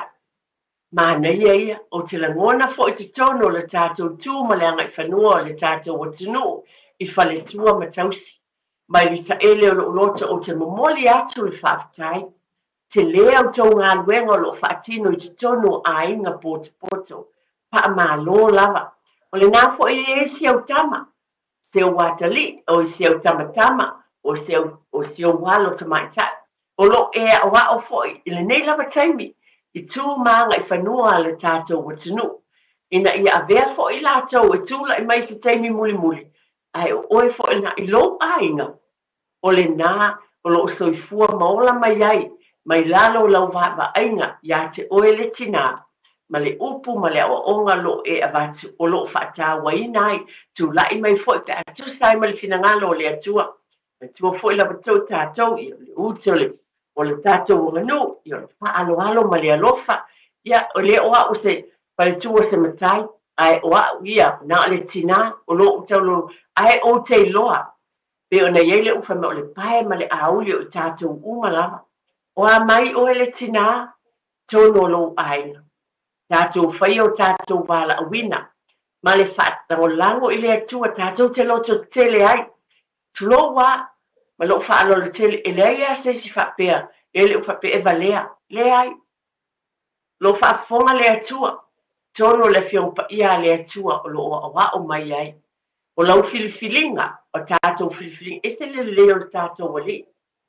Wa ana whapena I le alofa le li, ia ta te sela, ia. Ai whai mai, la ana mai le amatanga la, tu mai le filifilinga. O le ale me te whai o le alofa le o le atua awa mai, au na ia o mai o mea uma tātou te o ia. Tonu ia te o le tinama lo whaano lo tele lava. Whaaftai tele lava I whale tua matausi, tonu ainga, sa o tamai tai, tonu tātou ainga pote pote. E se le mānaia. Ta vai tine ina yalo tala bowo tato o tunu. Tulo mana ia fia tula I mai na yalo ma whanau ta mai tai. Fia tulo fia le siva tato pese tato pese. Mea umaya tato te tai ai. Aya te a ulava ma le whaalao I wha mua le atua I mea uma. Awa ne ingalo pe na o avatu pea. Aya te tonu fito I tonu lava I tonu lo ainga. Nā lawai a mata tuai pe ono bat le whainga lotu o le tatalo o le tala noa I le alofa. E watu lawa lau tala le nei taimi ono le lawai pangu mai pero lotu le nei taimi. A whaafonga mai o istina tala vou lawa. O le nā o lau pepe mua le nei nai a inga tala vou. Lea whatu a iei le pepe mua I te tonu o lau a inga. O le whainga tā ia le whaingo fie. A o e whaafonga mai. Ia maua o ele lotu tele. Pai ele o inei lo tina, whaafitai pia o nei lo tina, o te avatu nei tala, ona o te manatua, ina o ia le pepe mo lo ma ua ainga i lea wheu se lau whitfufa. Ele inei lo tina, o lai Samoa, yo o mātua. E nā o a o lava ia msi o to olua. Le mātou flat, le mā flat i Avondale, o se ainga talabo. Ia, e te le i tau si se pepe. Ia, e nā o e fo i te le iloa, tulo lava. E te fo le lalolangi leo e iai. Pānau mai le pepe o le teimi o le tau malulu. Midwinter, o me, wa whapēnana malulu, e fo le si o mangai ia tea. Ala winga la utala e whaafitai i le atua. E lo whalava le li, ala winga la utala i nei teimi e whaafua mai o le tina. Le e maua le lo tutele, o le polokalame nātou te pale ainga. That's who we are. Polokalame nei. Whaafua mai e watu e fo i sina fisosoani. Aua i te popole, a whai le o iei lo tina, e iei le talata e whai ni fisosoani i a te oe. Aua te matamuri o la ulava le atala, e whai i le ekalesia ma tangata uma o te whelo e. Aua e te mā e sa ili fisosoani. Seek help, ka whai o le tinata la bau le nā. O nau pepe mua le nā. O le mānei e o nā ato. Awa iata, sa iei la tau nei, wale to iei teimi nei tau le blanket nurse. O teimi umai te wala awa tuai, e saule te mai tai fō mai le fisosoani i a te oe. I nā teimi. E sa tai loa, i nā teimi le whainga tā. O le iei o lo tina, i o e sa iesi o uso, e sa pisi fo ia, te lo teimi fisosoani i a te au. Ai fo ia e, whainga luenga malanga whanau, a le winga la utala, te sili mo se fisosoani. Sa ili i le palitua le whaife au, sa ili i lo uso a tangata, e tele i o awala a mai le fisosoani, mai se o nei o na pō, a wete loto bai, mo se tina o whaafofonga mai le nei teimi, o le teimi mua le nei a wā leo, pou le pepe fōu i a te oe, o le a lu i tau i a te oe, le lava le moe a. Ia wa asau fo i matama, whaafitai, ka o ieni pepe fo i le mo moe tiro le fiafi, moe le pō a toa, o tela fo i o tamai te whiala le pō. Ia, ai ese lava whanau, a le wingos whamatalanga, to tepa le ainga e wa ai tono ainga, o nei mea uma, e a watu ai whautuanga. Seek help, wala au le fisosoani, aua e te matamuli, wala au seisi o lo ainga, mai se fisosoani, awa e no foi lava o le mea nai o mai e nisi o whaafitauli, e le ngata, e mai ai oe, ia saule tamā o lai mānawa mai si o te o lua, nāta atau a mata le lua ainga. Le se a whaina pe a whai, o le nāta o te nonofo mātua. Le se a whaina pe a whai o lo iei nisi o soswani a te oe, a le tala le netai o whaapitoa, mo ainga a whai o whaafonga mai se tasi e mana umia le soswani. Ia e sa ili ma e loa e iai o e mawhai o na fisosoani e atu e mai se tono lau e kālesia le tina le ngā luenga le whalitua. Tasi ngā vaenga tāua la mātou fo i ngā luenga o le iai mo o tau i teimi umalama. Have to be there for you. Ma le tari tonunga e mātou te alolofa i ate o tau i teimi umalama tau te mana umi ai le fisosoani. O nai vaenga tāua o mana tulava e tala noa tuai i le nei teimi le whatawaina e te tono o tātou ainga.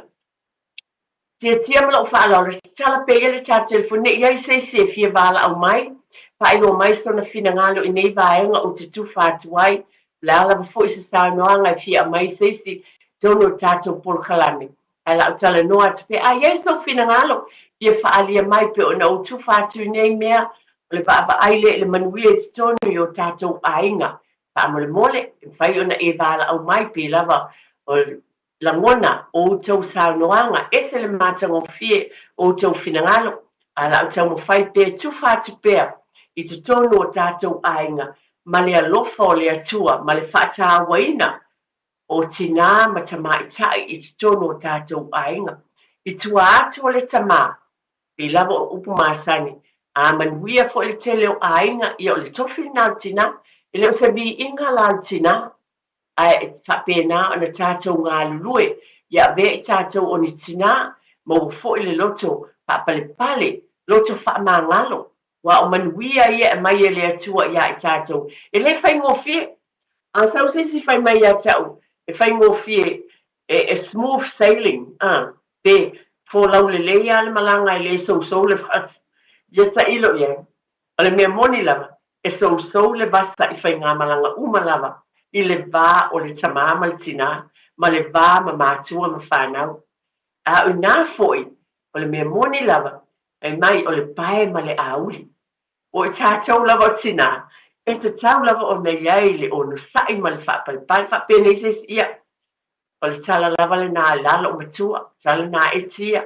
e lesme iwe a leo te whai atu e le whai ngofie o le te lea o nalu I tau a e te tau ni tātou ono sai e mai fo e le atua le whao tautam you'll be surprised e teo fo nisi o taimi moa u lava ia iei me lu I tau waia uia le tina ai o te nofo I lalo le tele o taimi ma o a pe le li if so swani mai a tone whaalongo mai sesi pe whaafonga mai ona pe e ata pe a amu paitalia oe a leo te tau atu tele o taimi e tue suia e tau te silafia e ese te leo le alofo le li a whai ia te oe le ono sai whaau tauta ma le ata mai le atua e te loai fitu nai I te leo taimi o oe o le pae ma le upu le tau tale so o lava I aile tātou nganu o matangata tina o le pae ma le auli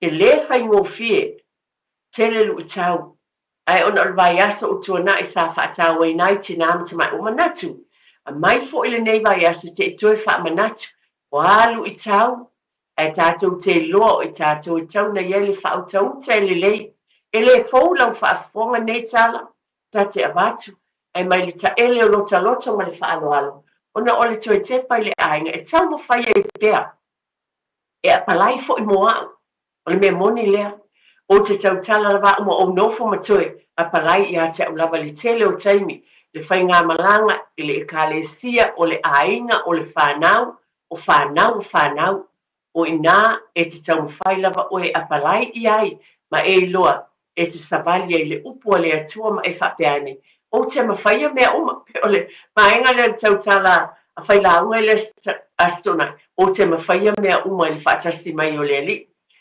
talo matu ina atu ma I e manatua e tāua oe I e manatua fo I ese le māneia to tele tina le atou sila fia mai le fiong pa ia le atua e mai whaata e ta inga a o le lalangi o lo tātou no nofo I ne e tātou te loa e mawhai lava ia te oi le alofa o le atua a wala mai I lona fisoaswani tātou te tala noa ai pe lava o na avatu telo por kalame pe tu whaai communicate tala noa I lau te onua tala noa I lau tamatama tala noa I lau tamatene tala noa I whanau au whanau tala noa fo I ma le alofa I e te tonu o le ngā luenga le atua I lau I kālesia pasi le whautuanga ia a o hao whanau ma tātou walo teine ia maua le whialo whani pe tu whai te tonu e kālesia tātou e kālesia o tātou nu e se le mānei o le tawaba ai atu te o te baba ai atu fo I nā ialo ma whanau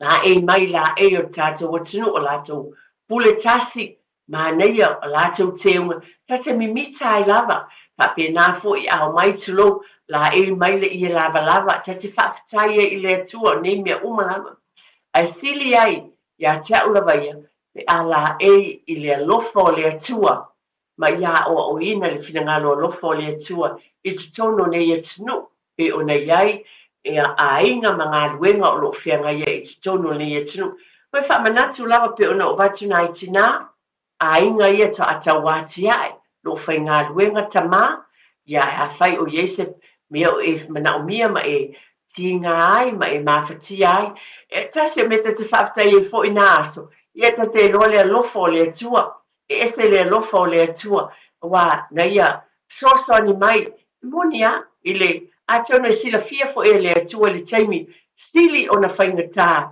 I le tina ma le tama I le soifua mai o le pepe ai te le tawalu e sa ili mai se mea ai e whanga le pepe o fua ina e le atua soifua le sua susu e le lei e whanga ina le pepe fo o nei mea uma o tena whalava uma umawhau iei e ese le fina ngalo ma le sila whanga poto mamalu o le atua. Wa tasi a mea stressed out a ia tina fo ia, nai tina le pepe fou. Wa nisi ia e whapena tulou lava, tau sa ile mea ai whangai nai le pepe le tenta a whanau mai. Ai wa tāpena ina i le atua. Pela winga leo lau tala, o le whaatawa ina o le vai aso tina me tamaitai.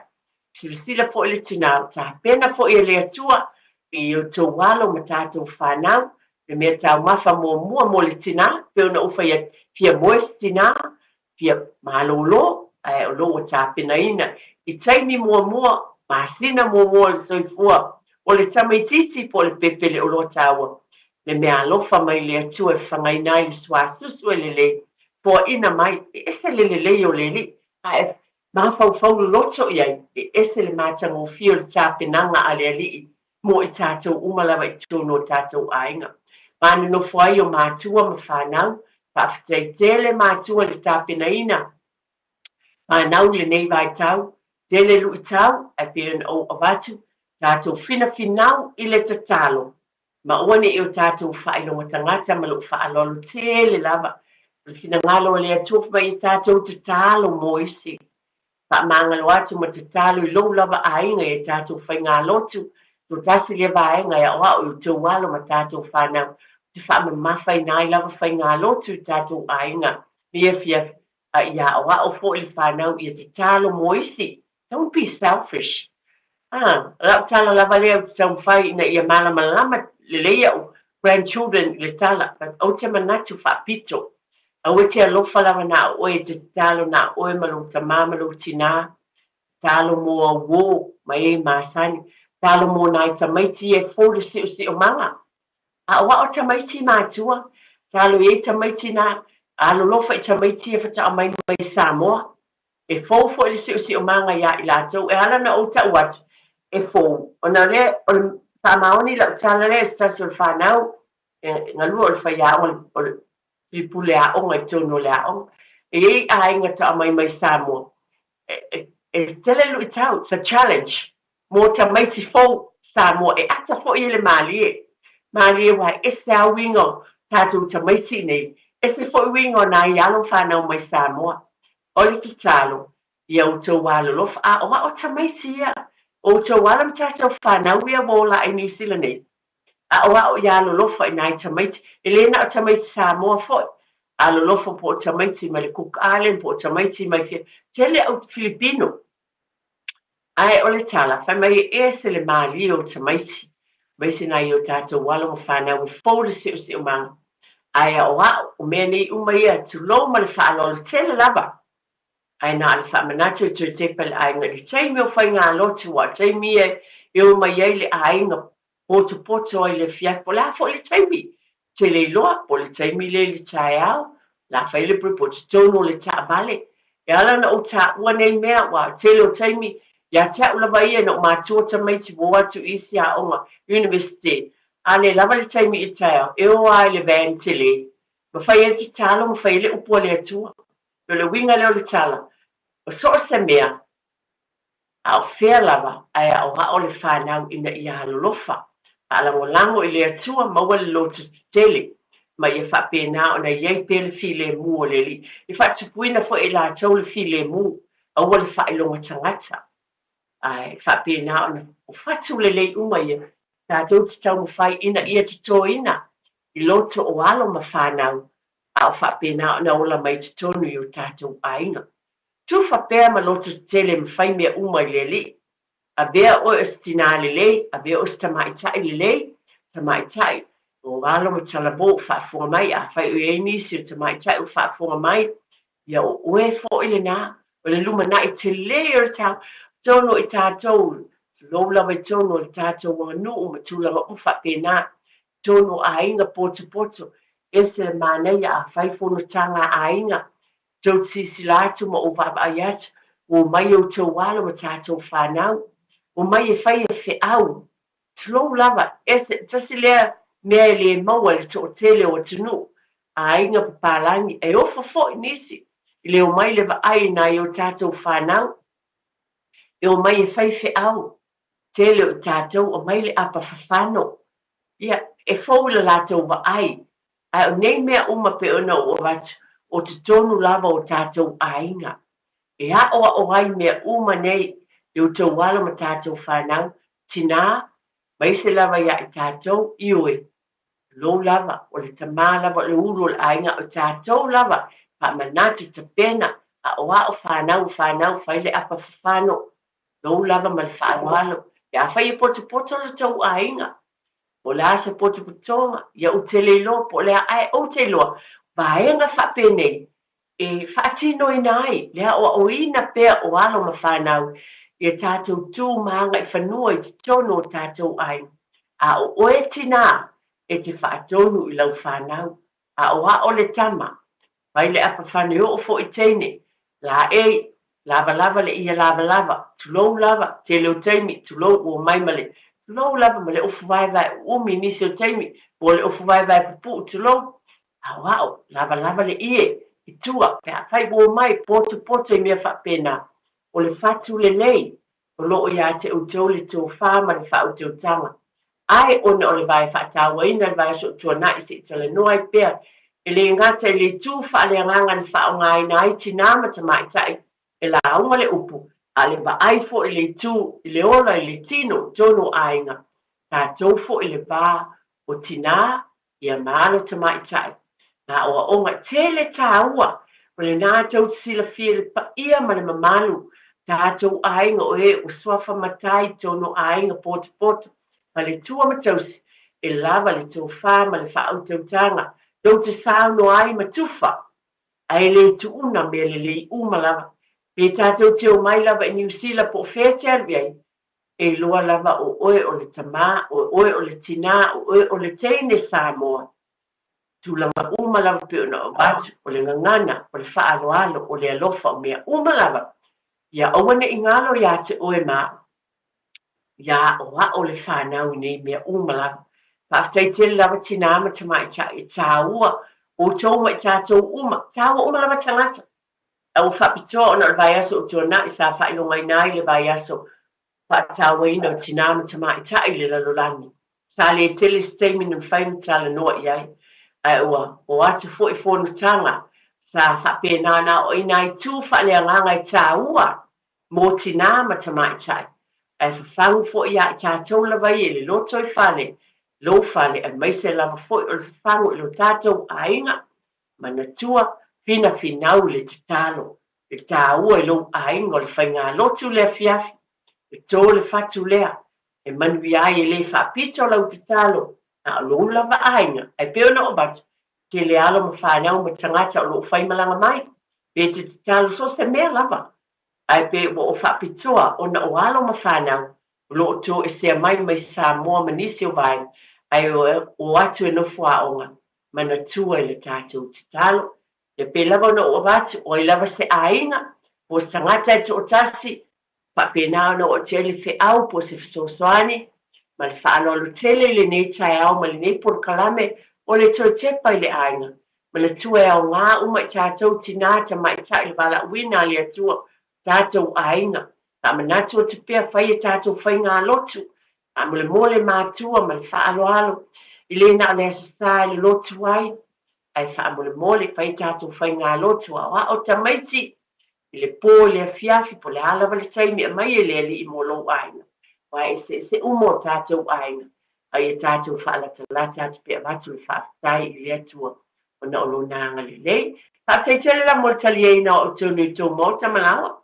la fo se tala ne litina pa o papa e te le fia lo fina ngalo ia fa mangalo ia te lo lava vala a wina mai le tu o te tau fai ai ma le loto maulalo e tu fatu le mewa mai le i le aso le aso tau ia ina ia ngale le tu ia ngā pio na a tasi estamata o se ainga wa ngā ia le nei tau pa tai ma ia vi ia le tu ma manu ia te le lava le tu ne vai sa te au mga ruenga, i ele file mua le li i tonu o tau maota malawa, ma mea umo tau te whaia, a te le lau tau whātia tia, a man via lea tua i ngā ruenga nei vai e sa, mai se le au whai ngā ruenga umo i tonu radio Samoa, mai se le pa ia ma le mamalo le tātou o tunu o lo unapita mai, nei taimi, mana tua, o le tua o le tamaia o ainga. Talofa, we're the Katinas, and you're listening to Radio Samoa on 1593 AM.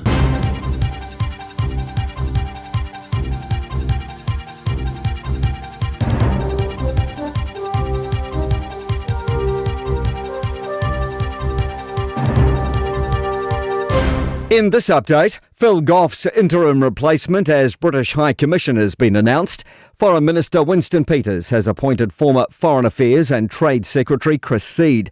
Seed's previously served as Commissioner to Canberra and Papua New Guinea's Port Moresby. Ex-Auckland Mayor and former Labour leader Goff was sacked by Peters after questioning Donald Trump's understanding of history at an event. Prime Minister Christopher Luxon says Chris Seed is an accomplished and seasoned diplomat. That's what we need in that role. We need our diplomats to be diplomatic, and I fully support that decision. Meanwhile, Christopher Luxon is defending his work as Prime Minister. The latest Taxpayers Union Curia poll suggests Chris Hipkins has leapfrogged Luxon as preferred PM. Labour's also ahead on 34.1%, with National trailing on 33.6%.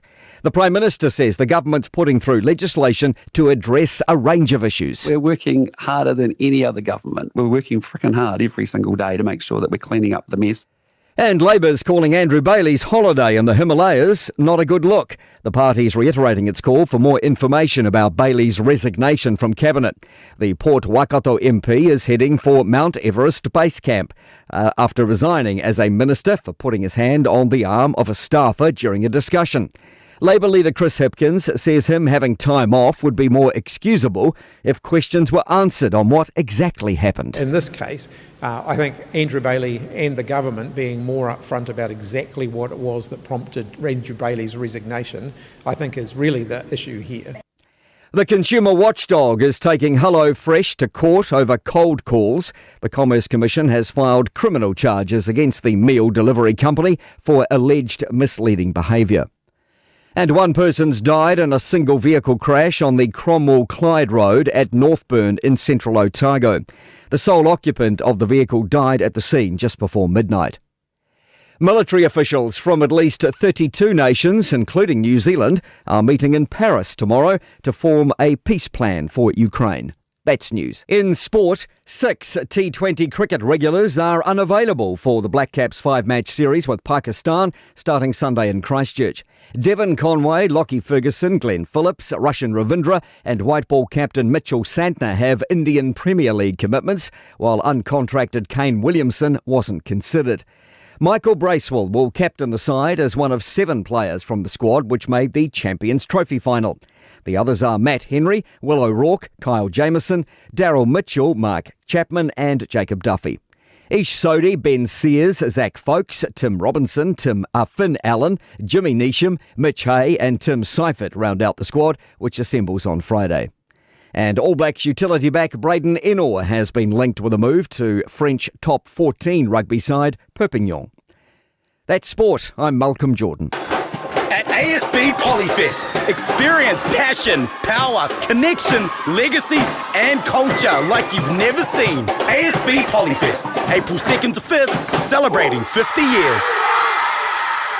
Talofa Samoa se o atinu pele. Ua tala ina nei la matau fale o loa o le leata i lai Super Reds i le Onovalu, Michaels Avenue, Ellerslie. Molo fonga tau mafa. Ua maua nei le matau talo fiti i le iwa tala iwa i le kilo. Talo Samoa i le valu tala iwa i le kilo. A fio mai loa i le Onovalu, Michaels Avenue, Ellerslie. Po le telefoni mai i le olua fitu. Fitu fitu fitu. Lua lima valu fitu.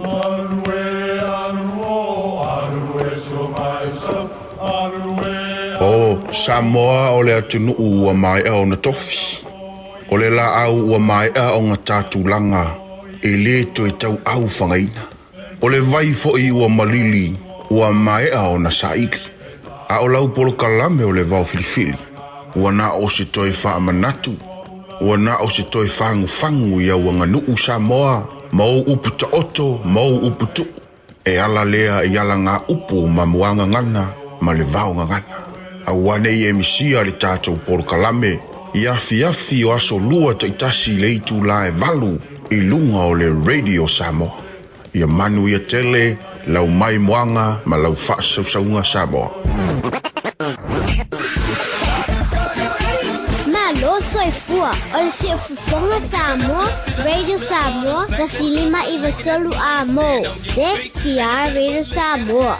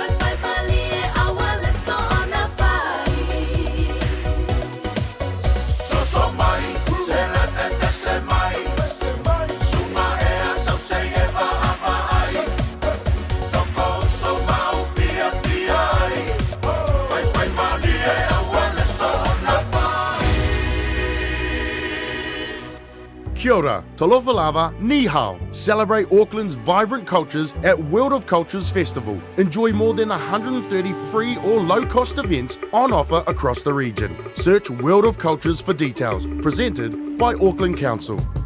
Beta Drive Doctors, ile taulanga whaatau I mangele, whaapea manrua. Mo le vainga o so ngase pe amana o mia. E whaatino e fo I matupui pui o le whana witi, o tupui pui le COVID is full river, mo I lātou is full on tausanga malunga atu. Whaapea matupui pui o le flu. Wala au telefoni, 255-25 mo so wano e whaatino ai nei au nanga. O fisa whama I mangele I taftafane o le McDonald. Amanrewa I taftafane o le Whaletusi po le Public Library. Peter Drive Doctors Clinics. If you feel them on a rental se whaalau ilo antula na whaabitoa mole masino Februari mamati. E losful pasene ua pa umaulalo ai le tongi pe antolua so pe silia tu foile te whaongai nai so se taavale. Mabawailo avado ile se I e afe tala Samoa ile whai unga o le masina. E mawhai ora piki le taavale mai le malewa lele I whaleolo polo tanto ofisa autu I ala fua. Pe mamuli atu foile whaletali malo o lo e wha mautu ai. Ai ngā whaabitoa. O lo iaia tanto insurance e te fili mai ai ina nei tupu se whaalawalawe ai olo o iai le whaamama avenga. Maratuolo iai le tātou account I New Zealand pe lafo sa fo I le moana e whaonga I le Pacific Easy pe whaonga fo I lau credit card e whaatino I le tongi nolo sa. Mori si whaamatalanga wala au le Pacific Easy I le ovalu se lau o tasi onono pe asi le tātou Facebook o le Moana Rentals po le upenga ta whailangi o le moanarentals.com. Moana Rentals o lau paanga e taitoloina oe a o e malanga asiasi I Samoa. 24 hours a day, 7 days a week. Radio Samoa streaming live on www.radiosamoa.co.nz.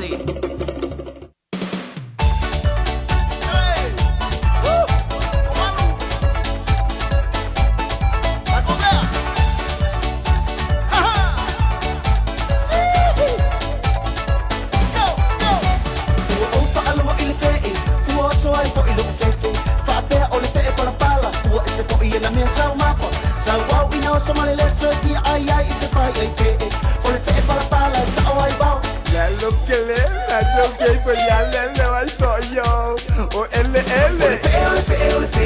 le fe la si va mai go o le fe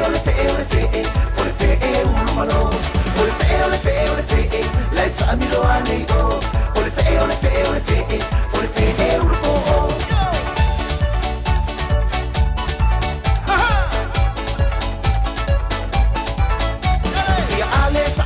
I say o la ba ita mai tai fa ta o le fa no tasi ai fa la ba ile si ba pai pai se se ai male ma fa fa o si uso le ko sa fe fa ta lo o le ta se ni a ta e lo male fe tene o le fe la si ba mai o le fe uno malo o le fe la ta mi lo ane o le fe uno po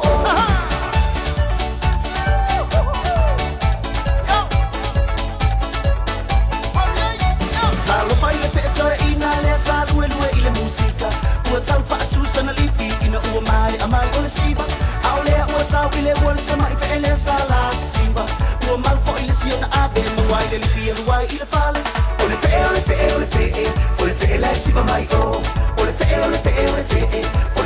uno malo O le fe la ita amilo ane o O le fe uno po o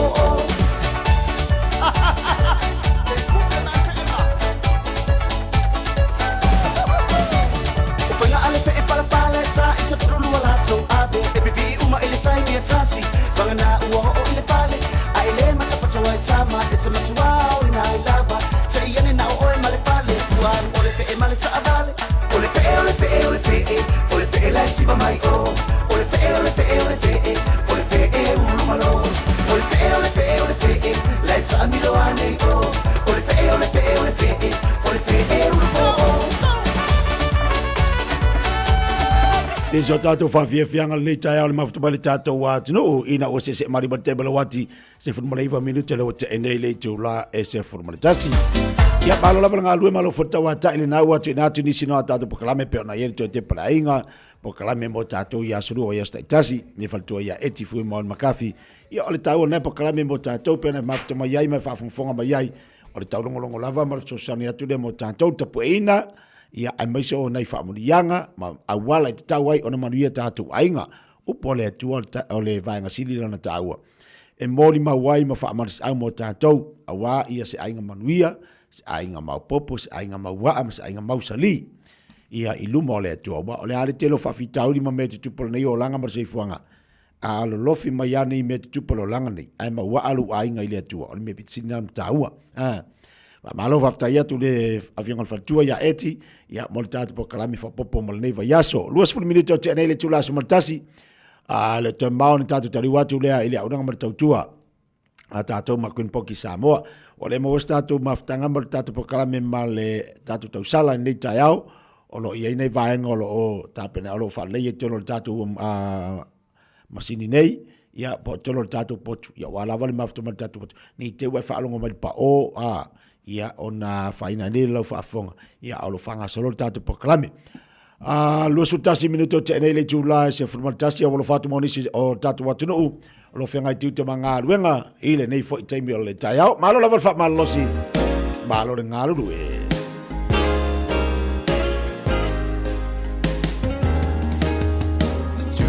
Ile frai tutura Malau atu fa Matumu ole pasi Ile tu atili o chingacha Ai uva aya O se tene mata ata Chaunu ia pia uva ono Fuyona au chafa Bili uilea Na omi ti ai Wa o saupa iat Ai e sila mai A o sau sali mai E te malia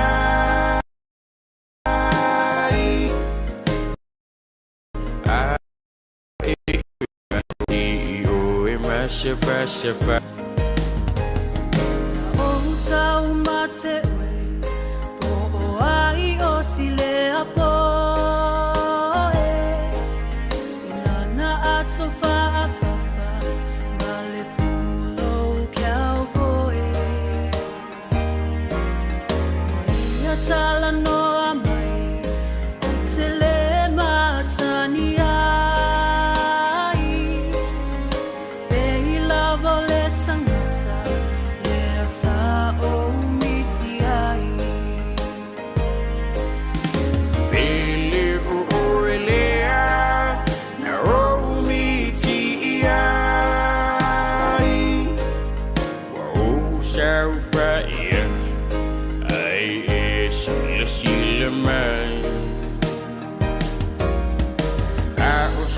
Jali mai Ete malia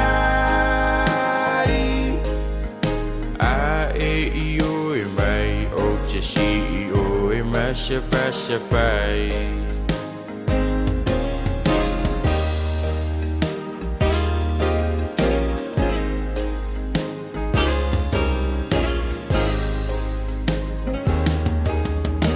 Ole maungangana Alungu shanitala Besha une miti Beuna o sianganga Luntino amaniti Iona lima mafana fana Olana taliwa iwe Ele ifaya fu isonama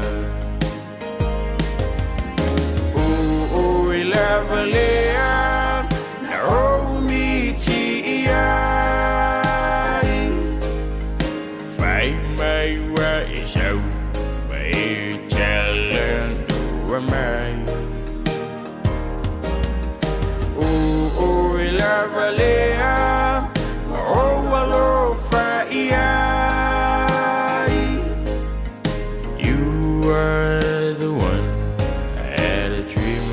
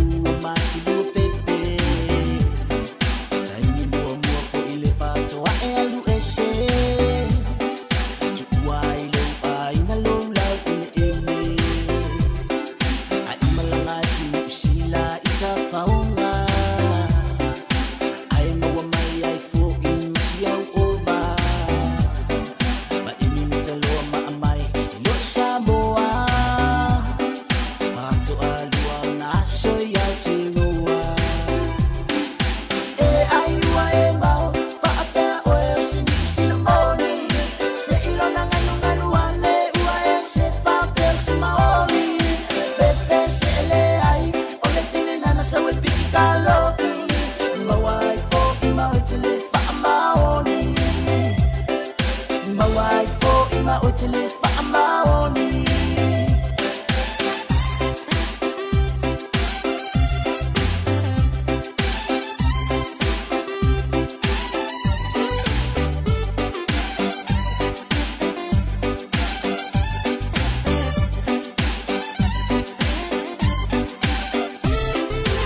Oi lava na leo tele lau awewe. Aonga solo te tonu ole pase se. Tilo tilo umau tanga te lau tang tau tala. Alifa apea e moni o nai au tala. Mana tua lo tu le fai te toa ai talo mai. Ayo oi o sasi ole mea ua e fai. Maua mai whamau ata i le interneti. Si whai la fumo mata o le au pita loki. E ai ua e mau, whaapea oe o siniku sila moni.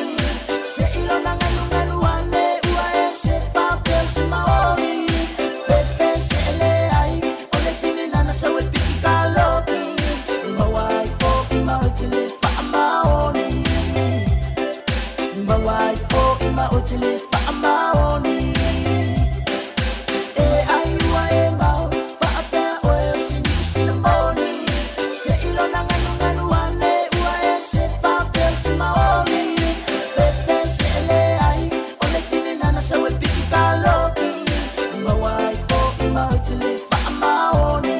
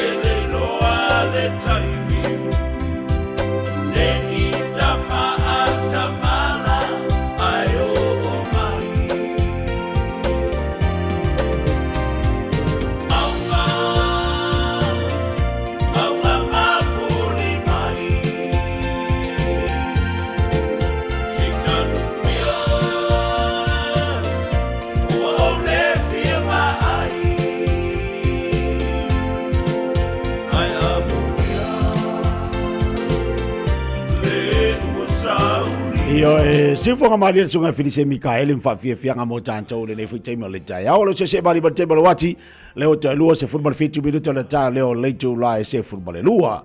Tato musika fa fianga si filoi mo la to olo fanga tu manga luenga ya ba se fo tapo inga ne tato matu mo te malawa. Te fatalo fatuari tato pokala me le temi o le tai. Ia mal malatu olo solonga le manuia le tapo inga o to matua.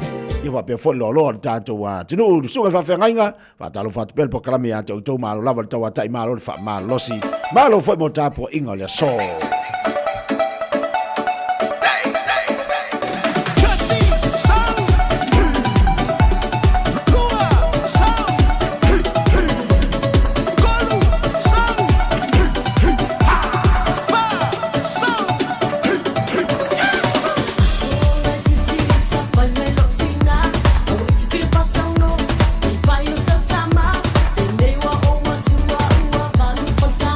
Ya leo tali watu tato pokala misa mo per masere tato win poki lo fata sibai nunga tato leida masere tato ya suru va sta tasi ya tato tato no tato fase atu tulanga lo ia foi ia melo tu tono tato watu no ya mai se foi tau pe ona ia le fa ngolo va yaso mla tanga lo va yaso talo va kun poki le tayau malo lo su malo lo sai malo fa malo si tu te mangaluenga wa mai ia lo sunga fo mai ia fatai ai ia masalia tapo kalama ia pea una moli fatai le tua ona nei aso po fa popolo to so tua ia so ko nei yola ia tu sai man fa fasile ia o te fatalo fatai ko I mo pa anga uma tapo kalama ia me se la va lo Samoa so se tapo nei ke topi ia e tu sai man fa fasile o lo suma lo si ave le la terminate ia e so sa na sa pa pela ulanga fa de tono si ta tso watu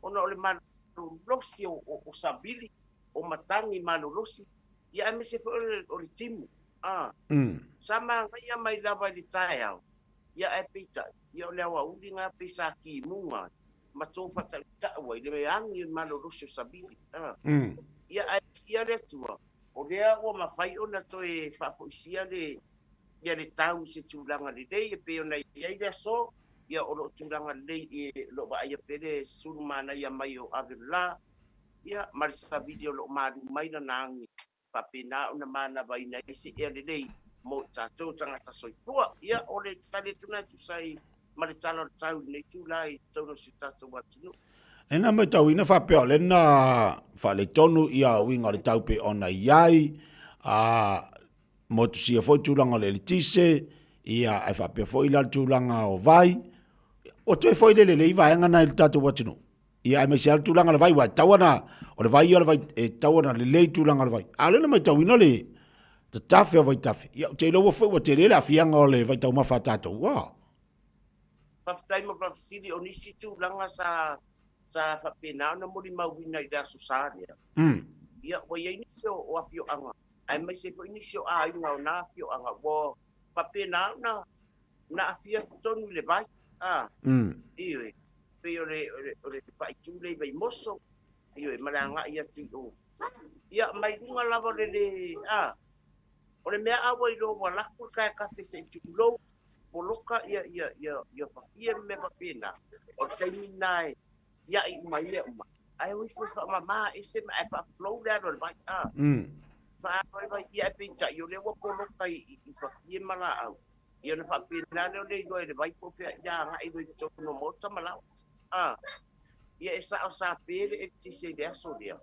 ia oni yo anga pe yo macho ia ko a una cha ya una so kwa ya sona ia oni si yo anga sa pe la ba o ai to yo la se me le o le fitu van le afia ia ai lo se me pa polina ia pe tu langa na pe na ba kule tu wala lo fo ali nei fo I au na fatawa e mga umia la temi kemi nge le ka pasu suat dei vai ma ave ka tek pai lo vai tulanga papina wa uma me e te sila pia pa ka le vai ma ku le tono le fali wa ku la e le olonga kulanga se kulanga le dei ia ko ngamela ia ele o ia le mala malama va aita ile I fofoanga de Ia o le asusanga makoi mangai a le la sabili. Ai oso pa po se yo me ia le loa tangata soipua. Ia. Na o le atua e o marusi malava e o ngako nga. Ia e le loa kako. O le taimini nei. O le ua maua le masele malangi nei. Pasusua nei vai. Ia. Na o nisi api o ngata api palasua vai. O no marusi o takte a. Ia. Ele le nga o ngai palpala a o sua ai apelua ia uma ka api. Ia. A fa pene ilao o le te pule lo fisa va ai tau o la pta inga fo ilia. O le asa tilo fa ale o fisa va ai tau. Ile malosi o savili ma matangi le ngai lasa. Pe ava pe o ele ka vai ka. O le la abela o la pta inga pole. O le malosi o savili le sai. O le tūdanga pe o na ilia so sa. Ia e mo ia sa malusi la kiki mai ia. Ai le e mo ia pese mea nga i le lua a nga i le lima la fe. Ia e mo ia le sa mastele le po. Ia ai sa iai lava nai tō fata ta sa iai. Ia ai kia ula ia pang pa se va ai kau. Ia. Tapi o le ai se la paka inga le aku. Nga oso sabili mua ko fa ka mua sa malap ka inga kape nga ilunga ko fa nga mau. Ia. Nga o fe o sofi ai deo adu yo. Bangela ku. Ayala. Ko ka ko fa o kana i le nga i. Awala fe ka be ki nga ko o ka be ki nga vai ka. O le nga la fa matalanga nga ka mo ai deo ka nga kai lunga me ma pu. Ia. Ai ba wai lava no au fau me ai fane ai mo na ia. Okay. Mai ku ngole le i mau tonu fo i po le to a po i le ba aka. Ya. Ke nga po nga so kasi al makangi. O solo malaka pasala nga ka kai e ba ia.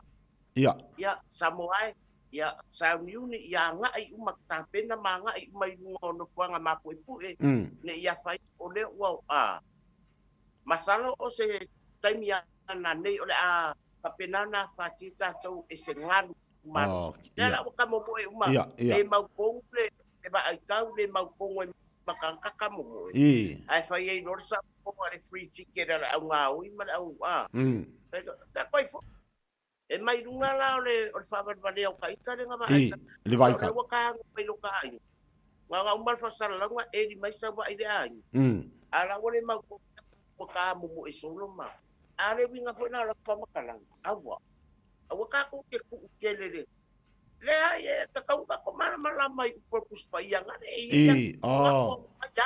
ia nga mo majala ko via ai au ta to no fu ta pe na sa uni ala ko ka mo fo na ya re so kai ni aku so la pakainga nga aku so ola pakainga nga ia mo irunga me mo runga oi kamo mo ela ia lunga ia ita wa ko wa fa o lisi upo ala tunu ia esala ide esala mele ia le fa pe ia afa ka mo ia wa ke o fa de yang ia di sa kasi ngama sa lua era por sa mu sa lo uma ia le mau mele kamo ela ia en fo mai ngome ma ko ma ko sa ule ko king fane wa mo ma TV ma bega it's all right it o pole foi nga mia wai o le ola mia kaua oi you me ko ma wa o so ifua asia a mia nga TV ma ko ke wa le ye fa nga malu nge ku fa fu ma TV ala ku ma nga pa nge ya be pai ka ni ko ka ni ma ku ia pe ade o le mea e dia le wa ko fa ka mai ai ma o mai ai o ku ma fa ma ta ai sa o ke ai fai ta lunge e mo ta lunge ya pa pe e o ai se no mo boy ngasi tu ro wa le atu ya nka kwa ele ngai yo afu ni me fai ngai ele to ke le mai lo ya ane wa uma ta lunge Mangaya. Ngai mangaya fo kuanga. Mangaya ia ilo fo tangata na ngai lo fo fuara nga mo. Ia ilo fo fuara nga mo i no mo. Ia aru ala e. Ya foi kamu ime pa ampo e kamu mo e ko ide sia ba ilung. Ma e la pa ka ina ma be mi ala mo. Mo fiu e ba ai mo de. Kamu mo e ko mai sia ma ba nga ko ai a le pa ya ko le o se ke mai so. Ia. Pa ngal po porenga. Ngai ka mo e a ko mai sia o mai sia. O ko isi o mai si ni le anga ai yes. Ole vaka kale ko foi mai la lo wale ko awole ko mai ya. Le e se le tau ole fa manatu. Ia e lo ko nga momo e ke lo ke momo ai. Momo me yo upulafo. Upulafo. Ta si le vai nga tau e tau no tatu tiro i momo upulafo. Tai tulanga de pe o ka wo I ka kala upulako mangko beta to isi dia ko ki ngane upu le la por upu ngai do le fas e fe no pe fas a le upu wa e la fo disi o le makwa ki nga o upu la fo fo bo ke le nga ma fa de ko ngai fo di nga o isi mai ia o upu la fo fo I bo tele la ba ina ma bai a ina o ainga o te tono o sa la poto ma fula vai tūranga o mea fo nei o ma fuainga nga yoi mea ia ia ole upu wala ai mai se upu o sirio na unga matina I manu ai fina ngalo o se uso tanga ole mea foi fanga fa fonga mai ole mea e ke lafo e ke la ngona la vai lo tino le upu e tau e fa deni mane upu kawunga e kama ia ana lo fa lo ko ai fa yo lo valea ke de yo kusilo ngo ai fa de mai ya sa wai ke le nga bebesi ebe le ku ko nga me ka ko sisi la po la te tono ta to fa nga malu le bo ye temi ia la ko na fa no le lo to mananga ma ke lo nga fo e a ona fa le fo ka ko manat ai fa no to manat ola ngona langa o ka ko ka ka fai ekisi ia ai mai sa ta no o no po ma jono le tu ne samo o pule o lo fe ave ai ma fela fo ai tu tono ola afa ya la o ko a ye o lo pali fo la tu o ma ko e nga de ma fo ai on tono fo ia no fo pali meni ia o ta fo no samo ia e a fo langa fa de le ma tu manastu mo ma tu langona ona nau fela fo ai au lo kanga ma tapua ia tula tunu pe atua mani po le arso so lo ngali dei po le arfa nga so lo se tatu tunu au fela fo ai o upu nga o upu watu nga ma upu longo wole longo madi la faye ya le o ko se tulo fa funga mai alnge ya e olo kwali fu la tunu ang sa ko ye fu e kaolo ia kaolo le amani pele te fu kaolo long bla bla ole me fo e se silane was kai makai de ba ai was kai kadinga fo I fa rongo ngabe singa mai apa fa mo ia ku ia pula fo manga so nga ano ngalo silong awal fa yese me ai fola fus oi fola ta ele me ele ko fa ka mai ai ya sa ia ole a fia Samoa ia e fa me o Samoa fa bai de tu ale ka fa lo inga de si ule ai pula ele fa bai de tu ala tu ai se ha ele viviria ka ko ele ko ele ole me nga le ka so men makangi de sa ai sa sorry pe o fe si dia ia lo tangata banga awak blam iya wo o fa pe ange lo ko mang lo la ka awa e pe le ole me ele le o me la ka ko ele fai dai le o ia le fa vai ben wo ko afura yo iya ia wa pula le de la ifema fema pia o ma cho sa le desse sem foi nga kuma ke wa po wila ma mea nga desse mea na te mai on te el cho sa le pe o lau o lesi kulanga fafunga mela kala ko ngafi o le ai la stona sa ua wa ko ka wa le mo mawina le ta alonga fo ela kapia asia mato apio ang ya mai se foi o ngai fo ia ngai fanga ko nguma la kula fa le vela ngai uma ali tupa vai vai Awoi, ifea. ka ba ba le ngatu lo Wo yo wo ko fiola. Ia. Sole. Wo le ka ba ba le fa ni me ai fanga uma ma ka ba ba le au kula ma Awoko. Ia. Eh. Ya mang ko mai tau ni ta ko ne bo ye. Wasola. Ia. Te a ni kula foi. E fo i tu tonu. E fo ate mi. Kai mi ai madele mai ese upu ke na fo mai atia. Kula ko. Ele fa nga wa fo ia o ka mamlo ki nga ku bo fo mai e fa me ngia upu la fo nga ai da lafa. Ia nga. E ai. E ve o aso pe ma papa e papa yo ai isu. Ka ai ku ola. O isi mo ka ba vale mo se ba mo ke. Boy. Boy. Maka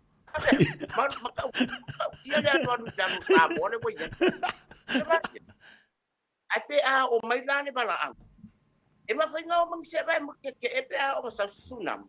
A wole o ta tenga ni me ai ma. Ala ko fanga uma ba inka nga me ka me kita ka. Iri falala. Ola. Nga. Ol be nga ba e fa ia kwa la ko po ba ela i se ba ala fa ia nga. Ka ba pa ne no se ba ni se bin ken ka ba de da no su nga ai mo ku se ba. Boyo. E ka mai e fina. Ai. Ele o sa ko imbe wa ele o le winga lo fam tsara nga upuela. Ya famanu wo te samo ya ngau ka ko sira pia e siria kurki ngau le upuela mai lo le fas e fa ya le fasi ya fasi uma au le upuela e makwa mangu ya le ko o le ska ka wai ka fa moi moi ya kala malamba la yo we se me e fa tino lo na itse le upu ai la fo ya ma o lo ni tulanga nga pe yo wa maliu ma wa so wa sa ele que hace si hago con ya le ukula nga ke la fo mai wasilio makinga mana ya tu wala lo ne ya ya ko nga ma upu ya ka ko fa ke fo ya ukula e manu adia a fa ke de manga o ke tinga ma manu adia lo finanga papina ko disio Ai maka o hafori ngor kanga kai kape a kau i se upukere. O hafori nga. E mu fori nga pe nga pinga kwa le upu so fusuro. Mangkua mai ui. E ko nga ka. O ristangata. E ata mai fori nga. La e lafo kwa. A le manu ala wa kou. E le mafanyi kwa fufu. Ala wa lafo kwa. Yang awak kinga na orang kamar ore upu wala iya usara de wan wala alai aka aku ko wa kinga fia ya ala ne kinga so sorry sa sidang sa weta am se wa kinga ya la kinga power me na wa ya ke minga dengan akar kasi por luale ile po kai ro nga sel mo attack lo mo le ai wa polar ko nga kale la kwa la ku ngola ka fa paku kaka ida lo ka fa paku lo la kwa alu va pengiro ka uru vanga le wa le anga la kami ai ka pe ya over wa yo tanga fa diti o ke le do por o ko nga pula bang ya fa fonga tu lo sa mo la fa fo ya ngol ukwa masangita ko ale ke ya ye follow ya Ainda. Rubbish. Ole tanga tani. Mai mawai fole anu no kakingo ma umi ai ma. O le box.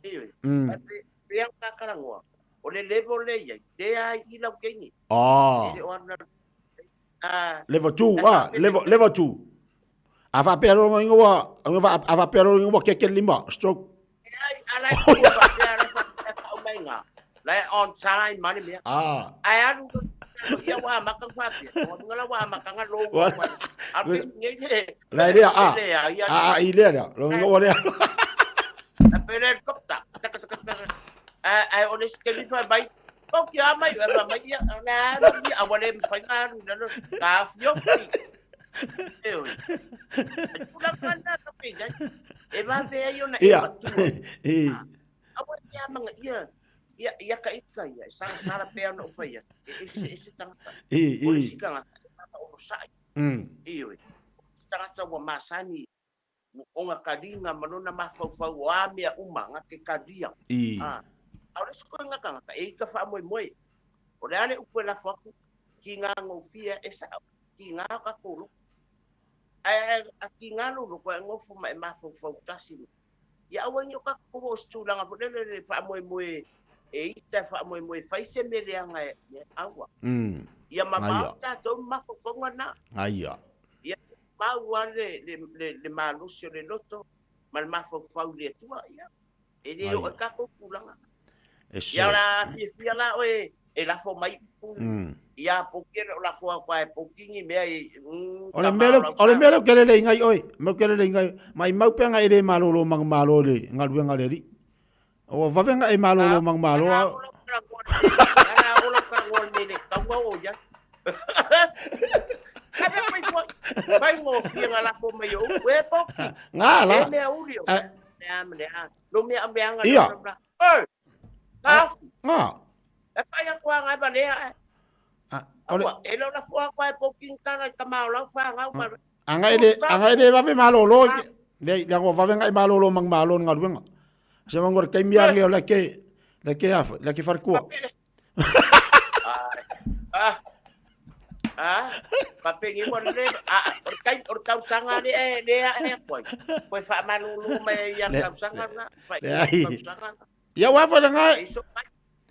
Wakula ngai de va ve mal. Ongolo ngo sai. Ela wakula ngo sai de yaoi. Ele ska mai on sai.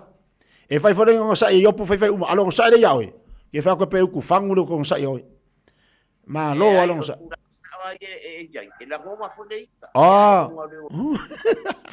Asani. Wa upu matala ela fo. Ela ngo sai. Nga mai ele ko ka ku kangaka. E kuku ye malangona. Langona la ya we e fa no ko ka usauleka. E ye la male usa. E se ka vai fa pe ke asa ko we. E fa pe la ko fa ko ese mai o pe fo mai de ai. O vai ka ni. Oi le ai was e fusi maka. Ngala. Malo. Malo. Vai le o Lai dua ulang kwa sawa triple. Iya. Ko sa sawa wa. Ole me foi. Keza kaya ko mang figi via sawa pe ora wala papol ma.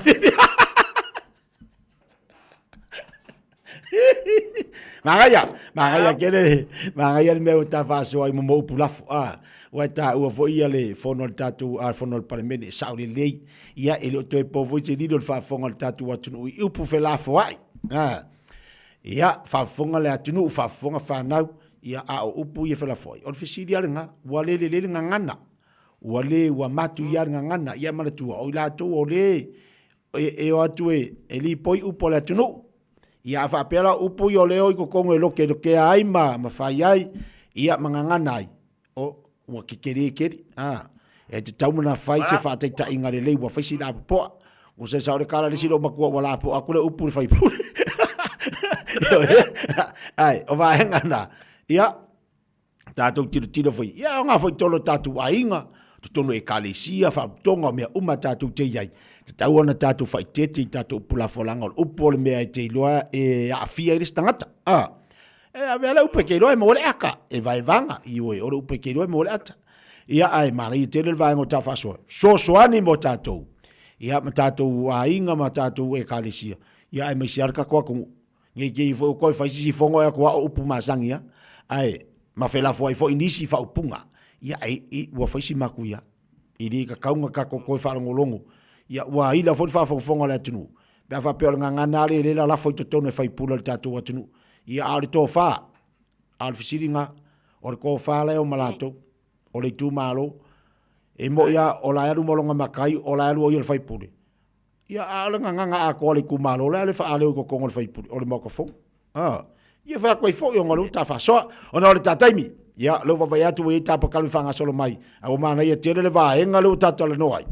Ia ufa fonga fo tatu watunu au nga tere mo lau tere mo tatu la fatu po ani si vanga fa mai tapo kala po ki ne vanga le tayau ia fa tsai la mo no wa no ia una ore e ono toe o tu langa dia ile a faina lava ia o a upo fe la po ai awane ia afia le swa ko le tua ba le tua na faia i tatu na ia polinga ia te ia e u ia la le ka ko la mai ma soi pu mai ele kukusa ma mionga ma mauinga wharetua. Ia, o ka kōkanga kai ola tau mawhai. E vai tau mawhai. E lea whainga ngi uku lafo. Aua ngi koe, wherafua ia oko. Aua ni toe a pipina ngā roreri. Ia resi kūranga. La ele me la so ngā whai au ngi ngofu kapua ia. Ia o tua lalo nalo tangata patawaa Samoai. Ia o ai lava mauan ma pokalama. Ia lava lo uno sai uku e lafo atu.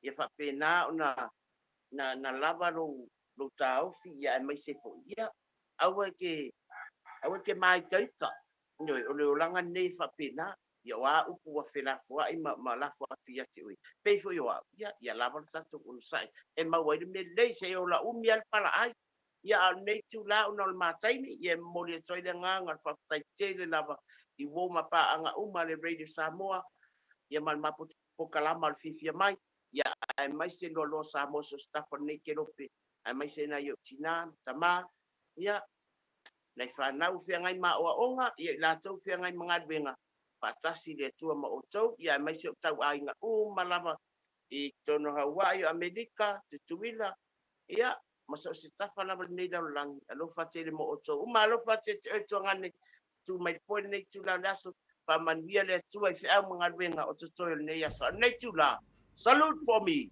Salute for me. Dai bua. Ia le mafta bale tatu watu no dei bale tayao. Lunga tatu po kalame fifia mai no se malte mi le tatu no lava le tula sumalua. Tatu filo ai fo i tatu po kalame ste mo moa. Ai manu ia lava le vanga tayao. Ia le sunga le ia te taloto le o tapena mai ia wale fa wino tatu po kalame malanga fa lolo. Lo fa te latu samola tu pele. So i fu mai manu ia. Ua mawhai o na aura tula polo kalame le leimo o ia so taitasi o na o le langolango malo si le fale maliu a se alo le atunuu o ese tātupu Funeral Directors i Manukau City. O le ese tātupu Funeral Directors o se fale maliu Samoa o le tali foilea o taimi whaingata o na o le malanga al maliu maleoti. E mawhai foi o na latu awina atu ma awina mai tino maliu o e pele mai so se atu nuo lalolangi. Mala auno le ese tātupu Funeral Directors i le lua no lua toru fitu o. Lua no lua toru fitu o. Pea fiuane ele se fulu malebalu Norman Spencer Drive in Manukau City. ASB Polyfest. Experience passion, power, connection, legacy, and culture like you've never seen. ASB Polyfest, April 2nd to 5th, celebrating 50 years. O e si la fia me e whaatino e mawhaiona e umi ai so fale motu le lumanai. A whai fo i so fale motu, o e si la fia me whaiona whaatino ni isi o fuafuanga e whaonga aire equity o lo fale. A wane e misiere por kalame o le malu i fale. Ia fiafi o soruru taitasi le se fulu e te aile whaa. O le a e si la fia ai au wala e mawhai e ona e umia se fale motu le lumana ai, ma au wala e whaonga ai le equity o lo fale motu, e whaata wai se isi o fale, le pora kalame o le malu i fale, ia fiafi o soruru wa yaso taitasi, se fulu e te aile whaa. O le aronanga le sebe mawai o lo ananga tae peo TV, speaker JBL, telefoni Samsung, moenga Sleepwell, City no 4, pusa aisa ma o loya o ngā i leo mukuka. Ma wa foi o lotu aisa, vai tau mawha maisi. Tutongi i nei New Zealand e piki alo ai ngai Samoa. Whapsota i mai le Facebook po le Instagram ale Sapa Pia Samoa, pe emaili mai i le buy@sap.ws. Sap, lau fale o loa numero tasi i Samoa. Ua na o le Radio Samoa se furulima iwa toru a mo e tautuaina o e ilaungangana fitu aso le vai aso. usi mai alau whaafafonga. Telefon mai Samoa ia sa taitasi, ua au mai mo oe ona o le langolango mai a le talofa voucher. O te whatalo foi le whaafonga le tātu utunu i au si mai alau whaafonga tala tau longo le nei o so fau. O le tātou motu o sa vai wa amata mai ei por kalame le mtanga aruenga o aonga maanga nuu. Wa whaatau wai le nei vai aso a toa i te tonu o aonga i lo tātou utunu. Le tātou ngangana ma tātou wanga nuu. O se teimi mua e peo na whailo ai e le minsta o aonga maanga nuu. Wa whaatino i lea wha moe o le malo. E ala mai lea ilana matanga aluenga wa whaatau wa whaatasi ai le tātou ngangana ma tātou wanga nuu. O le kolisi maa walunga i a sauna amatai lea por kalame lea songafua e peo na sa a waile officer city o matanga aluenga o aonga maanga nuu o sui o le komisio ngana Samoa. Whapele whaatonu o aonga o le tātou ngangana o tū maanga nuu i te tonu o le Universitea o Samoa. Ma mōli mawina e whanau a aonga le visenga sfurulua le kolisi o a sau. Whapea whanau o le visenga tau sanga vanu i le aonga tūrunga lua i lea fio anga i lo tātou motu i savai. O le au tū o le vai aso, ola i le ngangana, ma le anga nuku. Ua whamanatu mai ai le tāua o le tā ngangana, ma le tā nuku. Ua le na o ni mea, ua tua nai po ni mea ao o na whamanatu, le ai. O isi tū tino ia o le soifuanga o le tangata. Ua la langa whaatasi se au ala, e mawhai ai o na tātou tāla noa, whaasoa, o mamauanga ma tau anga tau sili o le tatou whaasamoa. Sa o awai atu se mafutanga i sesi atu nuko le tatou Pasifika. O na wala au mai leo le komiti whaafoe sa whaia le mafutanga. E eile me tau o le mafutanga whaatoi ina o le Pasifika. Ia, mala au mai leo au mala au officers Mr. Langolango Machewai. Ma watu lea whaile maatala. O le whetu wha inga. Nau wha soa le iei mau wha apea. O Samoa ieila na upu e tau o le tala noa. Tala noa. Lona winga. O lesi tangata e whaia le tala. A o lesi tangata e noa. E wha alongo. A uma. O na watu lo le avano e whaia le tangata lea sa noa. Le tala, ai whaalongo o le tangata. O vaenga nao le anga nu Samoa, e tā ua tele ma a noa, e mawhai ai o na loa le lei e lesi le wheau, o loo momoli e lesi. Ina ia tā ua, ia tātou wanga matu. A tātou vai nei o na pō, o e se lava le suinga le woi ai. Wa latu ale e alesi ala e mai foi le sing kau e ya le uma ya le ma se me o lo po la me le tu a ole anga nu ma le fa Samoa e mafi il fa alo alo tu manga nu anga kausili fa kelsiano ole alofa fa maoni ma le ami ole le o tanga ngana Samoa elena ona upu mani fa matalanga a o fusi ai tala fa solo pito o fet fa to fa la inga mai pesenga tu singa solo o la unga e fa pe na na fetu fa ai le fa sino manga o le tatonga ngana se vai ngol sa no le fionga se ula Ioane le minsta leo a onga bang no e pe ona si le fio le lua vai aso uma vai te urumanga le parlemene. E to tele sa mori mawinai nisi o saunuanga ua malolosi upu o ngangana na whaonga ai. Ma o le tā ua leo le nei vai aso i whanau o le atunuu. Ia o auina ma whaasino i ei upu whaalo alo le tātou ngangana e tau te tala i ai. Ai leo le tōsina i saunuanga e masua mai ei upu malolosi ua le whaalo alo. O lewa foa i mai e le atua, le ava noa, e tai mua ele mtanga luengo a onga manga nu. Sei toe ti matalu penga. Ma mamoli atu le feau. I le mamalu le atunu. Ma sei toe vatu se fautuanga. I le tātou malo. I le tā ua o le ngangana. Ai maise. tūlanga o no a whai ngai langa nu.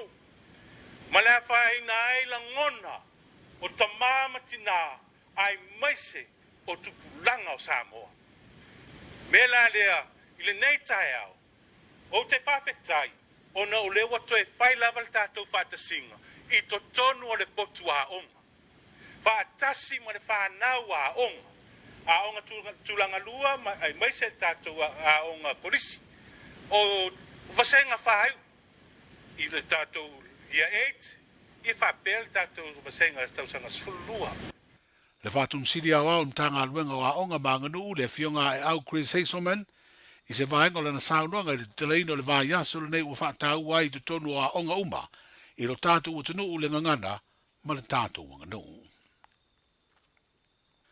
Wa te ena ma le talia le whāmasinonga māwalunga i sana whaai unga. Le tālu sanga le tu ina atua le company o le South Pacific Car Rental Limited lea olo i vai moso.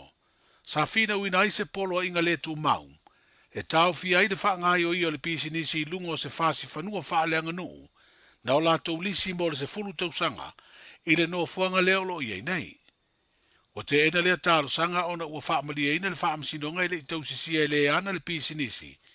Ai e ingo le whaafowino le lisi lea sa maea i le tau sanga e lua o lua o. O le ilo ino le tālu sanga mo se polo a inga le tu mau, na sila ai le whaamasinonga i mau umana tu inatu, e i tu e ono sa tua ia le company, le ana mōli ai ma le ana le whanua, whapea mau a le company. Na taunu le whaamasinonga i sona finangalo e le taunu se tūlanga manu malo, le whinaunga le tu tālu sanga, ona ua manino i mau, ua sori e le tu tālu sanga ai e ngore tu la fono le lisina leo whanua whaaleanga no. Sa tālu sanga le tu tangi i le whaamasinonga, e tu watu se teimi e tau watu i a o ke topo le tau sanga nei, e tala e se aia lātou mea tau tino mai le whanua. Pei tai ua le talia ai ua ave le tu alalo le whaamasinonga, i le e ana le whanua ma le minister, o le mtanga aluenga o puna o a whaale nātura ma sio manga, e whelo ai ai masoala upule se a nganga le lei, le tu inatu o se teimi le company, e tala ma ave e se a umai a lātou mea tau tino mai lunga o le whanua. O se ali ua lusa fulvalu tau sanga le matua na io i lumo le whaamasinonga māwalunga. I le morianga le aveta vale whaatamala na mafuai. O na maliu se tamaititi se furufitu tau sanga le matua. Ma ua whaasalai le whale pui mo le umi e ona masina. Sa io e fo i le ua whaasalai le morianga le aveta vale. Ai le ai sona lai sene ma ua whaamaunia lea morianga. Ma ua whaapawhala se whaasalanga. O le masina o meo le tau sanga umawai se vaenga le ala tele. I le fio anga o lano i savai, na tūla i mai eilea wha lawe tau ta vale, ina ua lawe ai le ua maliu, a o ia tau mawhai, e so po ia le isi tuo le ala tele. O le pasi e peo na wha i loa i leo, sa tu i au tafo le awala na malangai le ua maliu. Lea nao so i lalo maanga i loa i le pito i tuo le pasi ma tau mawhai e kolosi le awala, ai a fia i le ta vale. Wha maunga leo e sawa tele le ta vale le ua nofusala, le wha pena malanga i le sawa, e tu sa maleono se 4 kilomita. O le sawa sa ia le mawhai ai o na tau fiofi le ta vale, a o sopo ia e le ua maliu le au tele, tupu ai loa le wha lave lea na whanu ai le ola, o le tamaititi se furufitu tu sanga, le wha pe mai leo e le io o le whale mai tu sivi. E tele i tu le lei na wha vai ai le wha ai unga le wha amsinonga, e pe o le ami o le lei o le ua nofu sala, o sala mōmoni mai le soli tu la fono, sa whaia lona ainga se i fonga, i le ainga o le ua maliu, ma ave fo i ai pala malo ma le tupe e se furu afe ta la. O le wha salanga lo a ia wha le tu la fono, i le morianga le ave ta vale wha ta mala e maliu ai se tangata pe a wha maunia, e se furu tau sanga i le whale pui, po le wha salanga tupe lua se furu 5 afe ta la. O le wha salanga mawalunga o le morianga le ave ta vale ai leise leisene pe a wha maunia, e lua se lauta la le sala tupe. O le whaasalanga ono masina le whale pui o mamona, mo tō e se ai le teimi sa nofo tau fiai, a o whaia su e ngā leo. O tu malo se tasi o te mali i sa lo tolo toi upu whai o le tātou malo. E ala i le tofi whai pule o le pāle mene, le fionga whaumuina wha o le tane tia liunga, le ana urua i pale i le tofi whai pule o le tu malo palauri le whale wha, i le mai o le palo te tere o le tausanga e lua afe ma le tasi. Stasi leo sui fai pule na filifilia E tau veina le tofi min star le kapeneta ilona fato auru fale atu I upu fai o le malo. Ia mao se sui fai pule, sa langolongoina le vanga wha upu fai e pui pui a ia te tau tangata. Sa veai o ia ma min star ngā luenga te tele, a vea ma min star tupe, ma a vea foi ma min star mta ngā luenga o puna oa wha le natura ma sio sio manga. O se tasi o tamali o le atunu e tele tau sanga sanga lue ai, I te tonu o malo o fatasi lea na wha mautu ai te tonu o atunu e peo o Iraq, o Filipina, Sudan, Fiji, Bangladesh, Vietnam, Georgia, ma Pakistan. Sa to e tau vai le tofi alo na tu malo I le palo ta tele o le tau sanga e lua o lua tasi, ai le imanuia. E tu malo le fionga fau muina wha o le tane tia liunga, wa fitus fruiva tau sanga o lo na soifua. Tala I o le na yaso, soifua. Ta lofa lava, o le siu fofonga le nei o Samoa, le Radio Samoa.